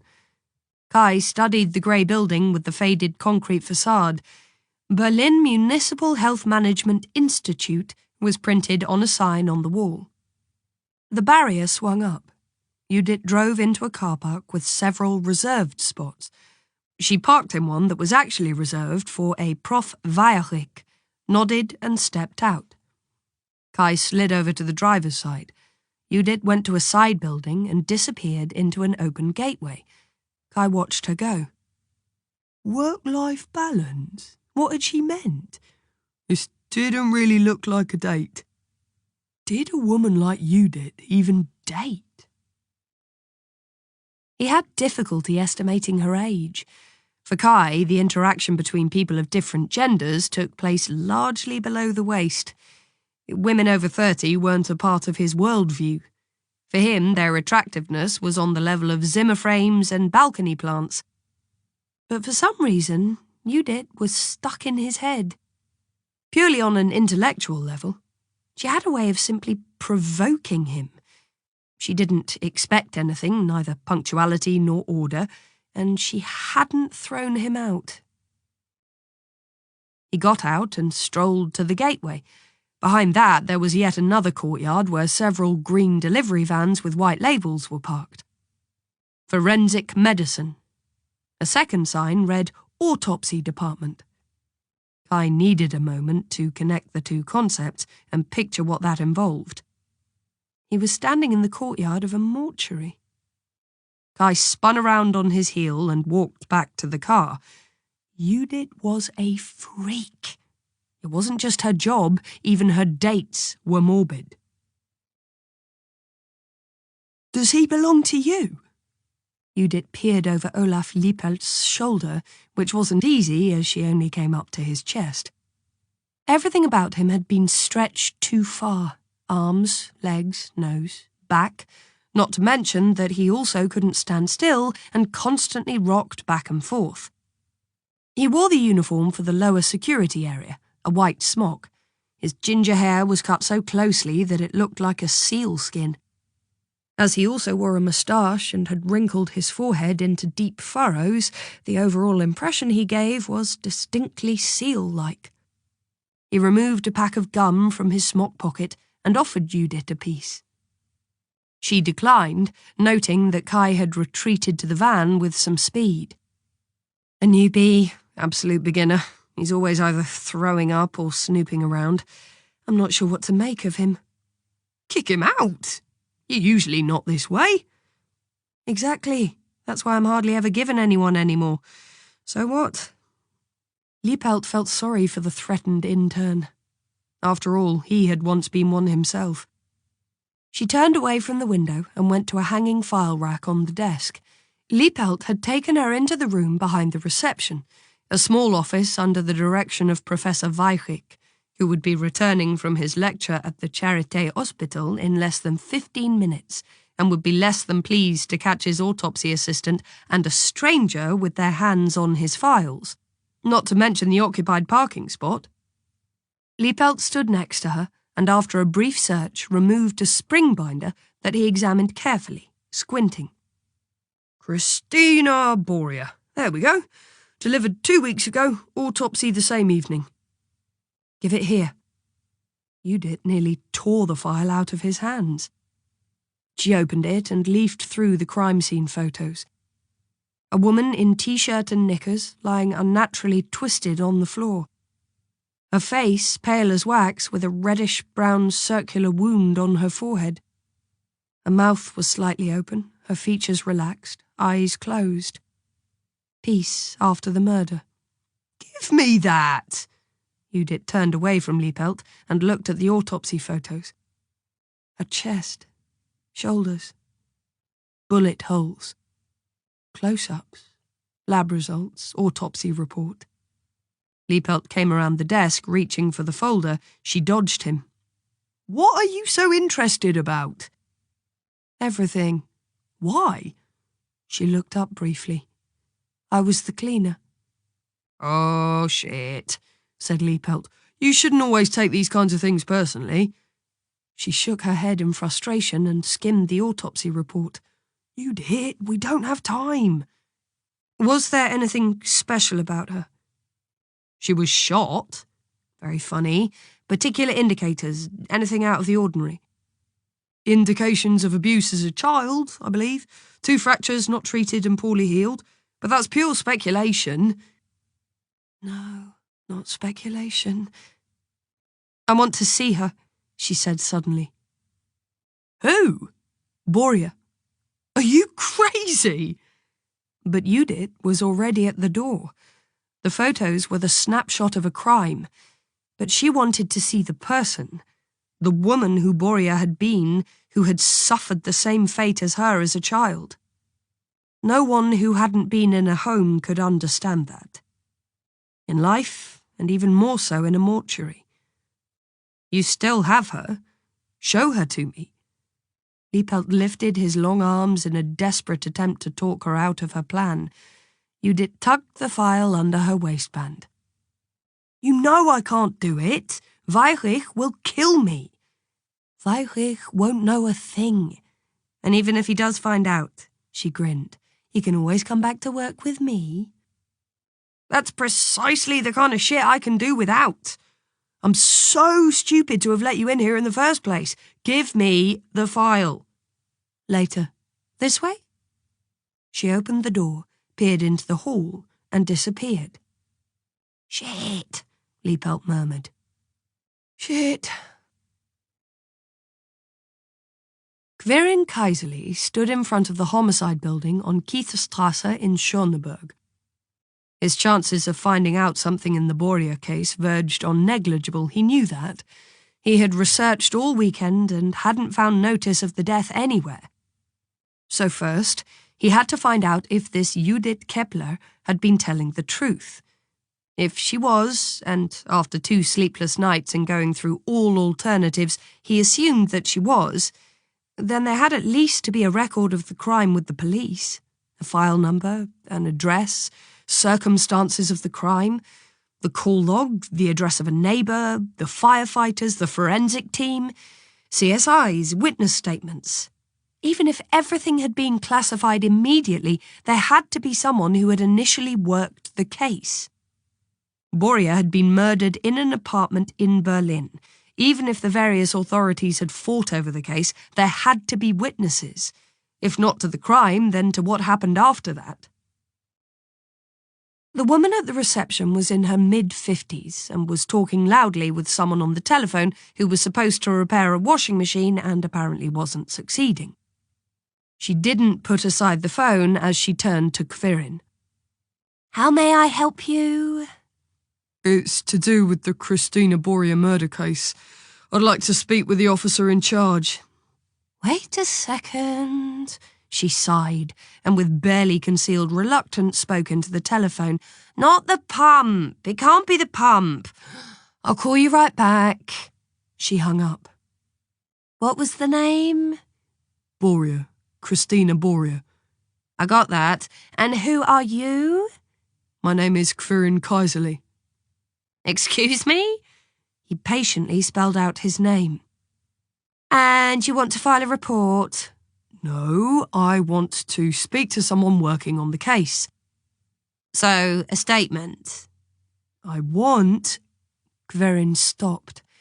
The woman studied him as skeptically as she had spoken to the repairman. We don't give out information. You'll have to go to public relations. Either you make a statement or you want to file a complaint. Then you'd go to the department. A statement, Quirin interrupted. So, relevant information about a murder case? Which case? Boria. Christina Boria. Then take a seat for a moment. The woman motioned to a wooden bench in the hallway. Quirin took a seat under a poster with the composite sketch of a bank robber and watched her pick up the phone and dial a number. He couldn't hear what she said, but he saw her posture change suddenly. She nodded slightly, hung up, and stared at him as if he was sitting directly beneath his own wanted poster. Liepelt followed Judith with his rocking stride, the tails of his smock billowing behind him. He caught up with her at the end of the hallway in front of the admission area. Keep your distance. This is where the new admissions land. Judith allowed herself to be manoeuvred through the halls by staying a half stride behind him and lowering her head as soon as anyone approached them. They were just two people in work smocks on their way to quickly take care of a small catastrophe, as happened so frequently. It smelled of disinfectants and Liepelt's cologne, which he must pour on by the pint. You owe me one. They arrived at a heavy door made of polished, dull stainless steel. Liepelt looked around. Here. He tapped the opener with his elbow and walked ahead into a heavily refrigerated, tiled room. This here is the top security area. He motioned to a light blue curtain that hung on the wall next to the sink. Judith slipped through it. Liepelt waited until she was ready, then he took a deep breath, looked at his watch, and opened the second door. You really want this? Instead of answering, Judith pushed past him. The first thing she registered was the icy air. According to the large thermometer on the cabinets opposite, the temperature was -6 Celsius. This was where the corpses were stored, stacked in 4 rows, each of them placed on a sliding shelf and packed in white plastic sacks. Liepelt closed the door behind them. 2 living beings among 40-some dead ones. Hand it over, he growled. She handed him the autopsy file. Liepelt threw it on a long trolley to his left and compared the registry number with the labels on the cabinets. He bent over, searching the lower region of the cabinet, and then went back to the left, carefully comparing the numbers. After a couple of steps, he stood still. He returned the file to Judith because he needed to pull the trolley in front of the cabinet. Judith used the opportunity to put it back under her smock. Liepelt pulled out a stainless steel mortuary tray. A dead woman lay on it. Medium-sized, packaged, registered, deposited, unmourned. Judith's skin tingled. It was either the cold or her nerves were playing tricks on her. She wanted to finally see the woman who had tangled with the BND and who had been sent her file from the children's home. She gave Liepelt a sign, and he opened the zipper of the body bag. Long brown hair spilled out. Judith's first glance fell on the bullet hole in her forehead. It looked like an exotic tattoo and gave the dead woman the appearance of a strangely severe deity. Boria was no beauty, thick dark eyebrows, wide cheekbones, a narrow, serious mouth. Judith asked herself if this woman had laughed often and how she would have looked then. Laughing changes people. It shows their soul for a fraction of a second, open and generous, giggling and childish, or gloating and mean. Laughter was telltale. That was why Judith didn't laugh very often. She had never seen the woman before, and she would have remembered someone like Boria, because even in death her face revealed something unrelenting, a strength she must have once had. You didn't forget a woman like that. Dangerous for those who weren't on her side. For Judith, it stung a little that they were strangers and would stay that way. Do you want more?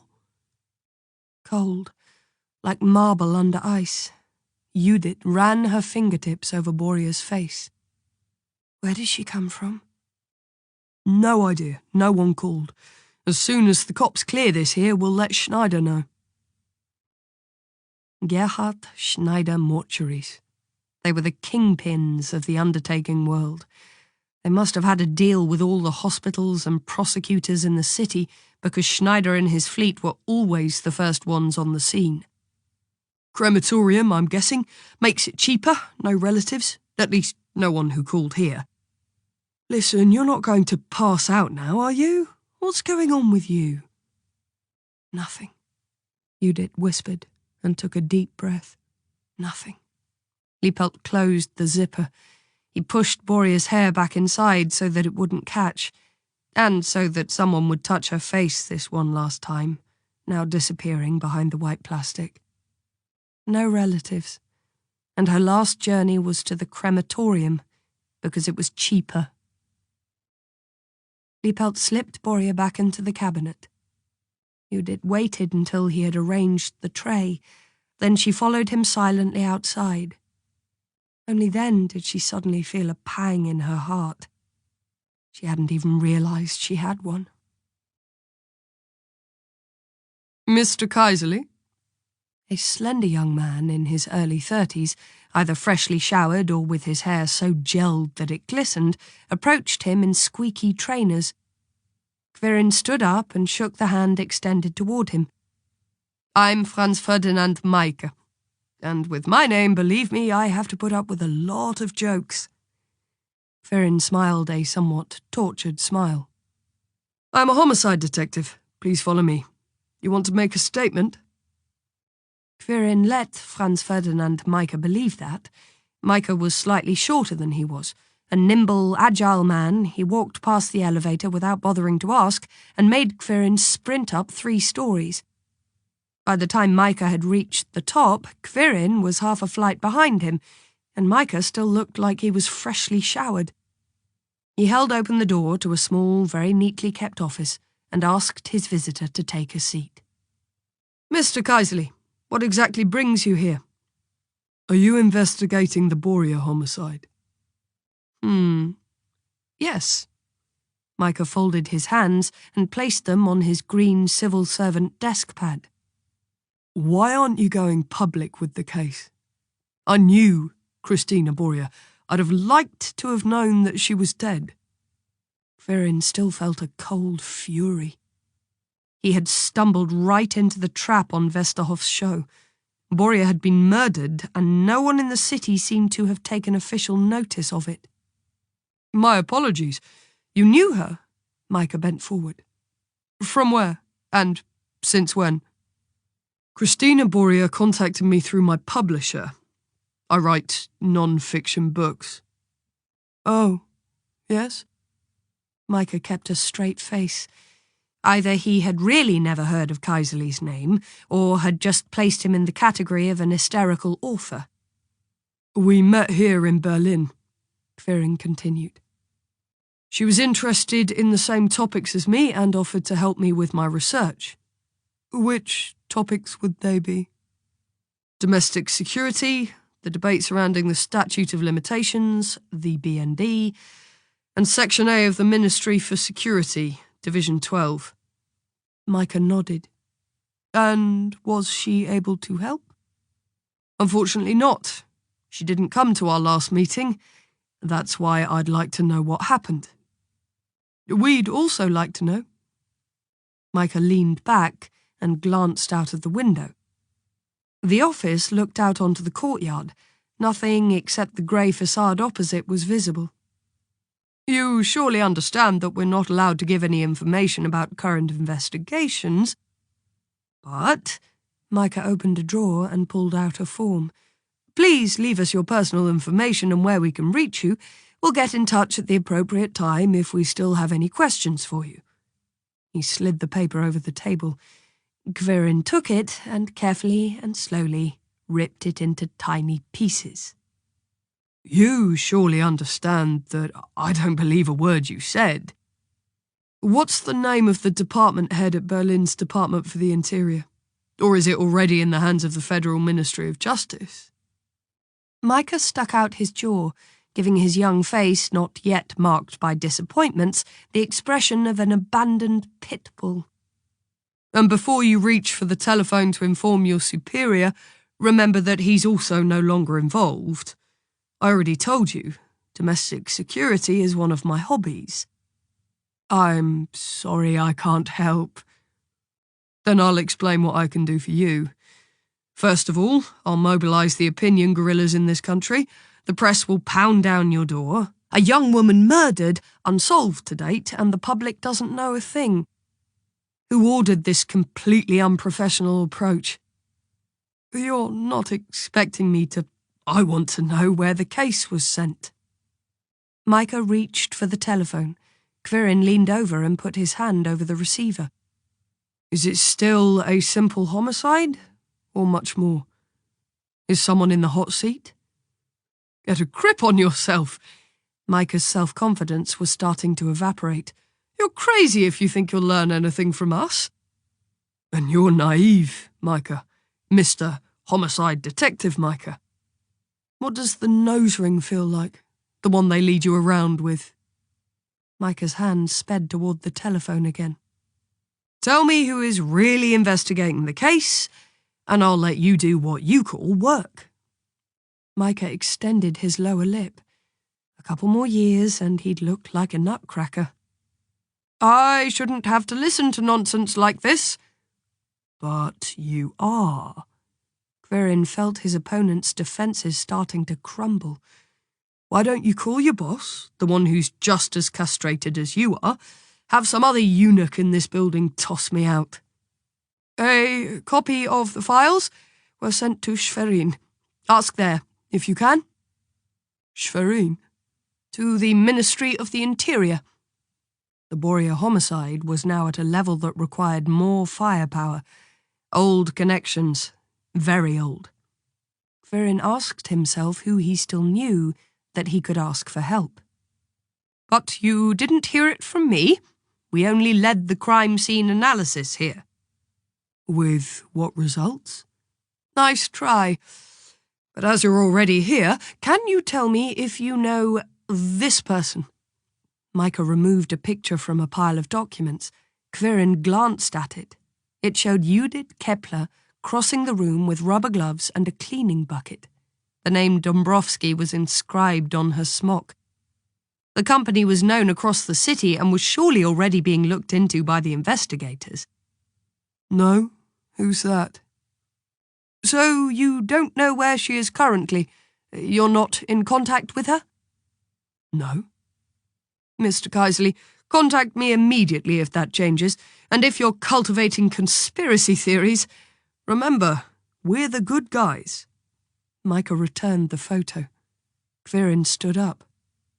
Perhaps you'll remind me of that once in a while. Dombrovsky. At least now he knew where he could find Judith Kepler. She had something, and she knew something, and she couldn't be left alone with either. Judith followed Liepelt back into the tile-covered vestibule.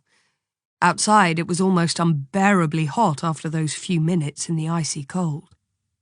She took off her cape, folded it up, and placed it on the shelf. Then they raced back through the hallways to Weichrich's office.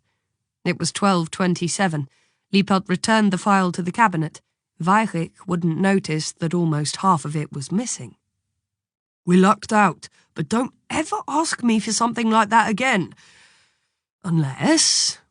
Judith stepped to the window and looked into the courtyard. A black BMW was just coming through the driveway and heading towards the reserved spots. What?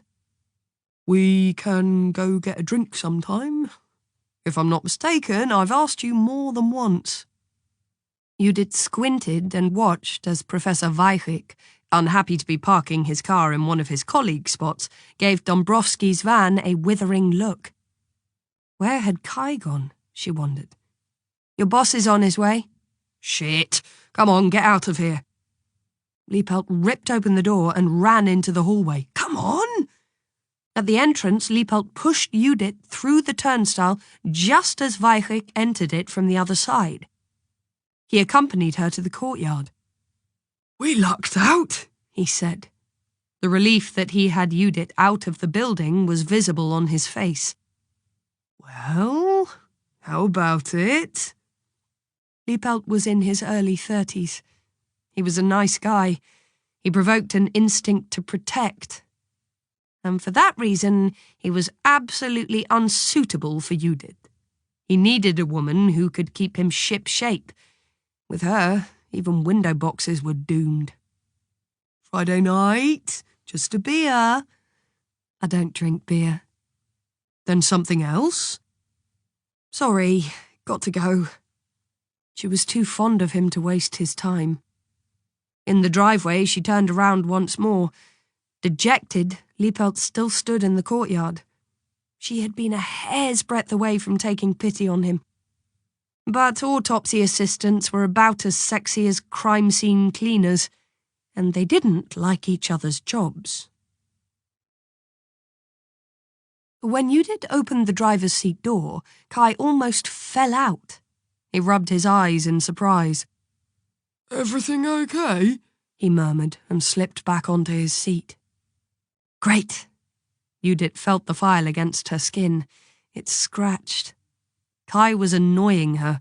She had to get rid of him and get a look at the autopsy report as soon as possible. Abuse, fractures, and in the end, she died like a dog. She waited for the boom gate to rise and accelerated onto the street with such a sharp turn that the chassis rocked. She thought about Dombrowski's gun and regretted having turned down his offer. "Watch out!" Kai screamed.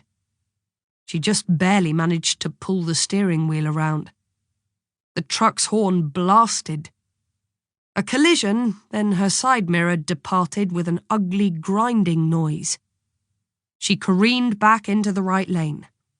The buckets and tools clattered in the back, and the hammer rumbled across the floor. In her rearview mirror, she saw that the truck driver hadn't noticed, or didn't want to notice, the damage. "Holy shit!" Kai was wide awake. At the next red light, Judith rolled down the side window and examined the damage. The mirror had been an ancient no-frills model. Dombrowski would send someone to the junkyard that evening and get a replacement.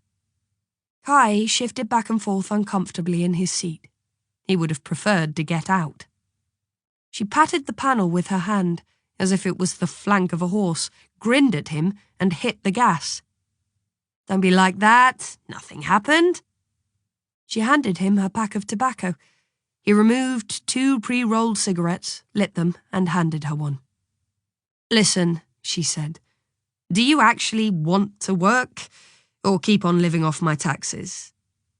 "I don't have any desire to have such an uncool discussion." Okay. She concentrated on the traffic and chose the Tiergarten tunnel for her way back. 2 or 3 kilometres straight ahead. Breathe and think. Warrior's face appeared in front of her. "Who are you?" Judith thought. "You lived in Sweden and came to Berlin, with my file from the home. I was never in Sweden.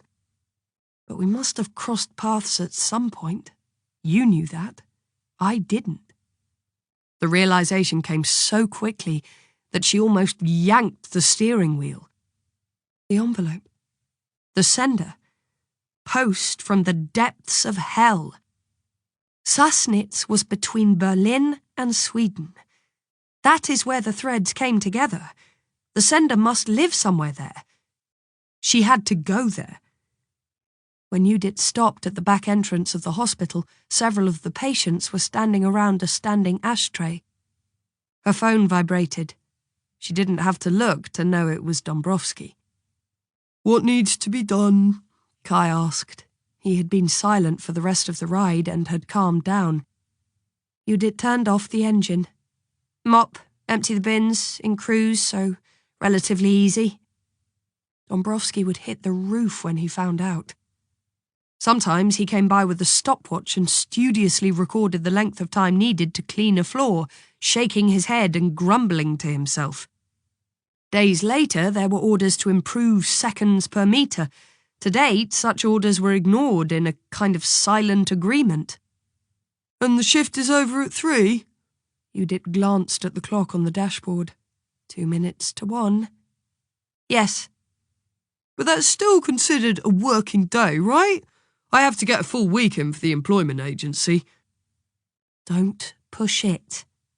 He wanted to get out. Wait a sec. Judith reached into her shirt pocket. This is my time card. Go inside and find Josef. Tell him I've got to take care of something. Once you're at the headquarters, swipe it. I stared at the plastic card. You're not coming along? Am I speaking Chinese? Do the job and shut your trap. He took the card and pocketed it. Okay, but this isn't a one-way street, he said. Judith shrugged her shoulders. She waited until he had disappeared into the building. She pulled out her phone. Dombrowski had tried to reach her 6 times. She held down the red button until the display went dark. It was time to drive back to hell. Pedal to the metal.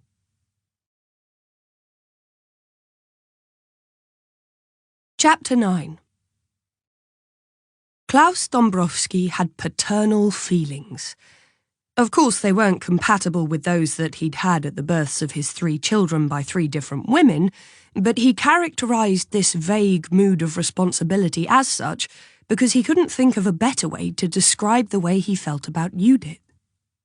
He stood in his office and watched the return of his employees like a Roman commander, overseeing the homecoming of the victorious cohorts. Trucks manoeuvred in the yard, vans arrived and delivered the cleaning crew from the early shift directly in front of the door of the changing rooms. He looked at the clock on the wall, a little after 3. Josef was the first to climb out. He was followed by that useless intern.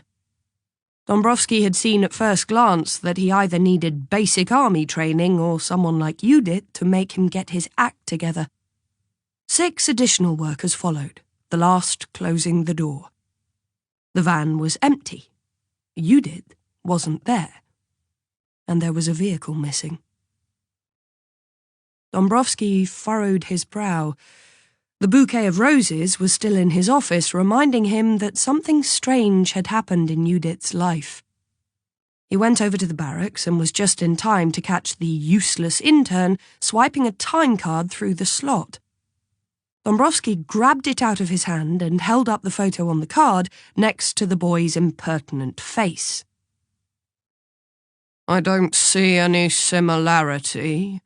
Not in the slightest, he growled. He turned. Josef? He yelled. No answer. Josef! The second call rang out through the tiled room like a trumpet blast. Josef, smock half off, peered out of a door in the hallway. Yeah, boss? Come along, both of you. Josef and the useless intern stood before him in his office with heads hanging low. Dombrowski prowled back and forth and almost chewed his cigarillo to bits in his fury. Where's she gone? Josef looked up. No idea, boss. This guy here showed up and said he was supposed to fill in for her. The boy was chewing on his lower lip, leaning against the wall in a James Dean pose, hands in his pockets. Dombrowski stood in front of him menacingly until he finally bothered to look him in the eye. It's no big deal, he said. It's not like I'm coming back. He pushed himself off the wall. Dombrowski grabbed him by the shoulder and pushed him back into his starting position. I only did her a favour. Where'd she go? She didn't tell me. And where's the vehicle? What happened to the vehicle? How the hell would I know? Dombrowski's gaze swiveled to Josef. She was suddenly gone, the foreman said. I don't ask who does the work. Main thing is that it gets done. Dombrowski huffed. He knew things happened in his company that he'd rather not know about. He'd always turned a blind eye up until now. The time card trick was the oldest thing since the time punch machines had been invented. He tossed the plastic card on the table and felt stupid as he said, "It's fraud. Instant dismissal." "I'm not even employed," the smarty pants intern pointed out and stared insolently at the massive bouquet of roses. You could see on his face what he thought about men who decorated their offices with wax yellow flower arrangements over 3 feet high. Something snapped inside Dombrowski. He would have liked nothing better than to slap the boy. But he restrained his inner boxer and nodded. "And that's exactly what we'll do now. Joseph, the boy will take Judith's place until she returns, and if you're not here first thing in the morning at 5:30 tomorrow, I'll knock down your door and pull you out of bed myself." "Nope." The boy started shuffling towards the door. "Not happening. I did her a favour. You can't lock me up for that." He tore open the door fast as lightning. Dombrowski signalled to Joseph, who grabbed the runaway and hauled him back. "Hey!" Joseph stood in front of the door and crossed his arms. He was at least a head taller than the intern. "I think we have to explain something to you," Dombrowski said. "How things work with us. Some people say, cling together, swing together. Others just call it keeping your word." Dombrowski took the card and held it under the boy's nose. "You promised you'd stand in for her?" The boy glanced quickly at the door. Joseph shifted his weight from one foot to another. "Yes." "Then do it. Until she comes back. You'll sign in with this card in the morning and sign out each evening." Joseph nodded in agreement. He made it look like a serious threat. The boy looked at the card. "How long?" "Are you deaf? Until she's back, or until you can remember where she headed off to?" "Sure." He put the card in his back pocket and shrugged. "I don't know where she wanted to go. She went to the mortuary, and then she split." Liepelt. Dombrowski spat out a crumble of tobacco. "Out!" Joseph and the boy disappeared like bolts of lightning. Dombrowski went to the desk and fell into the chair. Olaf Liepelt, also one of Judith's protégés. She had pulled him out of the alley and organised a job for him at the mortuary a year later. Dombrowski pulled open the drawer. The gun was still there. He'd give Judith 24 hours. If she didn't show up after that, he'd have some choice words with Liepelt. The telephone rang. It was the same guy on the line who had been annoying him all morning. "No, she's not here. She'll get back to you," he yelled and hung up. He kicked the drawer shut with a bang. Paternal feelings. Fucking hell. She had run off. She'd never done that. Maybe there was a man involved. Not the one who was constantly calling and had already left his number 1,000,000 times. Someone who sent yellow roses and acted mysterious. Someone who didn't call, just sent his message via a bouquet. Dombrowski went to the window, ripped it open, and sent a shrill 2-finger whistle across the yard. "Joseph!"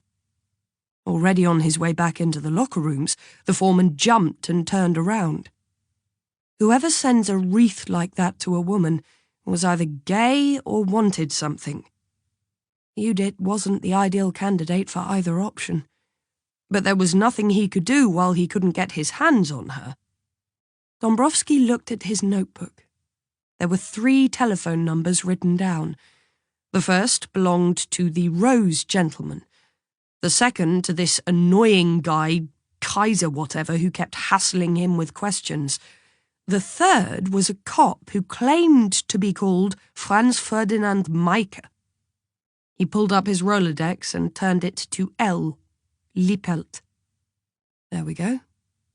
He carefully wrote down his number as the 4th on the list. He took his cold cigarillo and sucked on it thoughtfully. From 0 to 4 in 48 hours. Boss? Dombrowski motioned to the bouquet. Get rid of it. Joseph nodded. When the office looked like an office again, and not a drag queen's dressing room, Dombrowski leaned back in his chair. He took the notebook and looked at the numbers again. He'd call them, one after another, and if any of them was responsible for Judith's being in trouble, Dombrowski would break every one of his bones. Joseph carried the bouquet across the yard, ignoring the jeering comments of his colleagues, and threw it in one of the containers due to go back to the recycling plant in the next couple of days. There were 2 rusty spring mattresses stacked next to the container and several small pieces of furniture, remnants from apartments that the clean-out crews had deposited in the yard. He used the opportunity to toss everything into the container. All the flowers were squashed, except for one bloom that was severed and rolled a bit further into the corner. If Joseph had looked more closely, then he might have recognized a 2-millimeter-long piece of silver wire that protruded out of the broken stem. It had been connected with a ferrite rod only a couple of seconds before, which delivered energy between 0.6 and 6 volts via a button battery. That power was sufficient for a radius between 50 and 100 meters. The assembly kit had a value of around 80 cents and had been a bit of DIY equipment.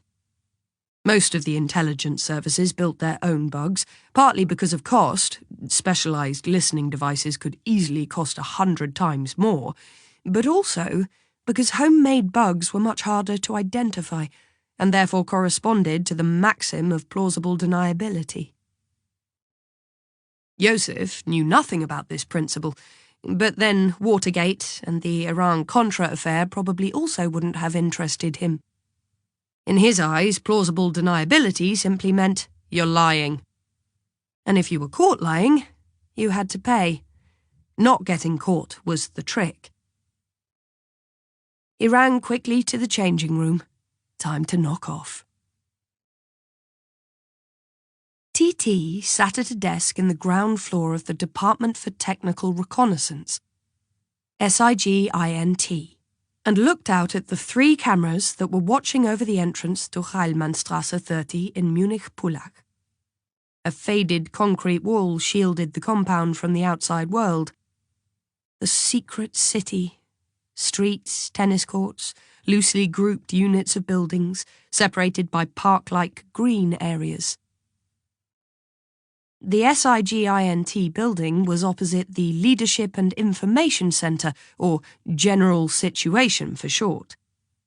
His days in Pullach were numbered. When the headquarters moved to Berlin, he would go along too, but he would miss all the green and the exclusivity of this workplace. He had seen a model of the new intelligence headquarters. They could sugarcoat it as much as they wanted, but it still remained a concrete bunker in the middle of a metropolis. Nothing comparable with the West German stolidity and the small-town charm of Pullach. In Berlin, he wouldn't have a direct line of sight to the parking spaces of the department directors. There, he wouldn't know that Kellerman had arrived at the general situation 2 hours before and still hadn't let him know. Not a good sign. TT was on tenterhooks. He tried to concentrate on his task, evaluating Angelina Espinosa, confirming her identity, her character, her preferences. It was precisely at this point that he was having serious problems. He would have left it out if it had been possible. Ms. Espinosa explained openly that she was paid for the analysis of the target person and fulfilled her task with great expertise and competence. He stared at the computer monitor. He had taken a half hour to write that sentence, and only because he wanted to avoid getting to the point. Of course, he could explain the quickie, Things like that happened and were even desirable from case to case.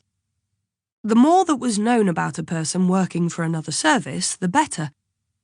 Who knew what these compromising details could be worth someday?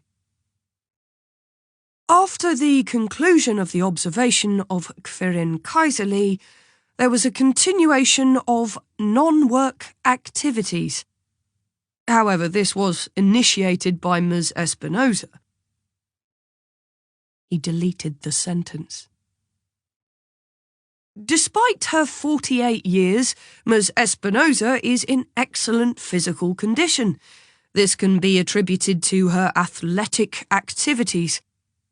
I was able to confirm that no noteworthy external changes had taken place since our last work contact. Did Kellerman read the reports? What was he doing? He should be long done with his session with the department president. Surely the Berlin mishap was discussed. TT looked back over to the General Situation building, but except for 2 dark Mercedes-Benz limousines, carelessly parked in front of the entrance rather than in the subterranean garage, nothing indicated that anyone was there at the moment. The president was hardly ever seen anyway. Whether he was staying in his work mansion in Berlin, the rumour that it was located in Wannsee had surfaced repeatedly, or in his office in Pullach, his whereabouts were known only by his secretary at best. Perhaps also by people like Kellerman, who had connections at the top because they had pushed everything else out of the way. From time to time there was speculation about Kellerman's retirement, but he had stayed put, despite some hiccups in his career. He was like a boxer, knocked down occasionally but never knocked out. By now he had established himself so firmly that his name was being whispered as a successor to the current president. Kellerman belonged to a different generation. One of the most senior department heads, it was rumoured he had once looked Khrushchev in the eye via satellite. A cold warrior, a power seeker, someone who rolled up his sleeves and occasionally put his foot down. And that was exactly what branded him a dinosaur in the eyes of younger agents. For TT, the future of the intelligence services was in the hands of those who had grown up with computers rather than an abacus. What he had to do with this report had little to do with the intelligence service as he understood it. Reports, confirmation of identities. That was yesterday. Tomorrow belonged to those who could line up zeros and ones. He was overqualified for this shit. Okay, there was no way around it. TT bent over the keyboard. Angelina Espinosa had probably already written her report. Everyone did that. Allegedly shady characters were even invented for the purposes of assignments to test if they would correctly report everything. TT would have liked to know what Angelina wrote about him. Sexual activity occurred.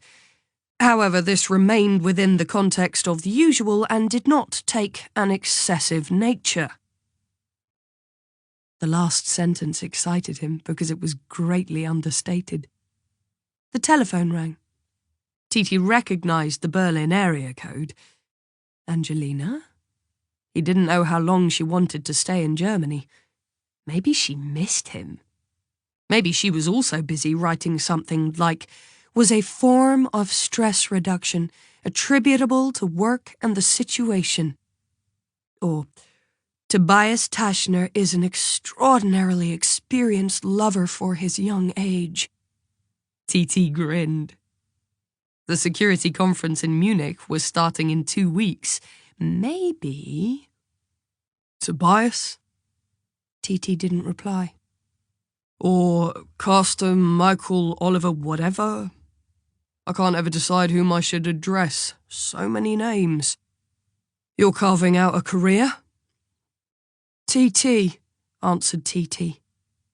Simply TT. Can I do anything for you? Yes. I mean, can I patch you through or something like that? I'll be in Munich in 2 hours. I want to see you. No. TT hung up. Kaiserly. How did he get his number? And the aliases? The telephone rang again. Don't have time. I reserved a table at Rabenwirt for 6 p.m. We have to talk. I'm sorry. Find someone else if you're lonely. Kaiserly didn't say anything. TT cut the connection. The telephone rang again, but he didn't pick up. A colleague from next door, on his way to the coffee machine, stopped in front of his open door and glanced inside.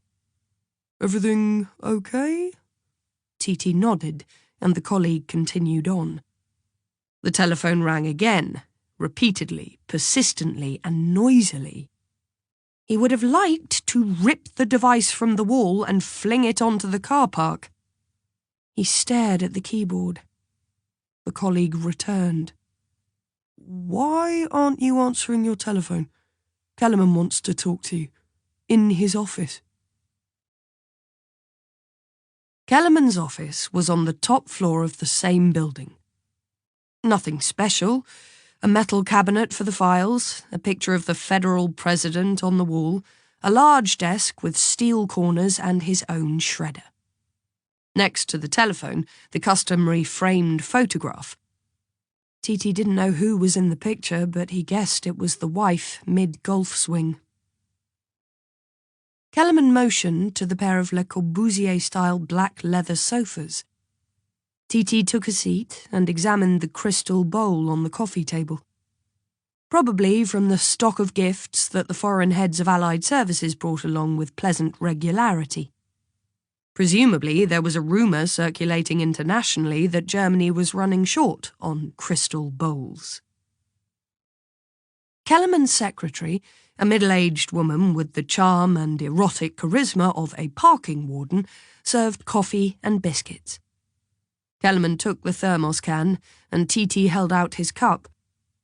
His hands were shaking, and the cup clattered on the saucer. The secretary left, and they were all alone.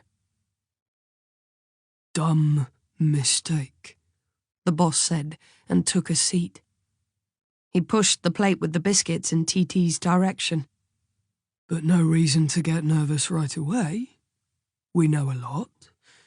But how cleaning ladies divvy up their time is one of the great mysteries of the universe. TT took a biscuit. It was a fluke. Things like that can't happen, but they do anyway. The human factor. Was this the woman who ambushed you? Kellerman went to his desk and took a photo, handing it over to TT.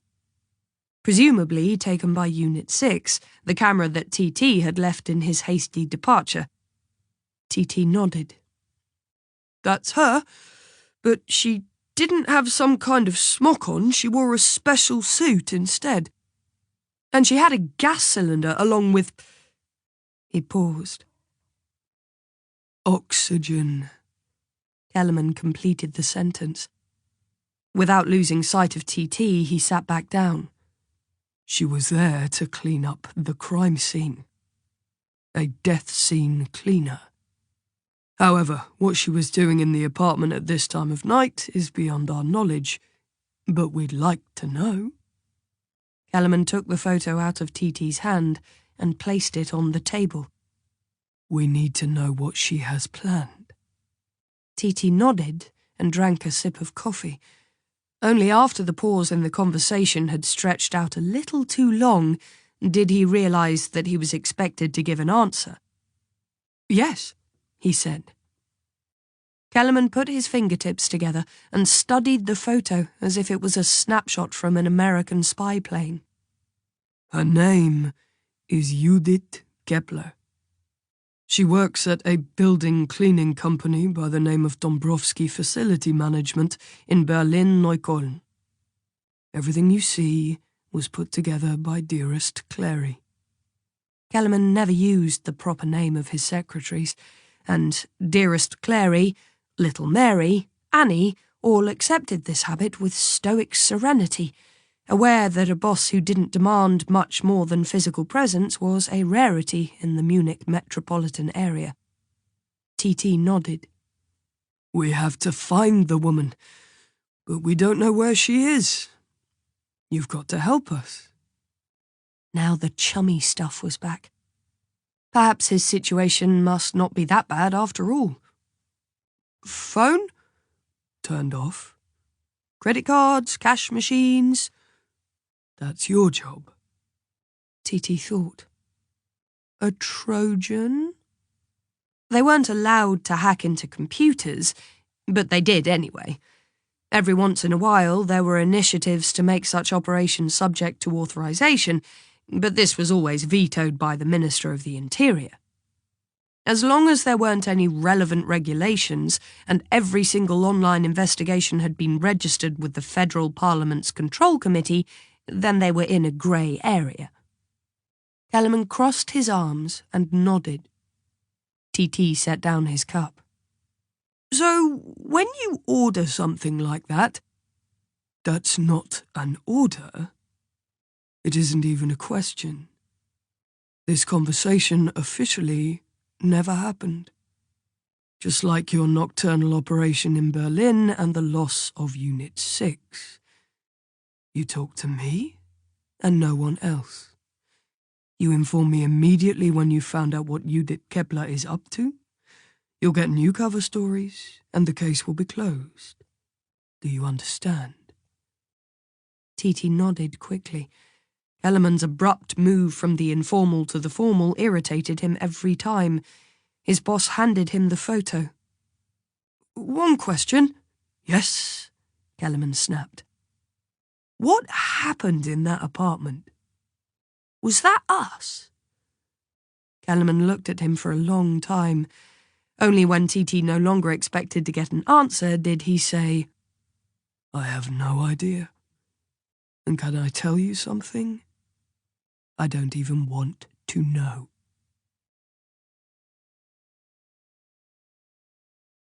Chapter 10. Judith reached Sassnitz late that afternoon. Dark clouds were building over the Isle of Rügen. It was oppressively humid. Not even the breeze through the van windows cooled her. When she got stuck in a traffic jam close to the port at Nuchan, the air in the vehicle reached boiling point. A ferry must have just arrived from Klaipeda, because cars from Latvia crawled up the hill and helplessly lost campervans compounded the chaos. Only after she turned off the B96 did it get better. She abandoned the advertised tourist routes in the city centre to the others and turned right after entering the city limits, entering a shabby residential area with 4-story buildings that had only been half-heartedly renovated or not at all. Sassnitz. Before 1990, it still used the old spelling with a sharp S. A port city, a transshipment point, a restricted area. No turn-of-the-century charm, no Wilhelmina spa architecture, a heavily guarded transit for tourists, commodities, and the Soviet army. Later, somehow forgotten and pushed aside by ostentatious beauties like Binz, Göhren, and Selin. The port was moved 6 miles south, and with that, the city lost its last remnants of industrial raison d'etre. What was left was the view of the ferries as they floated past, far out to sea. Judith drove more slowly and studied the derelict buildings. The best maintained were the garage blocks. Maybe your own car was the only thing worth taking care of around here. She remembered the Saturday afternoons when the men circled their boxy Trabi cars, leaning back on their heels, giving each other the once-over and exchanging tips, messing around with the engines and the exhaust, and constantly wiping down the mudguards with a rag. The sun slipped through a narrow gap in the clouds. It hung low in the sky, and Judith saw the Baltic glittering in the distance. The sunset glow gilded the old port area. The beach promenade, and the part of the cliff coast that drew the tourists a couple of 100 metres further on, with its promise of views from Caspar David Friedrich paintings. Maybe that was Sassnitz's fate. Missing everything by a hair's breadth. The eternal way station. The bus stop to the right, a graffiti-covered ruin. Judith almost missed it by a whisker. Behind that was the Strasse der Jugend, paved with cobblestones and bumpy. Snaking along sharp turns, she drove through the woods and down to the water. The old fish factory, a huge abandoned area now only good for getting rid of bulk waste. And then Judith's hands cramped around the steering wheel and she instinctively slowed to walking speed. A group of tall buildings made of brown bricks to the left and right. She let the car roll to a stop on the edge of the road. A near ghostly calm lay over the entire compound. It seemed abandoned, despite new windows and an intercom with Haus Waldfrieden inscribed on it. Judith ignored the bell. The gate opened easily, the first and perhaps most important difference from the days when the notice read Yuri Gagarin Children's Home. She didn't head towards the main entrance, but rather went to the left, where the ground fell away towards the edge of the woods. The playground equipment seemed new. Even the benches and sandboxes looked orderly. She slowly continued toward the edge of the property. The fence was tall, but the barbed wire was gone. Only the concrete posts were the same, but they were less threatening and were more of a help for climbing than a deterrent for anyone who was seriously intent on running away. A gust of wind whistled through the tips of the trees, the harbinger of a storm. Judith suddenly had the feeling of being watched. She looked around, but the building behind her still seemed silent, forbidding and deserted. She breathed in the scent of woods and sea, but something essential was missing. Just as she turned to go back up to the house, she saw a figure standing way back, where the larches almost grew up to the sky. A girl, 10 or 12 years old, with long blonde hair. The girl looked over to her, and for a short, completely irrational moment, Judith's heart began to pound. It couldn't be. She was crazy. A hallucination, a chance similarity. For a moment, she had really believed she was seeing herself, just because the girl had light curls. The little girl disappeared. Judith began to move, slowly at first, then running towards the trees, seeing the way the light shone down into the undergrowth once again. "Hello? You there?" Someone from the building was coming quickly towards her. Judith stood still. The child had disappeared. Maybe she had never been there. "What are you doing here?" The woman was in her early 20s and wore a suit and high heels unsuitable for this terrain. Her heart-shaped face was without makeup. She wore her brown hair straight and chin-length. "Are you looking for someone?" 2 nights with hardly any sleep, and then returning to this nightmare which, with its well-trimmed lawn and the freshly painted fence, seemed as if it had never existed. Judith rubbed her eyes with her hands, blinked, and concentrated on the young woman who had stopped in front of her, a little out of breath. "Who are you?" The question was sharp, the first attempt towards kicking Judith off the property. "My name is Judith Kepler. I was here as a child." "Okay." The woman adopted a friendlier facial expression, but wasn't particularly successful. "You have to call ahead. You need an appointment if you want a tour." "I don't want a tour." Judith studied her interlocutor. The first words indicated that this was someone who prevented more than she made possible. "I want to know who leaked my file." "That must be a mistake. We don't release any files." "I had it in my own hands." Judith didn't know why the answer made her so aggressive. Maybe it was the smile. Without any empathy, without the slightest understanding. That's the way Trenkner had smiled when she reached for the bottle with the soapy water. She suddenly remembered that she was still wearing the blue smock. People talk differently to you when you were wearing a smock. "When I came of age, I was told that my file had been shredded, but now it has suddenly reappeared. But not sent to me. It was in the hands of complete strangers. Haus Waldfrieden must be the assignee of Yuri Gagarin. So either I find out how that happened, right here and now, or I'll press charges. Something must have gone terribly wrong. How terrible for you. The woman widened her eyes in apparent sympathy. It seemed a little exaggerated and about as real as her chilly smile. Of course, that can't be allowed to happen.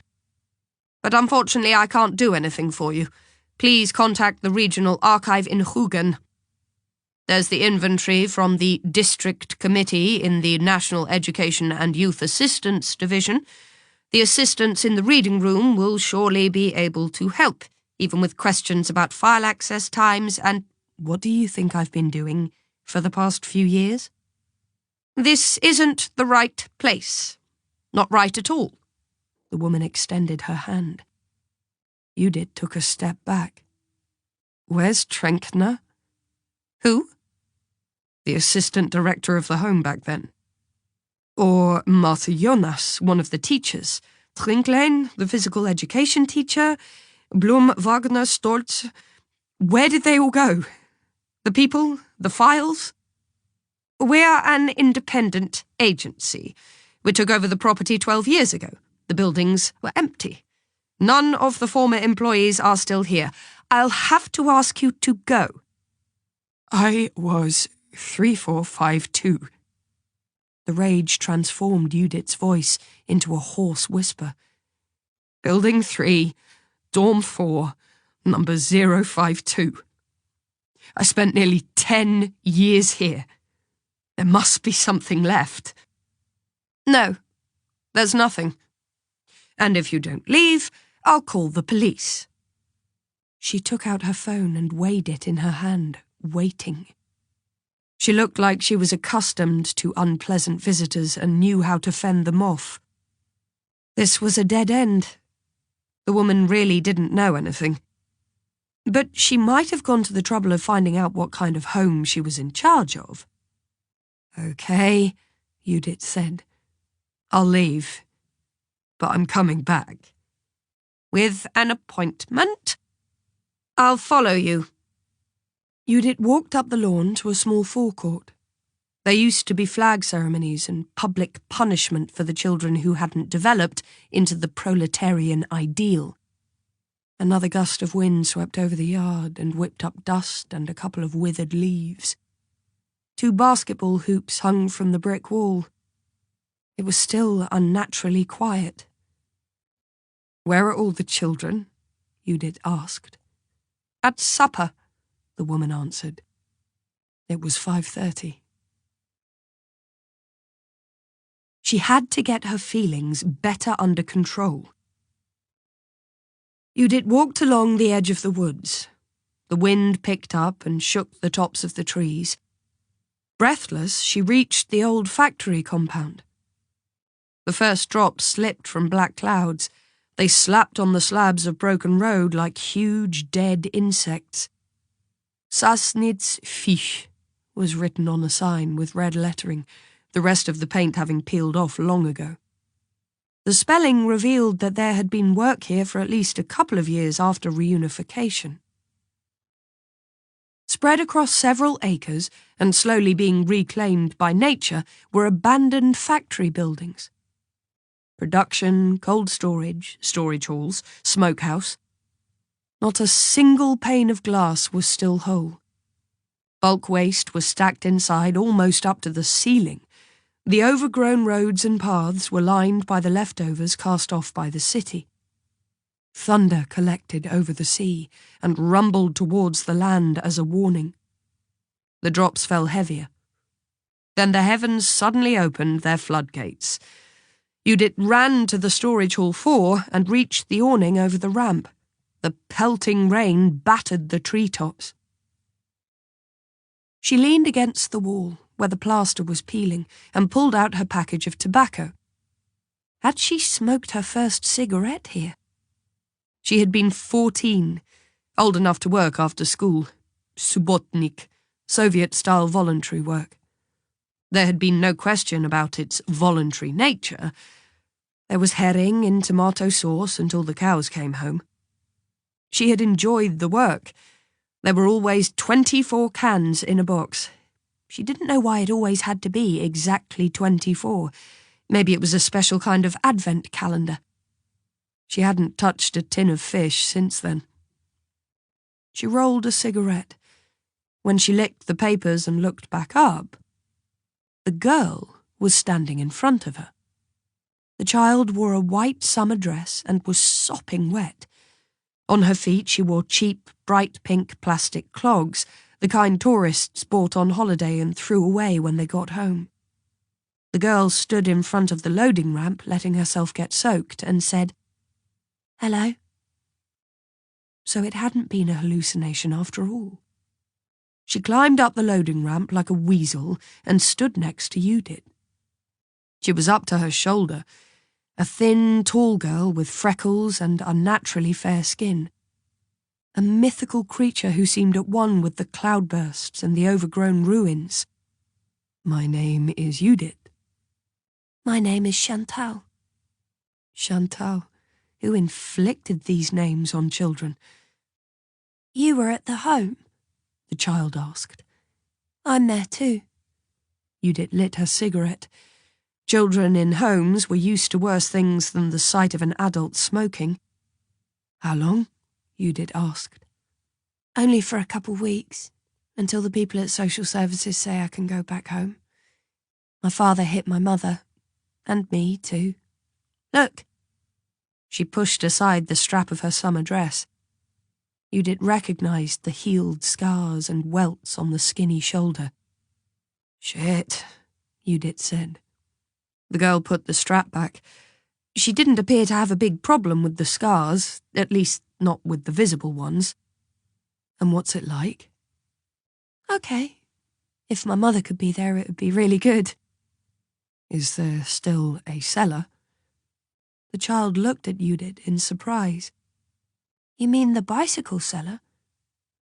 "The coal cellar," Judith answered.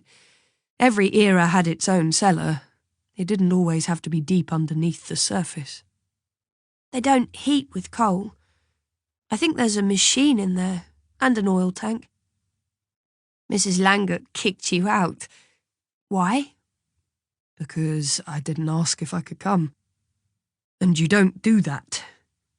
"Why did you want to come?" "Because I wanted to talk to someone from back then, from when I was at the home." "Why?" "Because it used to be something like my home." Inside, Judith bristled at the idea of using that word even vaguely in that context. "I was there for 10 years. 10 years? Chantal's eyes widened. For her, it was a lifetime, an eternity. Why? Because my mother couldn't take care of me and died. And your father? Judith smoked and watched a wet crow hopping over an old blanket, searching for something. "I don't have one," she finally answered. Chantal already had another "why" on the tip of her tongue, but kept it to herself this time. She ran her clogs over the ribbed surface of the loading ramp. "Another woman came who had once lived there," she said. "It was only last week. She was in the building at night and was caught, and she screamed and they took her away." "Who?" Judith asked. "An ambulance with lights." "I mean, who was the woman?" Chantal raised her narrow shoulders. "No idea. She was old and really terrible. She took dirt and threw it at the house and then rubbed it over herself. Creepy." Chantal shuddered.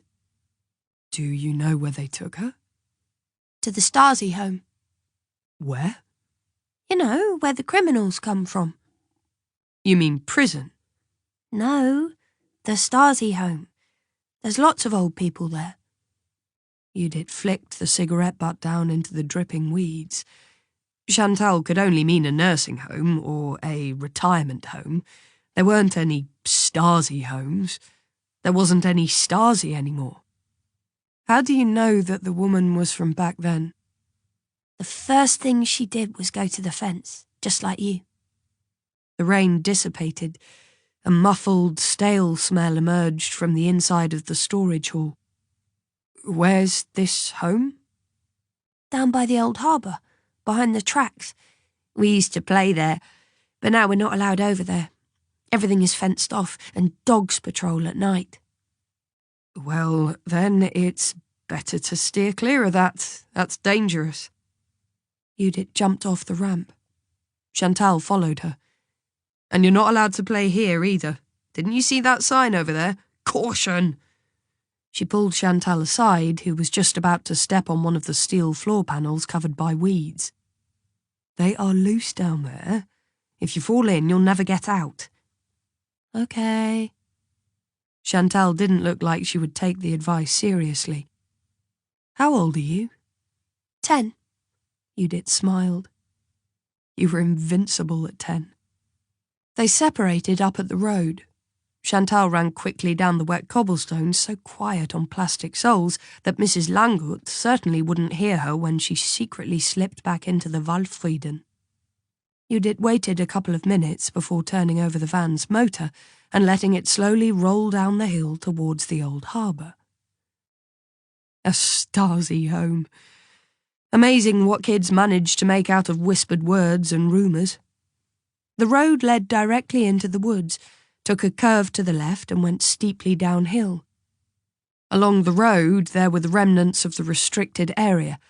Concrete shafts, iron plates, wire mesh. This far and no further.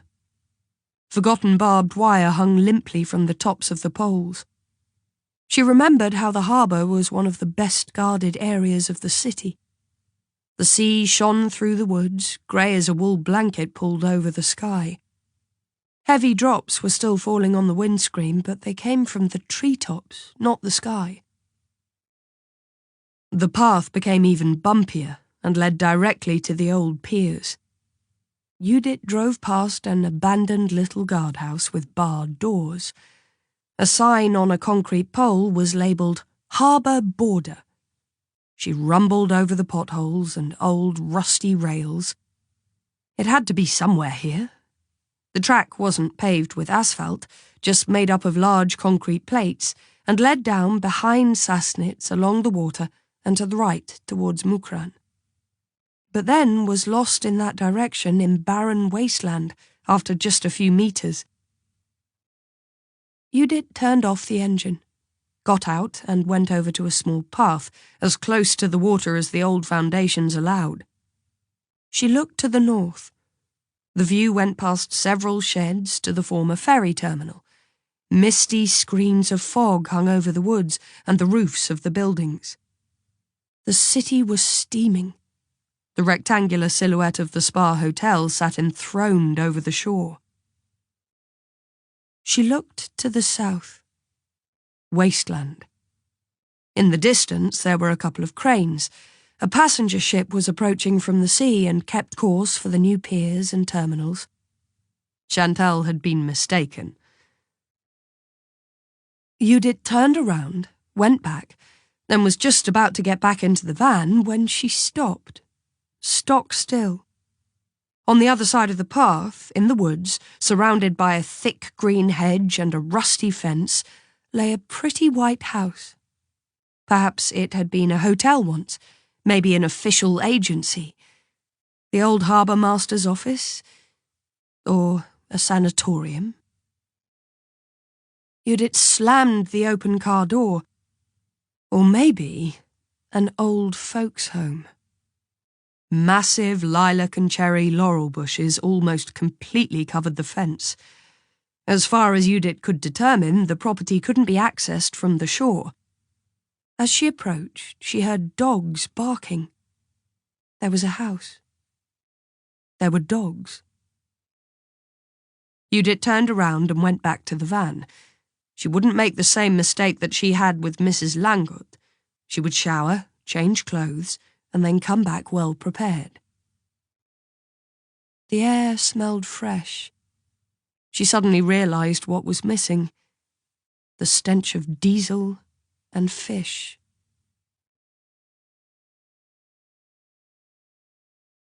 Chapter 11. TT sat in front of his laptop and twiddled his thumbs. Judith Kepler was fairly straightforward. She had a bank card from a savings bank, health insurance, and had been talked into joining an animal welfare association 6 months ago. Rent, telephone, and electricity were paid by direct debit. 2 times per month she withdrew cash from her account and apparently used it to pay for all of her daily expenses. A couple of times she used her bank card, usually at a record store in Nollendorfplatz, where, compared with her usual expenditure, she went on a spending spree and never left without having spent at least €200. She had an internet connection, but her computer wasn't turned on, so the Trojan was a no-go. She didn't own a vehicle, and she almost never used her landline. At most, she'd order a pizza or call the company Dombrowski Facility Management. Her phone had last been logged around noon in front of a hospital in Berlin-Schöneberg. A fairly unspectacular life for a woman who was interested in the intelligence services. But that was normal. The more inconspicuous, the more interesting. He decided to shoot off a passport query. Maybe she had gold in the Caymans or a safe deposit box in Liechtenstein. No luck. Judith Kepler didn't even have a valid passport. And she would have to renew her ID soon. His stomach began to growl. In expectation of being fired, TT hadn't eaten anything all day. The car park in front of his window was already almost empty. The BND was just another government agency. Office hours were sacred. He reached for his phone and called Kellerman, but he only got Dearest Clary on the line, who relayed a load of nonsense about a meeting. 6 o'clock on a Monday evening, with an empty car park. In any case, there weren't any more meetings in Pullach, unless the Russians were on their way. Ha ha! TT asked her to deliver the message to Kellerman. Then he decided to call an end to his less-than-productive day. He found the temporary visitor ID in his jeans pocket. The gatekeeper knew him and nodded to him briefly. TT tossed the paper into the turnstile bowl and left by the automatic gate, exit monitored by 3 cameras, and went out to the street to the bus stop. The cameras should have caught the taxi, which slowly rolled behind TT and only caught his attention by honking. TT jumped onto the pavement in surprise. The passenger leaned out of the side window, and a mocking smile on the somewhat aged but still striking face of Quirin Kaiserli appeared. He held 4 colourful ID cards fanned out in his right hand like aces in a card game. TT stood still and stared at the plastic cards. Hadn't Kellerman claimed he had them? Not literally, of course, but in the sense that Kellerman held all the cards and therefore his fate. Get in. TT looked around. No one close by. This was beginning to be interesting. Judith Kepler stood in front of the entrance to the Sassnitz Institute and Care Home for German Seniors. She wore a spotted summer dress made of sweatshirt fabric with elbow-length sleeves. Her hair was loose and fell to her shoulders. Dombrowski wouldn't have even recognized her from up close. She felt strange in her own skin. The driveway was not on the sea side of the house and was so well hidden that it was almost as if it didn't want to be found.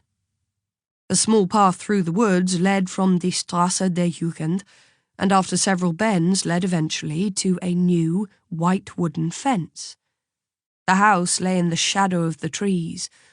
Although the sky was still light on this long summer evening, the lights were on in all of the windows. Here, hidden from prying gaze, emerged a property that was almost as substantial as the factory compound, and included lawns, flower beds, and abandoned deck chairs. A gravel path led past a fountain to the entrance. The pump had been turned off. Water lilies and cattails were reflected on the surface of the water. Stone carvings of mythical creatures with pointed snouts, nymphs, and fish decorated the balustrade. During the day, the water probably projected playful arcs into the air. The impression of long-ago affluence was abruptly dispelled when Judith stepped through the front door into the massive hallway. Shiny linoleum, new stair runners, and an ugly neon lamp destroyed any remnants of turn-of-the-century charm. Corridors with rooms leading off ran to the left and right. In the front of one door, a hospital bed stood empty. A woman in a white uniform left a room with a tray in her hands. She noticed Judith and came striding over. A small name tag identified her as Sister Reinhild. "I'm sorry, but visiting hours are over." She had the ageless radiance of a Florence nightingale, and an appearance intended to seem friendly. Under the surface, an authority hard as nails. Judith was familiar with this kind of woman. She had prepared herself. She thought of the sentence she practiced to herself several times on the way there, but it wasn't as easy to say it out loud. Her heart pounded in her chest. She only had one chance and only one name. She stepped onto unstable terrain. The first words she said would be critical. They would either carry her forward or sink her. "My name is Judith Kepler. I want to see Martha Jonas." Martha Jonas? Sister Reinhild must have noticed the slight hesitance in Judith's voice. She furrowed her brow and was just about to say no when Judith recognized her mistake. "If you could please make it possible, please." Of course. Please, please, please. How could she forget? "I know I've come at an inopportune time, but it is very important. And please say that she still exists, that she's alive and that she's here."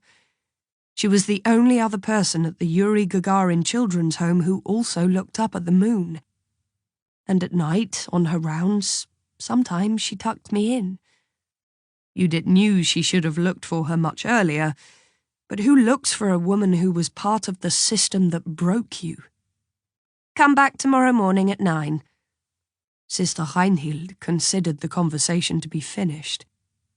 She went to a serving trolley that stood next to the entrance. There she put down the tray. Judith followed her, a cheese sandwich untouched, a small half-empty bowl of fruit compote, a pot of tea. "That is too late. I have to catch the ferry to Trelleborg tonight. It won't take long. I have a message for her." "Our guests have a daily routine." "I know. I wouldn't disturb her for long, but I know Miss Jonas is waiting for me." Sister Reinhild looked indecisively at a screened-off nook in the hallway. Like everything else in this house, it had been a later addition and looked like it. Schedules on the wall, a desk with a visitor registry and several filing trays. Under the desk stood a styrofoam box which was used to transport food or medication. "What was your name?" "Judith Kepler." Sister Reinhild drew her lips into a thin smile, as if she had just remembered something, but she regained control of herself almost immediately. "Miss Jonas hasn't received visitors for years now." "But no," Judith answered. "Someone must have been here just recently. If Boria had really come via Sassnitz, if she had really found the care home for German seniors, if she had visited Martha Jonas, then that meant that..." Judith held her breath. A woman from Sweden," she uttered. "Christina Boria." "Are you her relative?" "No," Judith said. "Not exactly. We were at the same children's home." "In Sassnitz?" "Yes." "So you were at Gagarin? Why didn't you say that right away?" Sister Reinhild went to the nook. On the table in front of her lay the visitor registry. Judith looked around. There was a room chart on the wall. She tried to cast a glance at it unobtrusively. The nurse opened the book. Miss Jonas is almost never visited by her former charges. Very unfortunate, I think. These people did so much, sacrificed themselves, and ultimately took the blame for others. Yes, very unfortunate, Judith heard herself say. But it said this is a house of shelter. The nurse didn't look up.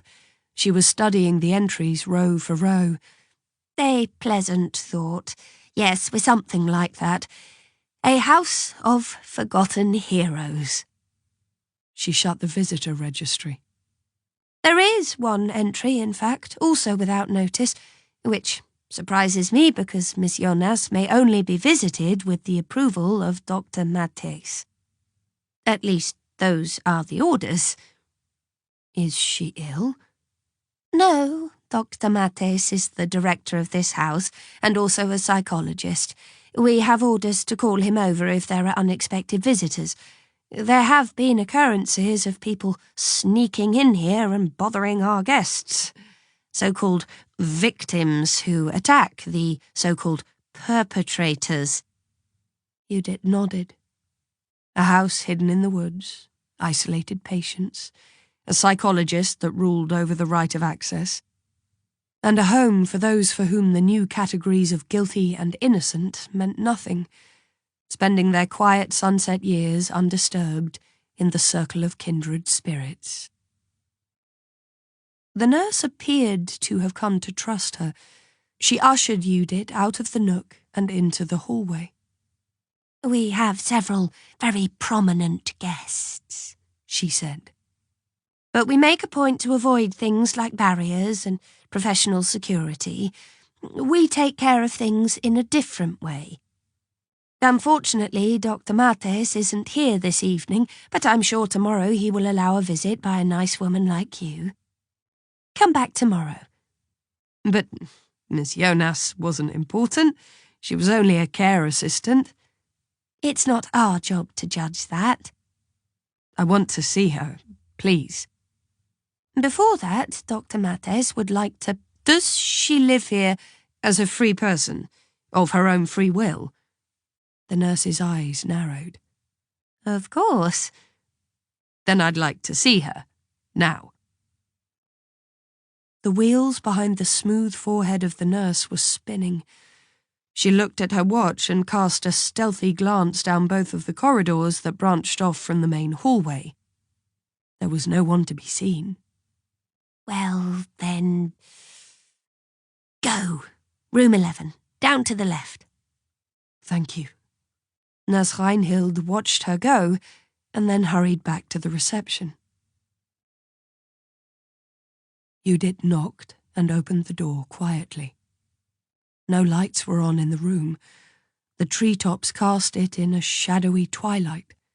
It could have been an office with the standard austere filing cabinet if there hadn't been the bed. It stood against the wall. A crucifix hung over the headboard. An emaciated old woman lay in the bed.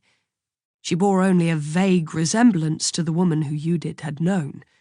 The sturdy care assistant from back then with the ruddy complexion had become a skeleton, the skin sagging from a delicate body, a testament to age and illness. She had her eyes closed. Perhaps she was asleep. Perhaps she was only dozing to pass the hours. Judith sat down on the edge of the bed and touched Martha Jonas's hand. She felt hot, as if she had a fever. Miss Jonas? A twitch passed over the sunken cheeks. She must wear dentures because the slightly opened lips spread back over a toothless jaw and formed a black hole in the place of a mouth. Judith studied the stranger's face. She searched for the hate, but found only a confused mixture of fear, rage, and sudden empathy. Martha Jonas had been the only person who had occasionally shown some kindness. Never enough to truly stand up for her wards, but a stolen stroking of a head. A plate with sandwiches quickly and secretly brought down to the cellar in the middle of the night. A lullaby when someone cried and couldn't numb the pain inside. Judith was touched by the unexpected reunion. She pressed the old woman's hand. Miss Jonas? The eyelids fluttered. Her mouth moved as if she wanted to say something. Judith found a glass of water on the nightstand. She lifted it to the old woman's mouth. Miss Jonas, are you awake? I need to talk to you. Martha Jonas swallowed and opened her eyes. A dull gaze wandered over Judith's face. At first she looked fearful and uncertain, but then something suddenly kindled. She raised her hand weakly, only to let it sink halfway towards Judith's face. You, she whispered. The pain shot into Judith's heart, and she was instantly catapulted into the past. It was night, and she stood in a hallway, and a woman bent over her and asked her name. Do you recognize me? I'm Christelle. The black hole in Martha Jonas's face transformed into a thin line. She smiled. Christelle Sonnenberg. What? What are you talking about? The old woman's gaze moved over her hair and face. She raised her arms again, and finally her hot hands came to rest on Judith's. Were you always this well-behaved? Sister Reinhild waited for the computer to find the list with the names. It was so long and comprehensive that she had to use the search function. Kepler, Judith. The combination of numbers and letters in the line behind the entry told her what she needed to do. She picked up the telephone, dialed a 3-digit number, and waited until a familiar voice answered on the other end. Judith Kepler is here. She listened to what the voice told her, nodded, and hung up. Sister Reinhild was 42 years old. She knew little about the fates of those entrusted to her care. Some were old, others ill, most of them were both. In other homes, it could lead to unrest when it became known who the nice patient in the next-door room used to work for. This was a privately run house. The Mutual and Humanitarian Society, or MHS, had the same problem as all the organisations that supported an unbiased version of the GDR past. Its members weren't getting any younger. Dementia was a dangerous illness. People forgot. First the little things, then the more important ones.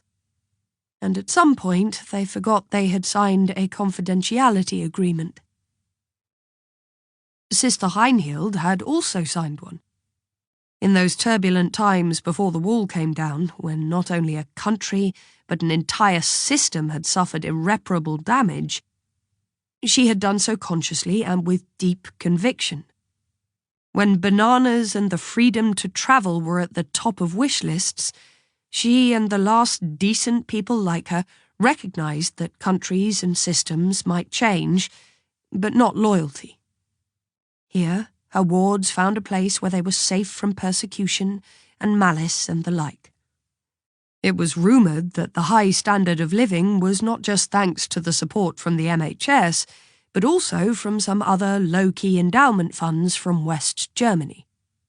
The discretion that surrounded the house was valuable, not only for its inmates, but for what some still called the new government. And if anyone came to disturb the calm, action was taken. Sister Reinhild looked at her watch. Dr. Mattes would be here in 5 minutes. The tables under the linden trees on the banks of the river Isar were almost completely occupied. It was a warm summer evening, and Quirin felt as if he was on home leave after a long deployment abroad. He had been born in Bavaria, in a little village near the Austrian border, and he missed the blue sky with its faint hint of the Mediterranean, and taverns like the Rabenwirt. All the beach cafes and sea lodges in the world couldn't replace an honest Bavarian beer garden. The hostess nodded at him politely. He didn't know if she remembered him or if she recognized his face from the media. They had frequently conducted their briefings here, accompanied by wheat beer. Evie had always reserved the table way back in the back of the dining room, to the left. The bar staff knew the gentlemen from headquarters. They were well disposed. Pulak didn't have many employers whose employees ran decent expense accounts and had paid decent prices to the locals for the land on which they built their family homes. With the move to Berlin, the real estate prices must have hit rock bottom. Quirin could imagine how the relocation had been received here, not a good topic on the left bank of the Isar. The hostess put down 2 wheat beers and asked for their orders from the menu. T.T. shook his head. Apparently, he had taken to heart the maxim that one doesn't eat with the enemy. His revulsion was hard to miss. Quirin studied the still youthful face of the man opposite and recognized the first small wrinkles around his eyes. T.T. must be 34 by now, and he still had that pouty expression around his lips, which Quirin remembered well. Quirin ordered a snack platter. He waited until the hostess had gone to attend to other guests, then placed the ID cards on the table. Take them. They're only food for the smartphone grave, anyway. That's what they called the huge shredder on the first floor of the general situation, which ate entire file folders and spat them out as dust. If someone was dumb enough to keep their ID cards, phones and keys in their breast pocket and lean over too far while unloading, then everything fell into the grinder and was lost forever. Along with the plastic cards, 3 meticulously constructed CVs with cover addresses, bank information and valid personal papers would also disappear into the shredder. A great deal of work destroyed in one moment of carelessness. Judith Kepler should congratulate herself. Not many managed to do that. T.T. took the colourful cards and pocketed them. Where did you get them from? From that crazy woman with the gas cylinder? Quirin took a sip of beer and then wiped his mouth. I'll get to that. I assume Kellerman ordered the surveillance of the apartment. I don't know, and if I did, I wouldn't tell you. Especially not you. The unspoken addendum hung in the air. Quirin nodded. You're loyal, unlike me. At some point I recognised that you can only serve one master. Sure, the inner voice, and it told you that only other people make mistakes. Sassnitz wasn't about mistakes. It was a betrayal. 3 people died. To this day, it remains one of the greatest defeats of the BND in the Cold War. Sassnitz never happened. It's one of the great lies that people like you put out into the world because they haven't been able to find a position after the collapse of the old order. You're outdated. Even your war against the BND is outdated. You just don't get that times have changed.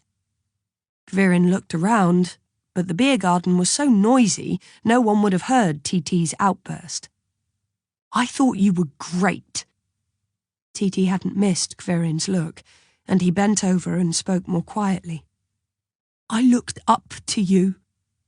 Quirin Kaiserly, the madman who had documented the Russian retreat for the CIA, who took pictures of surface-to-surface rockets from a moving jeep. These are the stories they still tell about you to this day. And then, suddenly, someone brainwashes you and you turn around completely. The wall fell. We had new information. We were betrayed in Sassnitz. Is that what the Stasi says? They screwed you over. There was no mole. We would have found it long ago. You fucked up back then, just you. You can't handle that. I wasn't alone. TT, who had raised his glass, put it back down. There were 6 of us.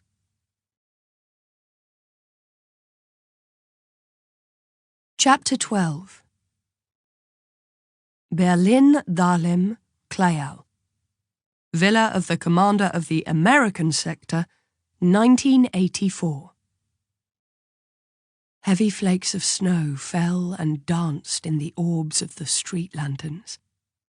The radio was playing the American Top 40. Kvirin hummed along with the refrain to Islands in the Stream, even though he didn't like the song. The 80s had given the charts nothing but simple pop. He regretted it wasn't Saturday evening when he could have listened to BFBS and John Peel. He drove down Clay Alley, past the American barracks, the movie theatres and the post-exchange store, or PX, reserved for the army. Everything heavily guarded and largely blocked from the gaze of the outside world. The Zehlendorf area of Berlin was as American as Spandau was British, and Reinickendorf French, and the whole East was Russian. The Western Allies were present, but in a parallel universe, which didn't have much in common with the lives of the people of Berlin. Kvirin had landed at Tegel Airport an hour ago on a Pan Am jet from Munich. He had rented a VW Jetta and had every reason to hope he'd be on time. In the airplane, there had been some deliberation about whether they should land in Hamburg instead due to the snowfall.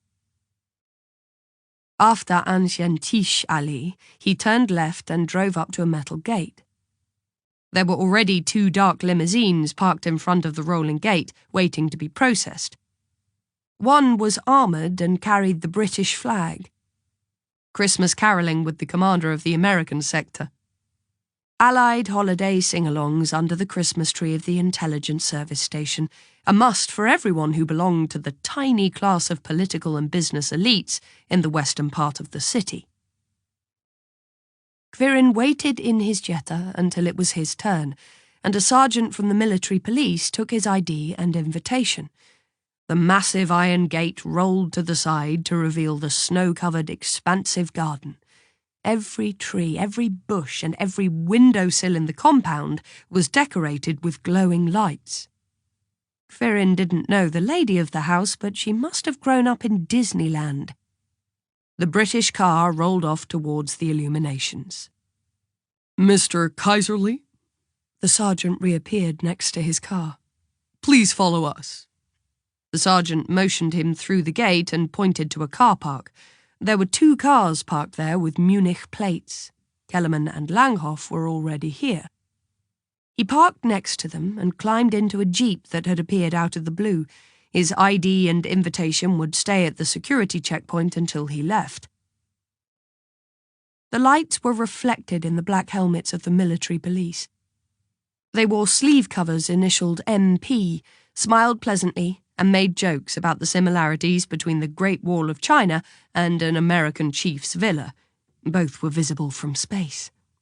And while Kvirin was still laughing, they had already arrived at the back entrance of the basement apartment.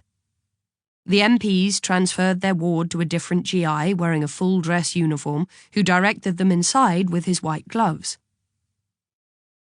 The sounds of piano and singing floated through the house. Hark, the herald angels sing. There was the scent of warm food and cinnamon. A staircase led up to the ground floor where the reception rooms were located. Lots of red, lots of gold, lots of glass, lots of lots. Thick carpets, heavy silk curtains, polished dark wood panelling.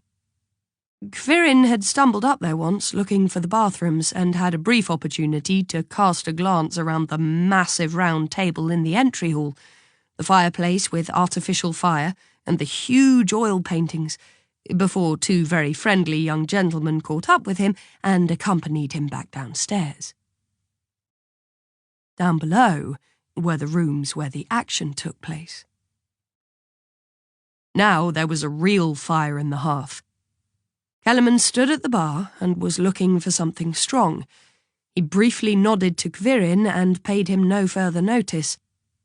Langhoff, Section Chief, Region East Procurement, was admiring a painting by Thomas Cole, Hudson River and Catskill Mountains. Langhoff was a tall, slender man with an artificially noble attitude, which Kvirin liked as much as he liked Langhoff's habit of constantly looking at his polished fingernails while speaking. There were only 2 other people in the room. A very young woman, who looked as if she might be Puerto Rican, was talking to a man who had just turned toward the door. He came over to greet Kellerman. Lindner? He introduced himself. He sounded nervous, looking for allies who would help him through the evening, Kvirin thought. Richard Lindner. Lindner must have been in his mid-20s, so just a couple of years younger than Kvirin. He was a good-looking man, but someone who seemed out of place in these circles. He wore a cheap suit, and his tie hung slightly crooked. He was nervous. No one else was. It was an unofficial meeting under Allied supervision. Everyone in the room knew that, except for Lindner. Kvirin introduced himself. The Puerto Rican gave him a Colgate smile. Angelina Espinosa. I work at the American Embassy in Bonn-Bad Godesberg. Her German was nearly unaccented. Kvirin returned the handshake. She wore a navy blue suit with flat pumps that would have seemed boring on every other woman. Although she was so young, her behaviour left no doubt. She knew what she wanted, and she knew how to get it. Top university, Department of Foreign Affairs, career. Hungry and ambitious. He also guessed that she had an affluent background, but then again maybe her diamond studs were too small for that. In the meantime, Kellerman had found the bar and served himself a double shot. He swirled the tumbler and approached Kvirin, keeping Angelina's backside in view. Shitty weather, he said in greeting, and raised his glass. I hate Berlin in the winter-time. Angelina laughed. Lindner remained silent. Langhoff pulled himself away from the painting and graced them with his attention. Kaiserly, always around when there's a chance to fill your pockets, am I right? Langhoff patted him affectionately on the shoulder. One of our best men. He'll recruit anything that moves before you can count to 3. Shitty weather, Kellerman repeated. He had an alcohol problem. Everyone knew that. No one talked to him about it. A waitress with a starched apron approached and offered an approximation of a mini hamburger. Lightly roasted beef tartare with caviar and creme fraiche. Kellerman shoveled one into his mouth and refused the proffered napkin. Lindner declined. He hadn't come here to eat. His gaze repeatedly returned to the door, behind which an additional MP was keeping guard. I love Berlin, Angelina said. It's a place with history. Everywhere is, Kellerman spoke with his mouth full. Even the San Andreas Fault. I prefer Dusseldorf or Munich, clean streets, intelligent people. Hamburg, Langhoff said, examining his fingernails. He didn't like Kellerman. Kvirin, by contrast, could deal with his boss's uncouth manner. They were both action men, rather than manicured theoreticians of culture. Are you familiar with Hamburg? The question was directed at Angelina. Unfortunately not. And you? She turned to Lindner. Lindner jumped slightly. Everyone was looking at him. No, Bonn, more so. How boring. Kellerman took the next hamburger from the tray. Prague, Moscow, St. Petersburg, all places where I don't want to be hanging over a fence dead. Well, that'll change soon. Kvirin wondered what Kellerman was referring to. There had been another change of power in Moscow. The Russians hadn't had much luck with their helmsman. Andropov and Sherenkov had come and gone, and the military had just recently installed the latest marionette, a certain Gorbachev, who probably wouldn't survive long either. The US was using the infighting to badger the Russians a little. They were supporting some madmen in Afghanistan who would have liked to bomb their occupiers out of the country. The Cold War had flared up a little on the external borders of NATO and the Warsaw Pact, but had otherwise entered into a phase of bored stagnation. Nothing was moving for the better, but luckily also not for the worse. For him, I mean. He's supposedly at a conference, Kellerman said, motioning to Lindner with his half-eaten hamburger. He flies back to Budapest tonight. If Applebrug cooperates. What's the situation? Angelina shrugged her delicate shoulders. I don't want to speak for the commander, but the plane is waiting at Tempelhof. Lindner looked like someone who would get sick at the very thought of flying. Kvirin wondered whether he was a prospective agent from the East, a double agent, or a defector. That he would fly back to Budapest that night ruled out defector. He seemed too inexperienced to be a double agent. What remained was a prospective agent, a man to install in the power centres of the opponent and let him climb the ranks. Lindner probably didn't even know what he was getting himself into. Gentlemen, the sergeant with the white gloves returned. The MP at the door stood at attention. The Commandant, United States Commander Berlin and Commander U.S. Army Berlin, General Charles Henry Applebrug. The sergeant hadn't completely finished when Applebrug came through the door, a glass of punch in his hand. He was a friendly-seeming, average-sized man who looked just as good in a uniform as in a tuxedo. A diplomatically gifted soldier, a combination that Kvirin wished occurred more frequently in positions of power. As the most influential commander in Berlin, he usually decided things that affected the three powers' status in West Berlin, but did so with a refreshing restraint and in a way that let the people of Berlin believe they were still governed by their elected mayor. He had probably been standing one floor above them and chatting with the Brits about the speed limit on the city autobahn. Let's do without the formalities. My name is Charles. He shook Lindner's hand. Kvirin suppressed a grin at the thought of the terrified Lindner addressing Applebrug by his first name. Not even Kellerman had the gall to do that, even after his fourth drink. Applebrug turned to each of them individually, greeted them each with a handshake, and finally asked the group to have a seat in the armchairs. Lindner, he said, where are you from? Gnevetzin, near Anklam in Mecklenburg. Neither the commander nor the assembled elite of intelligence agencies appeared to have ever heard of Gnevetzin. Applebrug still nodded pleasantly. He turned to Kellerman. This young man would like to work with us? The young man gulped. His Adam's apple bobbed in his throat. Kvirin asked himself why he had been sent into the lion's den unprepared. It was clear this was what Lindner thought this surveillance-proof cellar of the villa was. Kellerman nodded generously at the guest. He's the messenger of an offer that can't be refused, as the Italians would say. He looked around, begging for applause. Everyone was silent. Kvirin asked himself how long someone with so many problems could retain a leadership position in the service. The broken marriage, the alcohol, and the townhouse in the Fasanengarten district of Munich that was far too expensive, even for a department head. Kellerman needed a coup, something to kickstart his career and his life back into motion. He was only 10 years older than Kvirin, but he looked like he was on his third life. Lindner looked at the floor. No one would get anything out of him at the moment. Langhoff had been nervously kneading his hands, waiting for the opportune moment. It appeared to have arrived. Mr. Lindner approached one of our men at the edges of the photothek in Budapest.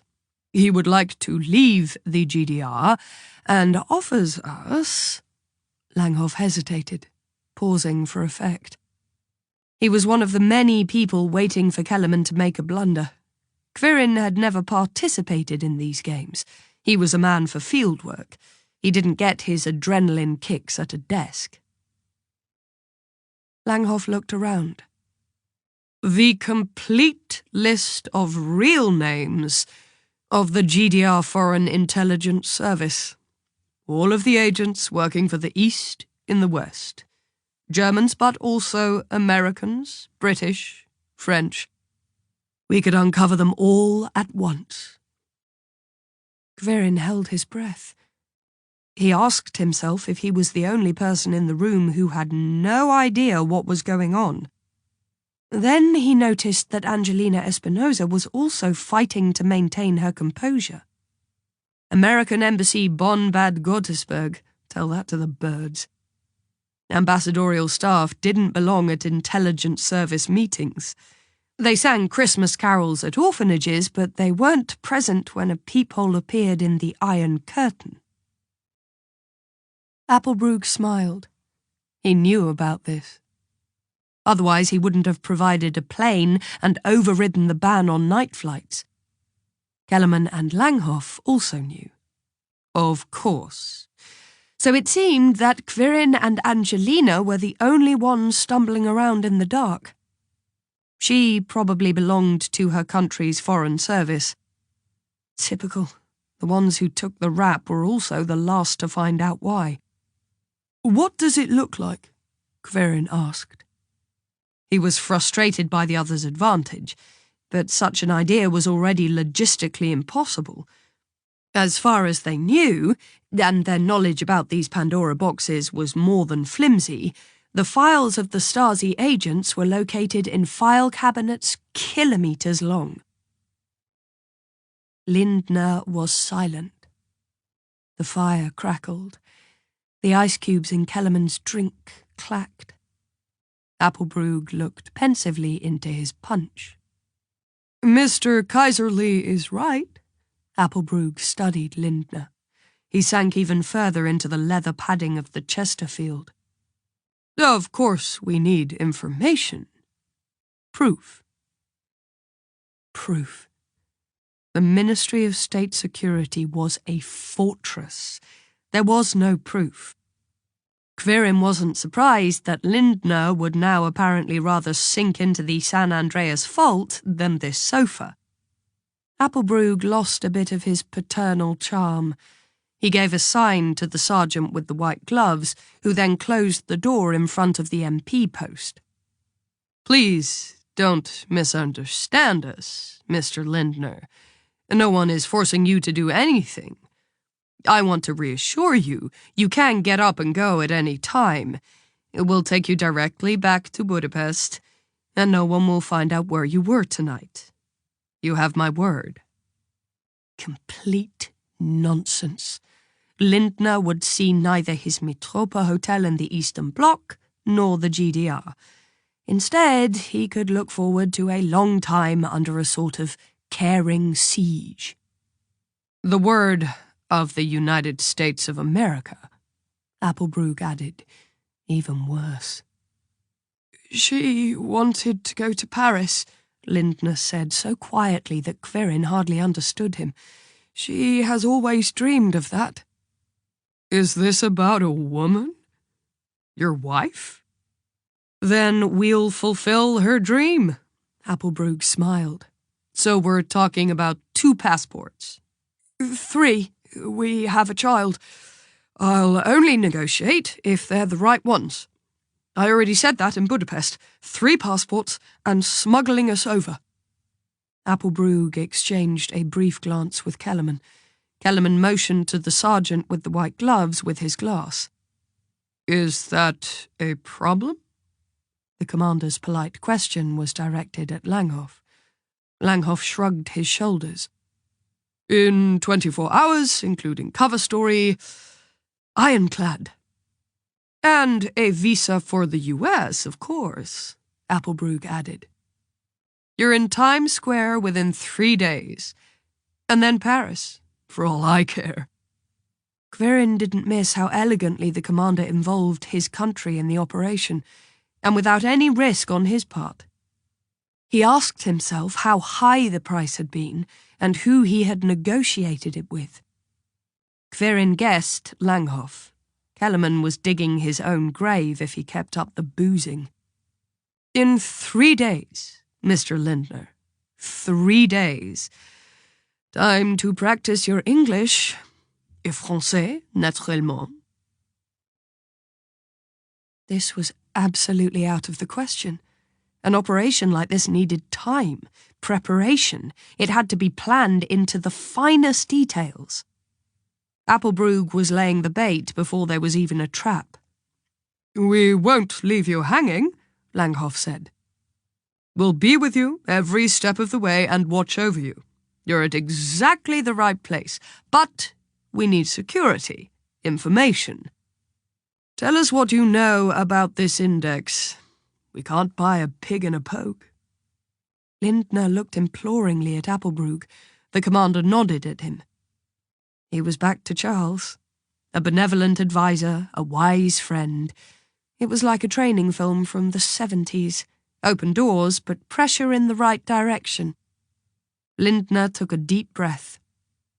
3,000 in total, with NATO top-secret information, real names and aliases, evaluation reports, administrative details, filmed by the Real Name Registry at Section 12 in Berlin. Filmed? Quirin asked. Kellerman raised his hand testily. He didn't like interjections. Why only 3,000? We're aware of 60 or 70 operations. A file doesn't necessarily mean that the person concerned is an agent, Lindner explained. We've basically separated the wheat from the chaff. This was enormous. The best-case scenario. Quirin shook his head lightly. How would a man like Lindner get at such information? Impossible. Someone in the innermost sanctum of the Stasi, the Holy of Holies, would have to take every single index card in their hand, check it, and copy it. That might work at the local residence registration office at some small town in the middle of West Germany, but not at the Ministry of State Security of the GDR. Where? Applebrug asked. Where do they keep it? In Berlin. Normannenstrasse, Building 7, second mezzanine. Quirin bit his lip so he wouldn't interrupt again. The Stasi filming its agent index cards. That was something new. The security measures must be insurmountable. And then someone like Lindner comes along, a pushover, a handsome boy, but definitely not a spy, and announced he could serve them the essence of evil on a silver platter. The sergeant with the white gloves joined the circle uninvited and took a seat next to Applebrug. He straightened the sharp creases in his trousers. Films or jackets? He asked. Films. Roll film? Sheet film? In this case, roll film. Make? Orvo DK5, unperforated 16mm. Camera? Carl Zeiss Jena Dokumator microfilm camera. It was so quiet that they could hear the water in the logs evaporating in the fireplace. A quiet hissing that was vaguely reminiscent of the whistle of a kettle. The sergeant looked at Applebrug and nodded subtly. It was the strangest quiz that Quirin had ever witnessed. The commander motioned to the sergeant. The man got up, went over to the fireplace, and came back with a box of cohibas. Applebrug opened it and offered them around the circle of gentlemen. Kellerman took one. The rest declined with thanks. Who are you? Quirin asked. Lindner looked at him with such surprise, as if only now did he notice that he wasn't alone with the Americans. I'm a precision engineer. I developed cameras of various kinds. In the West, I worked for a company in Leverkusen and delivered information to East Berlin. He cast an unsure glance at Kellerman. In close cooperation with your service, of course. Beyond that, I was involved in the development of tabletop devices. How did you get to the films? Lindner's Adam's apple bounced again. Maybe he built good cameras, maybe for Agfa, maybe for Carl Zeiss Jena, maybe even for the Stasi. But he couldn't know what was done with them in a Stasi photography lab in East Berlin under the highest levels of security and out of the public eye. Quirin would have liked nothing more than to get up and leave. This man was a nobody. He might have detailed knowledge and access to all the technical information, but you could also get that if you showed up with a pair of Levi's and approached a student at the State Archive Administration in Potsdam and asked her to make copies of a couple of term papers. I can't tell you, Lindner whispered. Appelbrug puffed on his cohiba and enveloped them in smoke. He had clearly envisioned the path of the conversation differently. Kellerman and Langhoff stared at the table. It was made of rosewood and decorated with carvings. Cuban cigars in the basement of the American commander. Angelina, seated next to Lindner, leaned forward. We just want to be sure that everyone gets what they want. You get the passports, we get the film. What happens if something goes wrong? That won't happen. And if it does? Then we'll pay your bounty. Appelbrug had enough of Lindner's nerves. The German Federal Republic, of course. But if you're not interested, there's the door. The sergeant went into motion. No, Lindner said quickly. I want to. We want to. Then please tell us now how you want to access the best-kept secret in the Ministry of State Security. Lindner gulped. He looked everyone in the eyes, one after another. Even Quirin was curious again. It's very simple, the man said. My wife. She's the one doing the photographing.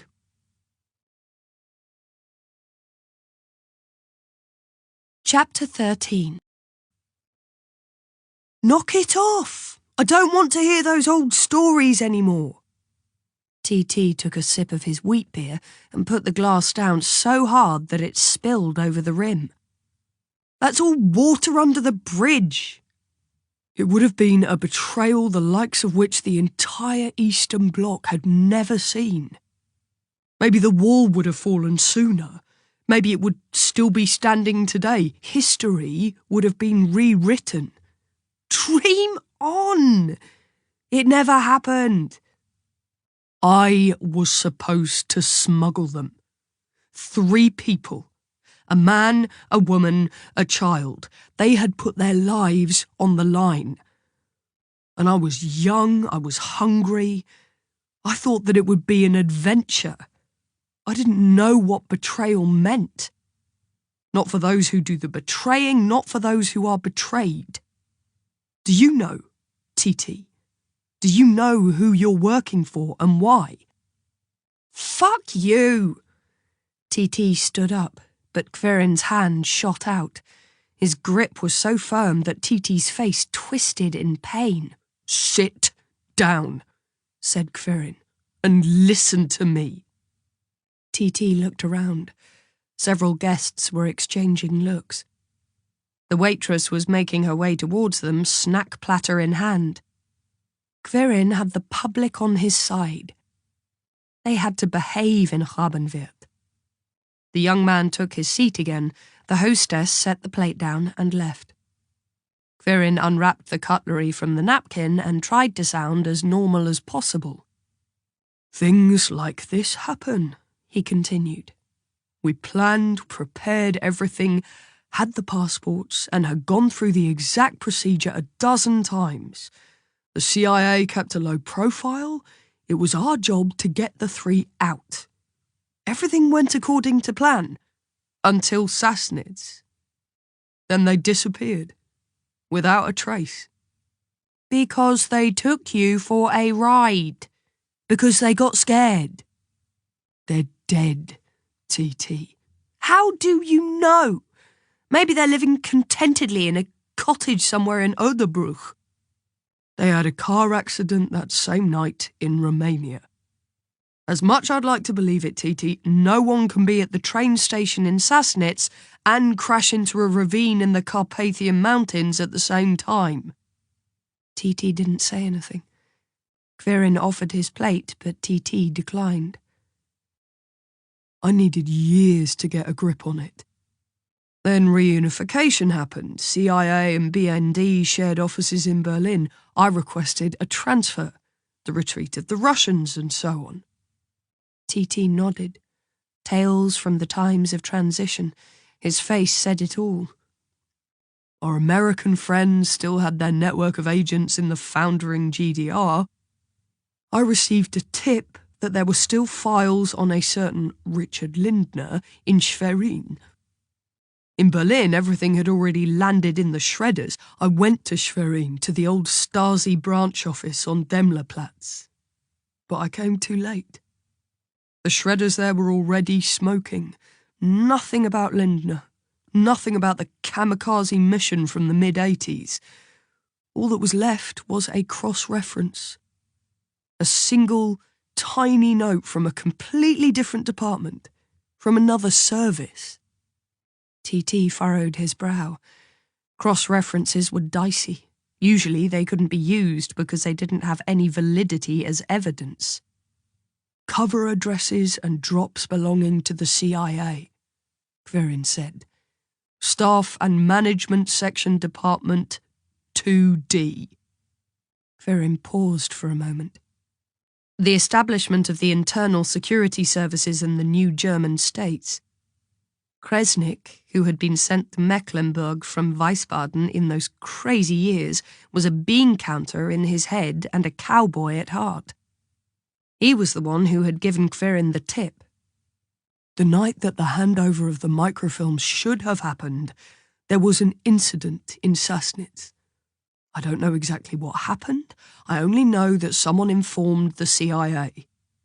It was a security level 3 message.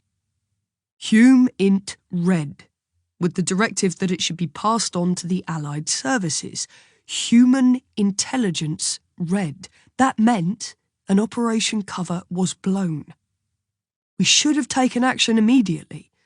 That night, Lindner was a citizen of the Federal German Republic. All three were under Allied protection. Maybe we still could have saved them.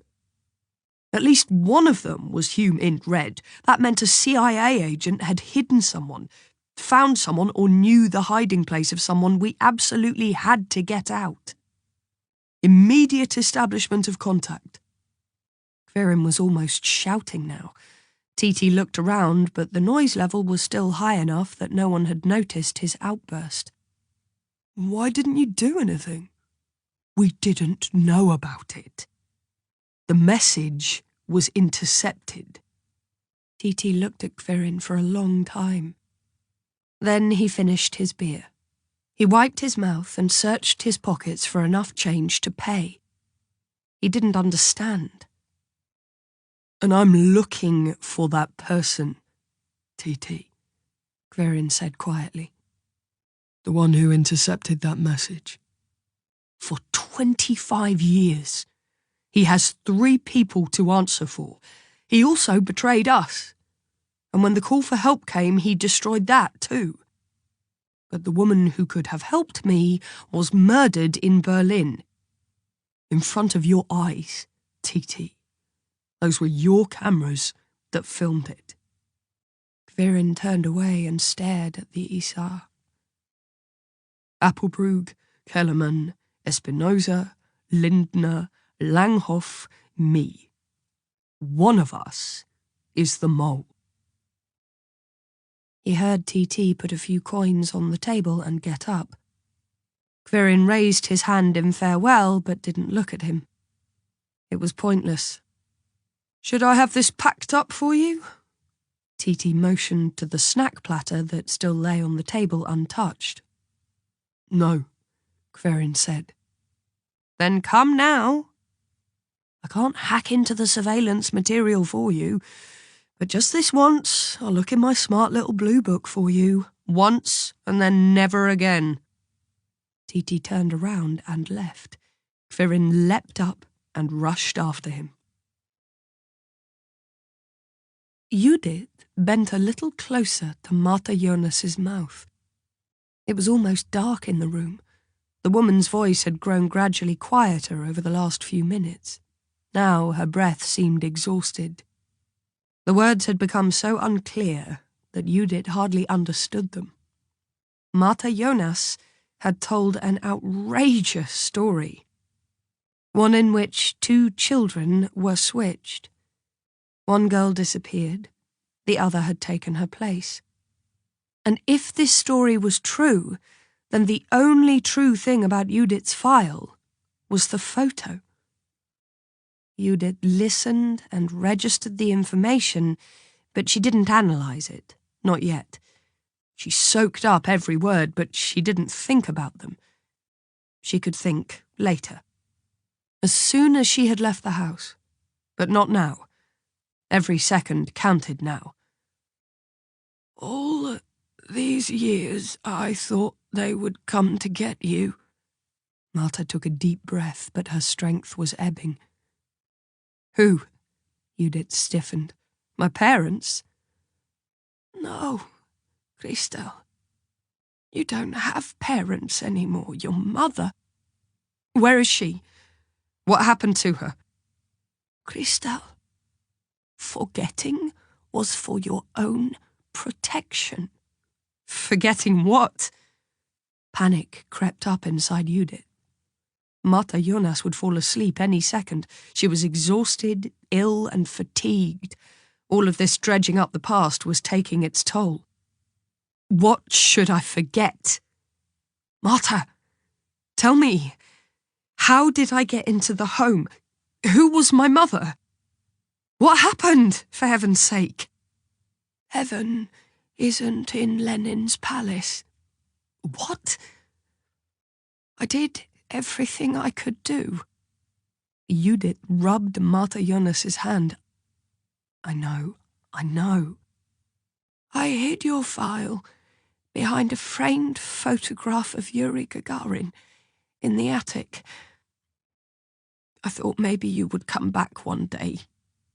Never. I never heard from you, even after reunification. And then the others came, and they wanted to find you. Then I went back to the home one more time.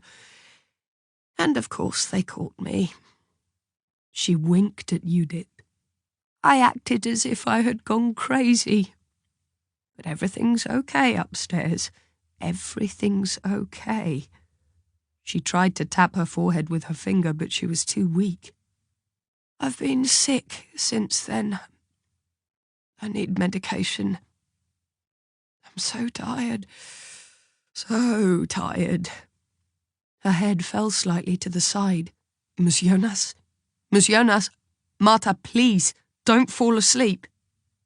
Judith felt the teacher's cheeks. Tears were running down her face, but she didn't blink, didn't wipe them away. There was no time for that. She had to get the old woman to talk. Martha! Martha!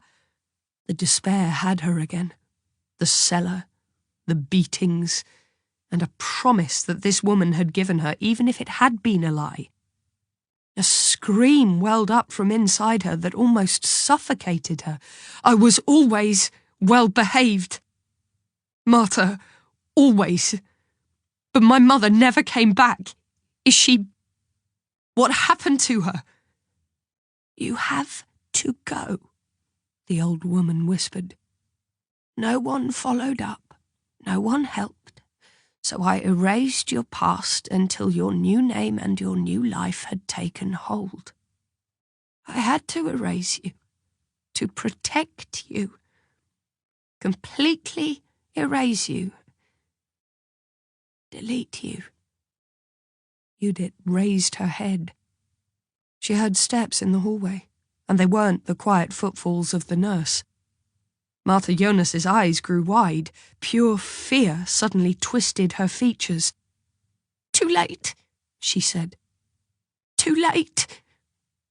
They're coming to get you now." TT sat in front of his laptop and established a connection to BND headquarters. There was nothing new on Judith Kepler. The story had touched him. Kaiserli had had 3 people disappear off his radar screen. That alone would propel everyone into such a deep career hole that they would never again see the light of day. Then, after all this time, a mysterious person surfaced and offered something that was suddenly important for a lot of people. The ancient microfilms, and this time complete. The woman was murdered. The film vanished. And a cleaning lady, of all people, had stumbled into the picture, and she knew more than she should. Rosenholz. TT looked at Kaiserli, who stood on the balcony, and down at the construction site that got TT out of bed every morning at 6. What the hell had got into him, taking this man along? Maybe it was that he had suddenly looked so tired. TT only remembered him as a warrior who marched into his defeats with head held high. They hadn't seen each other in years. Suddenly, TT had a notion of how relentlessly time, age, and failure could chip away at a person. He stood up and went outside. "Sassnitz," TT said. "Yuri Gagarin Children's Home. There was a Judith Kepler there. She was 10 years old, and then she went astray, arrested as a minor, a thief, junkie, the whole shebang. I'm guessing she lies every time she opens her mouth. She'll have seen you on Westerhof and wants to make herself important." "Where is she?" "She lives in Marzahner Promenade 31. She went to work on time and clocked out just as punctually. She's probably painting the town red and partying." "Phone number?" "Here." TT passed Kaiserli the slip of paper. While he was dialing the number, TT plucked a withered leaf from his tattered balcony greenery. He just didn't get around to watering enough. Kaiserli came back into the room. He paced back and forth impatiently, and finally pocketed his phone in frustration. Then he spotted the scanned photo of Judith on TT's screen. "It was taken by one of your units." TT stopped in the doorway. "So what?" "The police in Berlin also have the same one." TT pushed off from the doorframe and came closer. "So where are your recordings? You were watching the apartment around the clock. You recorded the murder. Why do the police have a photo of Judith Kepler but not one of the suspect?" TT sighed. They were starting back at square one. Give him an inch and he'll take a mile and pull you along behind him. "Maybe because your cleaning lady and the murderer are one and the same person?" The laptop went into energy-saving mode. The screensaver showed a man, a woman, and a child. TT went to the desk and quickly closed it down. Kaiserli didn't seem as if he'd noticed anything. He probably wasn't interested. There was no space for memories in Kaiserli's life. Unless they involved Sassnitz. Judith Kepler is no murderer. Okay, so why is she suddenly so interesting? She has something. She knows something. I want to know where she is, and I want to be one step ahead. Honestly, I don't have a clue what you're talking about. I'm talking about the woman who could be the next victim. And this time, TT, you're in the middle of it. Me? Why? Because you're sending her to her doom. I'm just doing my job, okay? Just my job. I told myself the same thing back then. Kaiserli grabbed his jacket from the back of the chair and left without looking round or saying thank you. TT exhaled when he heard the door close, but he wasn't satisfied, not in the least. Dr. Mattes didn't lose any time. He hurried past Sister Heinhild into Martha Jonas's room. The old woman appeared to be alone, but the window was wide open. Mattes looked out into the dark garden, then he shut the window and turned around to Martha Jonas, who seemed to be asleep. Where is she? He had a pleasant voice. Everything about him was pleasant. Sister Heinhild felt extremely comfortable in his presence, although he wasn't a handsome man in the ordinary sense. In his late 60s, mid-sized, compact, with a nearly bald head and fine, intelligent features. Freckles covered his face, and the brows over his bright eyes were almost white. When he removed his glasses during a consultation and looked at his patients, they felt as if he were looking into their souls. Sometimes Reinhild had the feeling he also looked into hers. Then she felt warm with the thought that he could know what she felt for him. Miss Jonas, look at me. He stepped to the bed and touched Jonas's arm. She slept deeply and firmly. If she was pretending, then she was doing it well.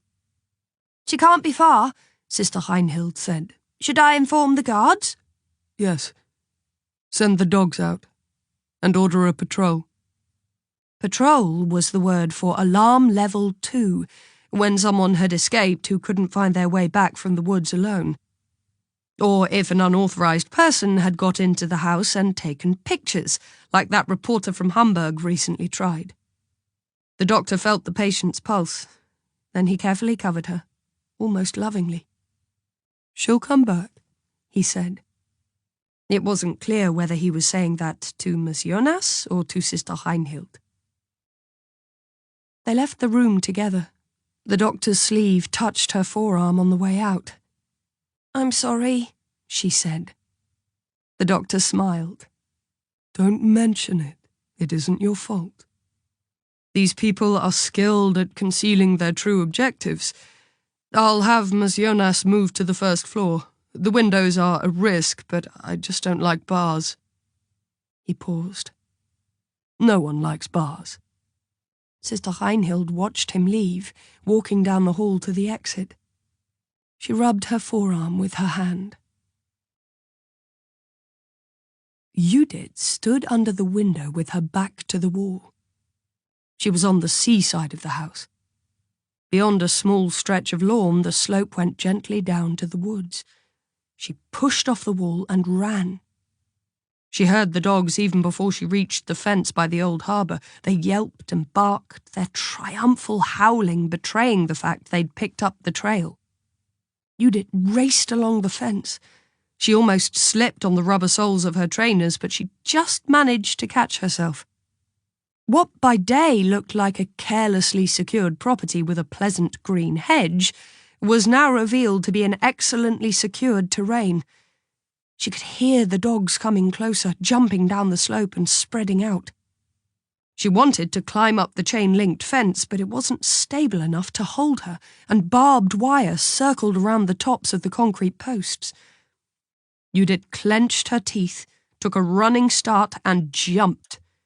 She got a firm grip of the post and grabbed the spikes. Pain raced through her hands like fire, but she didn't let go. She pulled herself up.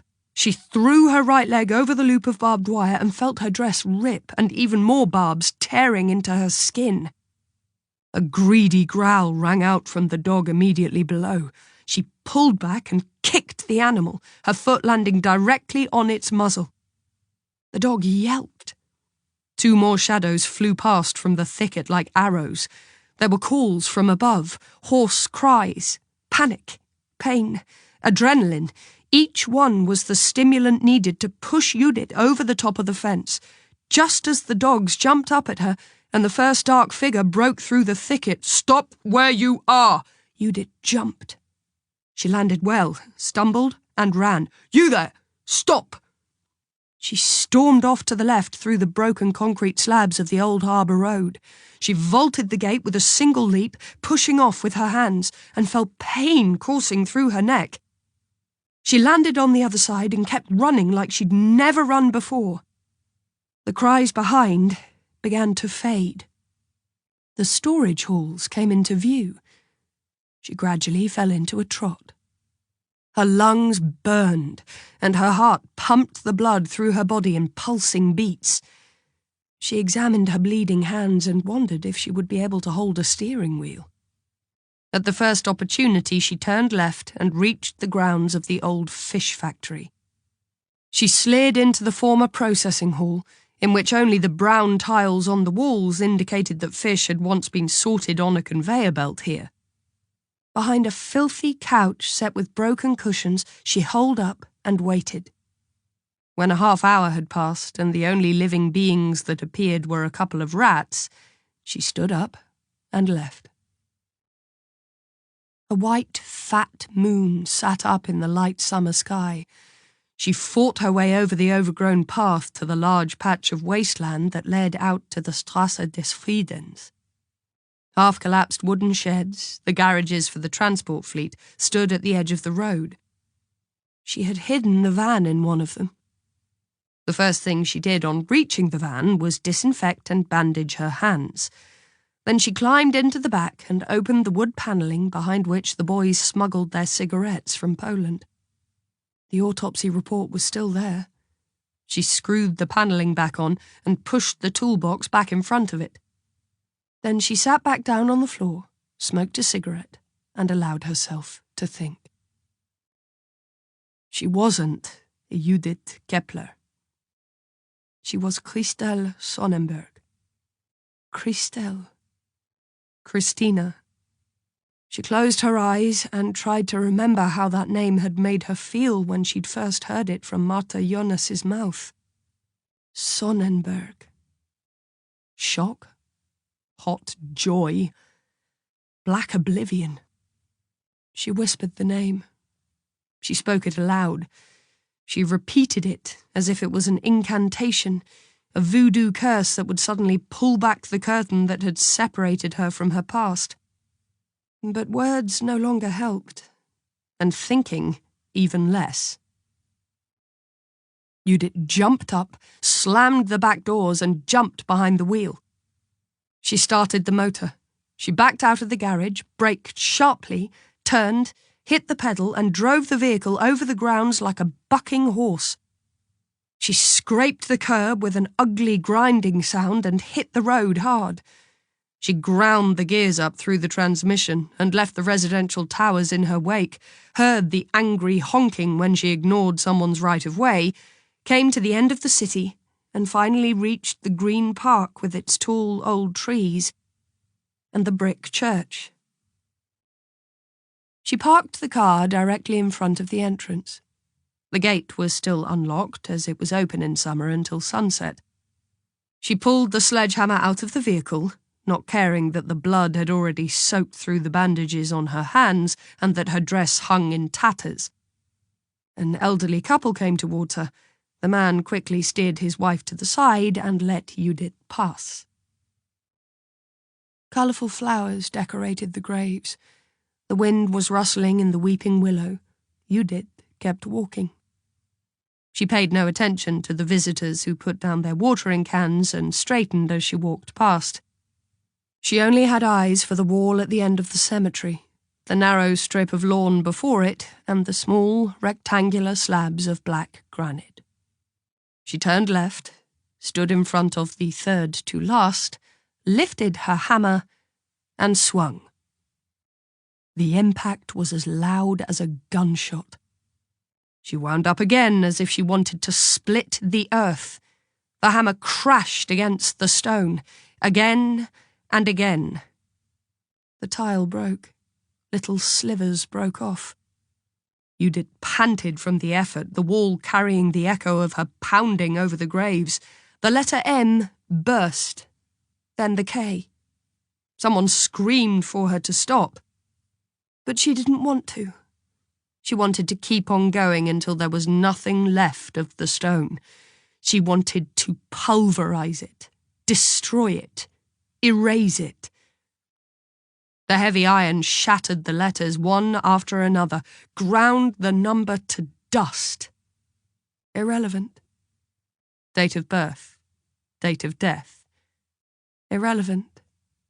Name. Irrelevant. Everything. Irrelevant. The stone was a stone, and it was a lie, and lies had to be destroyed.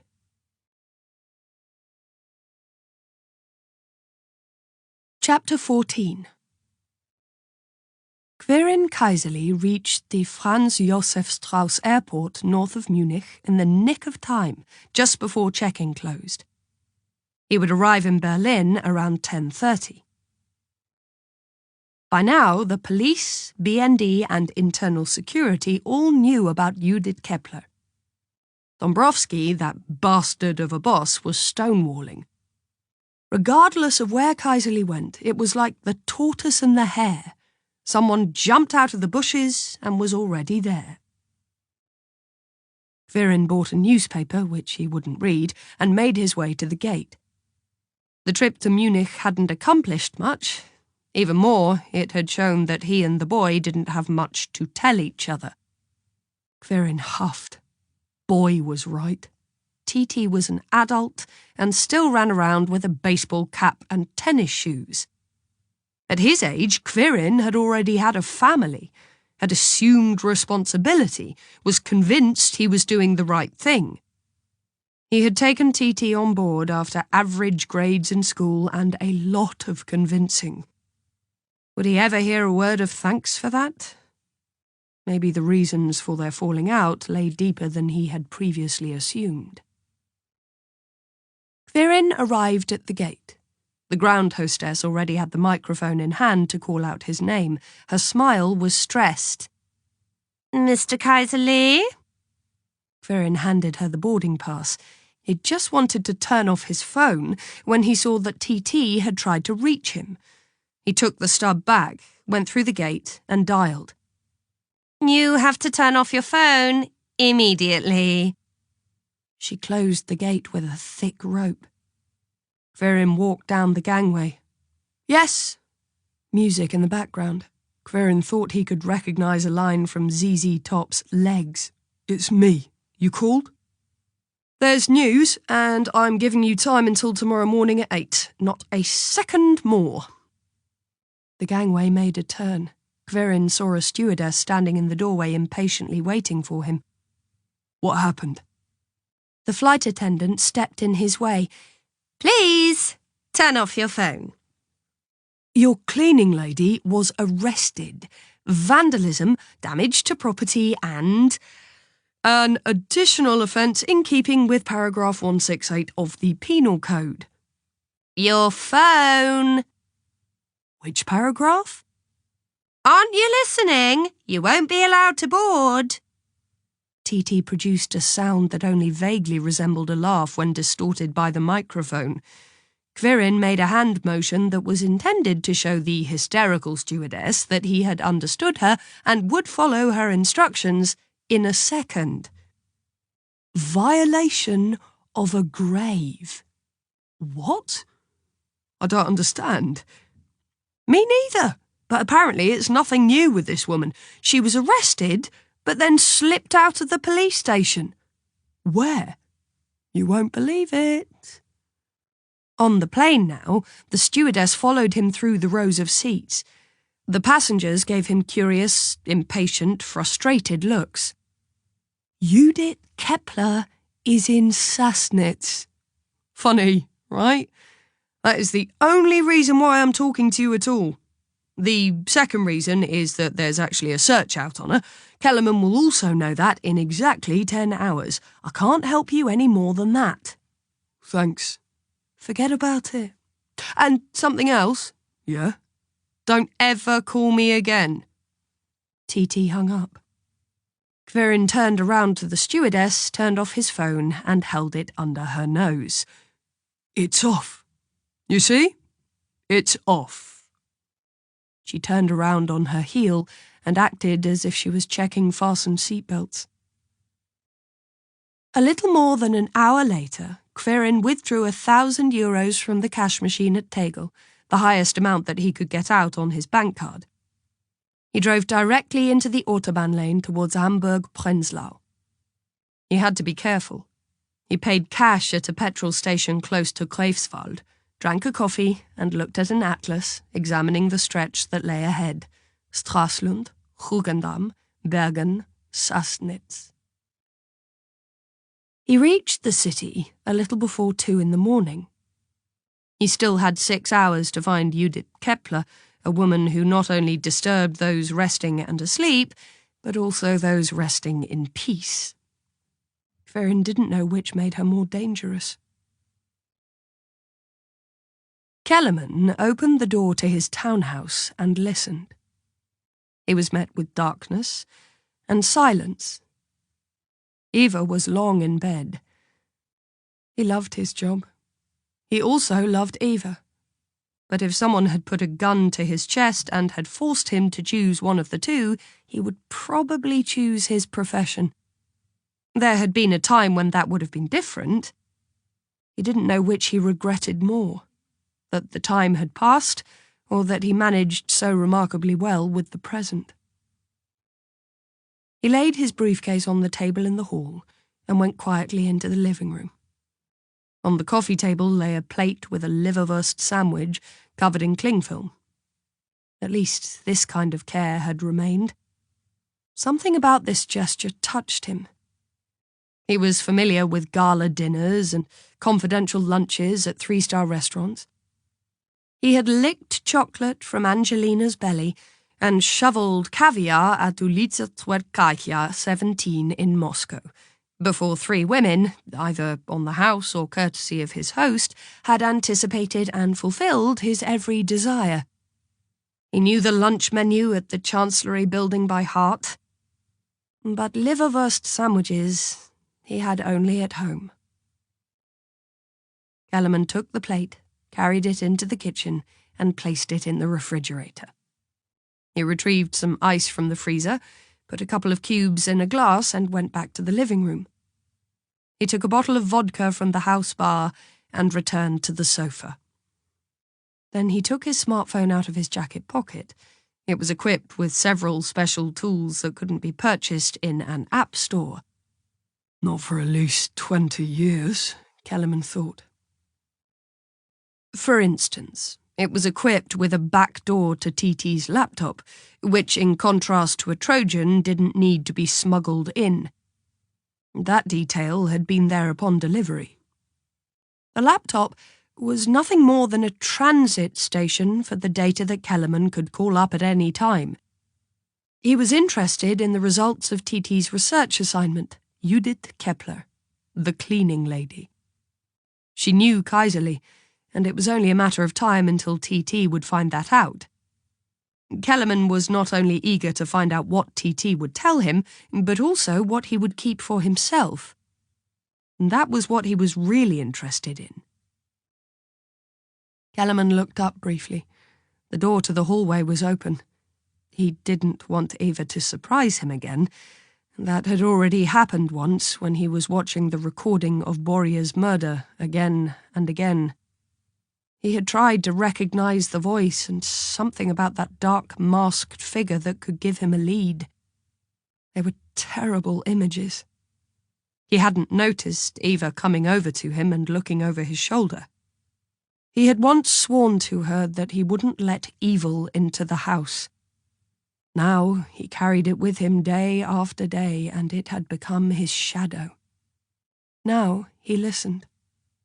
Only the quiet ticking of the wall clock disturbed the silence. But it was there. He had sat in the shadows and waited for the past 25 years. The fools had woken it. And he was the biggest of them because he had believed that it wouldn't reawaken. He took a deep drink of vodka. TT had hacked Judith Kepler over the internal police communication network. He had shot a volley of searches across the internet, and her name had popped up. Arrested in Sassnitz due to property damage at a cemetery. Kellerman read the police report, first bored, then with increasing interest. Kepler had smashed a gravestone. She had subsequently been arrested without resistance and been taken away. At the station, she had been asked to take a seat and wait, but Kepler apparently hadn't waited. She simply stood up and left. A well-behaved girl. Kellerman closed the report. TT would be on her heels.